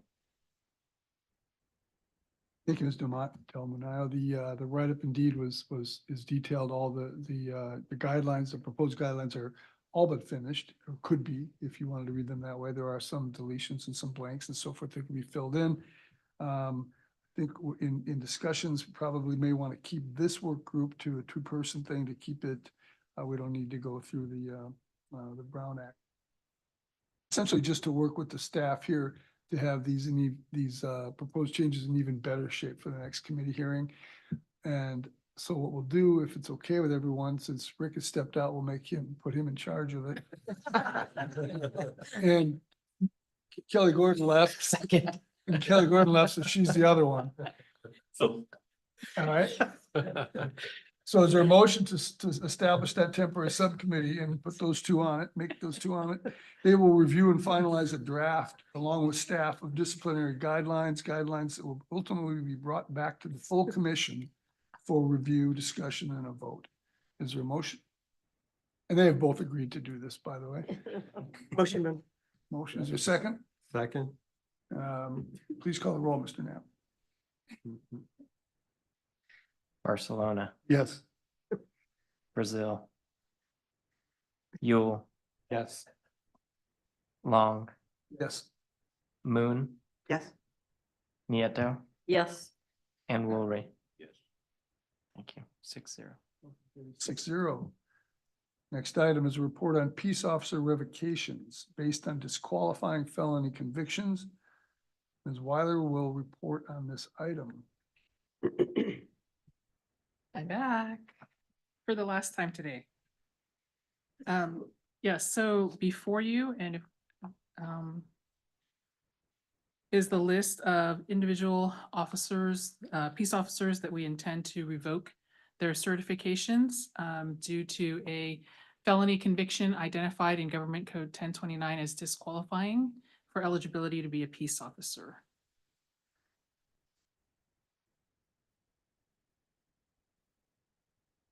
Again, this list is similar to the list that you saw earlier for those that we've already disqualified for prior convictions.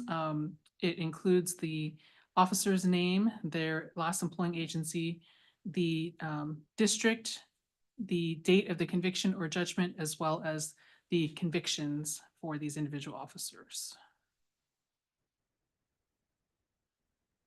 I don't know if you want me to read these names off or you want to just review. Probably the assures me we don't really need to read the names. No, I since they're on the can record. see 'em. So 2, 4, 6, there's sufficient number. Is there a motion to approve the 16 listed revocations based on disqualifying felony convictions as described in the staff report? Motion to approve. Second. Woolry, second. Mr. Knapp, please call the roll. Barcelona, Yes. Brazil, Yule, Yes. Long, Moon, Nieto, Yes. and Woolry. Yes. Motion carries for the revocation of those officers 6-0. Next item is a report on a proposed modification to the post-commission policy manual regarding voting by mail on administrative disciplinary matters. Chief Counsel William Darden will report on this item. All right, well, as the last report of the day, I think it'll take about 2.5 hours. No, we'll do it. Need to quickly. slow down, please. Yes, exactly. Thank you for reminding me of that. At a previous meeting of the commission, we discussed having a procedure which is authorized in the Administrative Procedure Act for voting on ALJ decisions without the need to come in for a meeting. As a reminder, we have sort of a tight timetable under the APA. We have 100 days after the delivery of the proposed decision to us to take action, or we lose jurisdiction and the decision is deemed adopted. This may not be a problem depending on volume, but we want to have this procedure in place so we can avoid any defaults and move these cases through expeditiously. The commission indicated at the last meeting that it was amenable to this procedure, but that it wanted to limit it to those cases where the ALJ had adopted the commission's recommendation regarding discipline. So that this procedure would apply in those cases. However, it could be noted that although the ALJ may have decided to revoke and the commission wanted to revoke, that the commissioners would still be able to review it. And if they had a problem with the reasoning or had some other problem with it, then obviously the commission could still take action. But this procedure will not apply unless, as an initial matter, the ALJ did adopt the penalty that was recommended by the commission. So we have proposed language. We're including it in the commission procedure. have any questions, I'm happy to address them, but the procedure basically permits a by mail vote. It would be either to adopt, to reject it, or to hold. Adoption would make the order effective. Non-adoption would mean that the staff would order transcripts and exhibits from OAL, and we would set the date for written argument by the parties. And that would be an argument regarding review of the record before the ALJ. And after that date, the commission could either decide to adopt or write its own decision or remand to the ALJ with instructions on something else to be done, other evidence or items to be considered, or the taking of additional evidence. Again, all that has to be done within 100 days. Hold means that the commission is requesting that the commissioner is requesting that the case instead be discussed in closed session before a vote. And under this policy, if 2 or more commissioners ask to hold, we would schedule the case for discussion at the next closed session. So if the commission approves, the action would be a motion to adopt a modification to the policy manual. I'm happy to answer any questions. Questions about this process? There's then a motion to adopt the modification to the post-commission policy manual regarding voting by mail on administrative disciplinary matters as described in the staff report. Is there a second? Ms. Knapp, please call the roll. Barcelona, Yes. Yule, Yes. Long, Yes. Moon, Yes. Nieto, Yes. and Woolry. Yes. Motion carries 6-0. Next item up is committee reports. Advisory Committee Chair, Police Chief Jason Salazar will report on the advisory committee meeting held yesterday. Thank you, Chair Long. I'll keep it brief, but the advisory committee yesterday did receive a number of the reports that the commission heard today and provided feedback. There's a great deal of support for the professional staff training item. From the committee member reports, I will mention one from CADA, looking at the modern policing degree issue, and obviously there's still some legislative work that needs to be done to resolve some issues with AB 89. But Tammy Morell, representing CADA, did raise a companion problem related to a federal government change that FAFSA would make post-RBCs no longer qualify for student aid and not congruent with MPD requirements. That is another concern to look at with AB 89. And then finally, we did elect a new vice chair for the committee, Lieutenant Brent Stalker from Fresno SO, representing the California Police Training Management Association. Thank you, Chair. Questions for Mr. Salazar? Hearing none. We are now on future commission dates, I believe. No, excuse me. I skipped a page. Of course, following correspondence was sent from Post to David E. Kenny, the Classified Human Resources Manager of the Montebello Unified School District. That's it. No. New business. Post Executive Director Performance Review. Commission policy requires a performance review be conducted at least every 2 years. The last review was conducted on September 21, 2023. To conduct the review, we must select a panel of commissioners, and commission policy states it's the chair, the vice chair, and 2 members at large to conduct the review. The proposal today is to conduct a performance review at our next meeting, September 12th, 2024. So members at large, we can accept volunteers here, or we can assign it to people who are gone. Last time it was the chair and the vice chair, me and Rick Brazil, and Commissioners Barcelona and Ron. Any question or comments, or anyone would like to volunteer? Commissioner Ewell, great. Everybody's looking down except for Commissioner Barcelona, so we'll go with Commissioner Barcelona and Commissioner Ewell. We will do that then at our next meeting in September. All right. So may I get a motion to create an executive director performance review panel comprising the chair, the vice chair, and Commissioners Ewell and Barcelona to conduct a performance review on September 12th, 2024.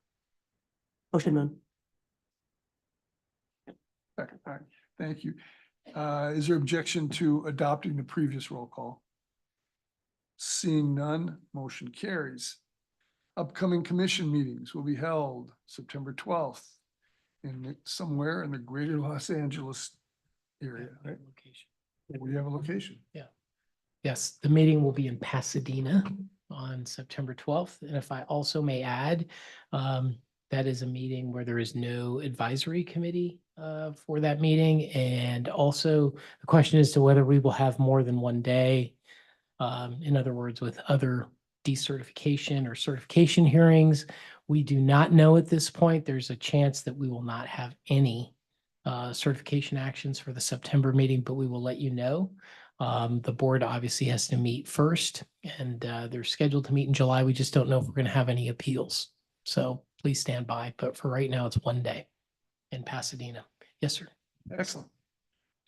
So finance committee meeting, is that when we will fold them together or is there? I believe we'll fold them together. We never had the meeting in September, but we'll have a budget. So that will be, a good time to talk about the new budget. Yes. Start with the committee whole process for the finance committee on September 12th. The following meeting will be November 2021 at Post World headquarters here in West Sacramento. We now move to closed session.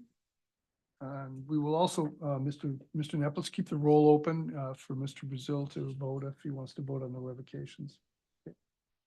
We now move to closed session. Unfortunately, I have to ask everyone to get up and exit the room.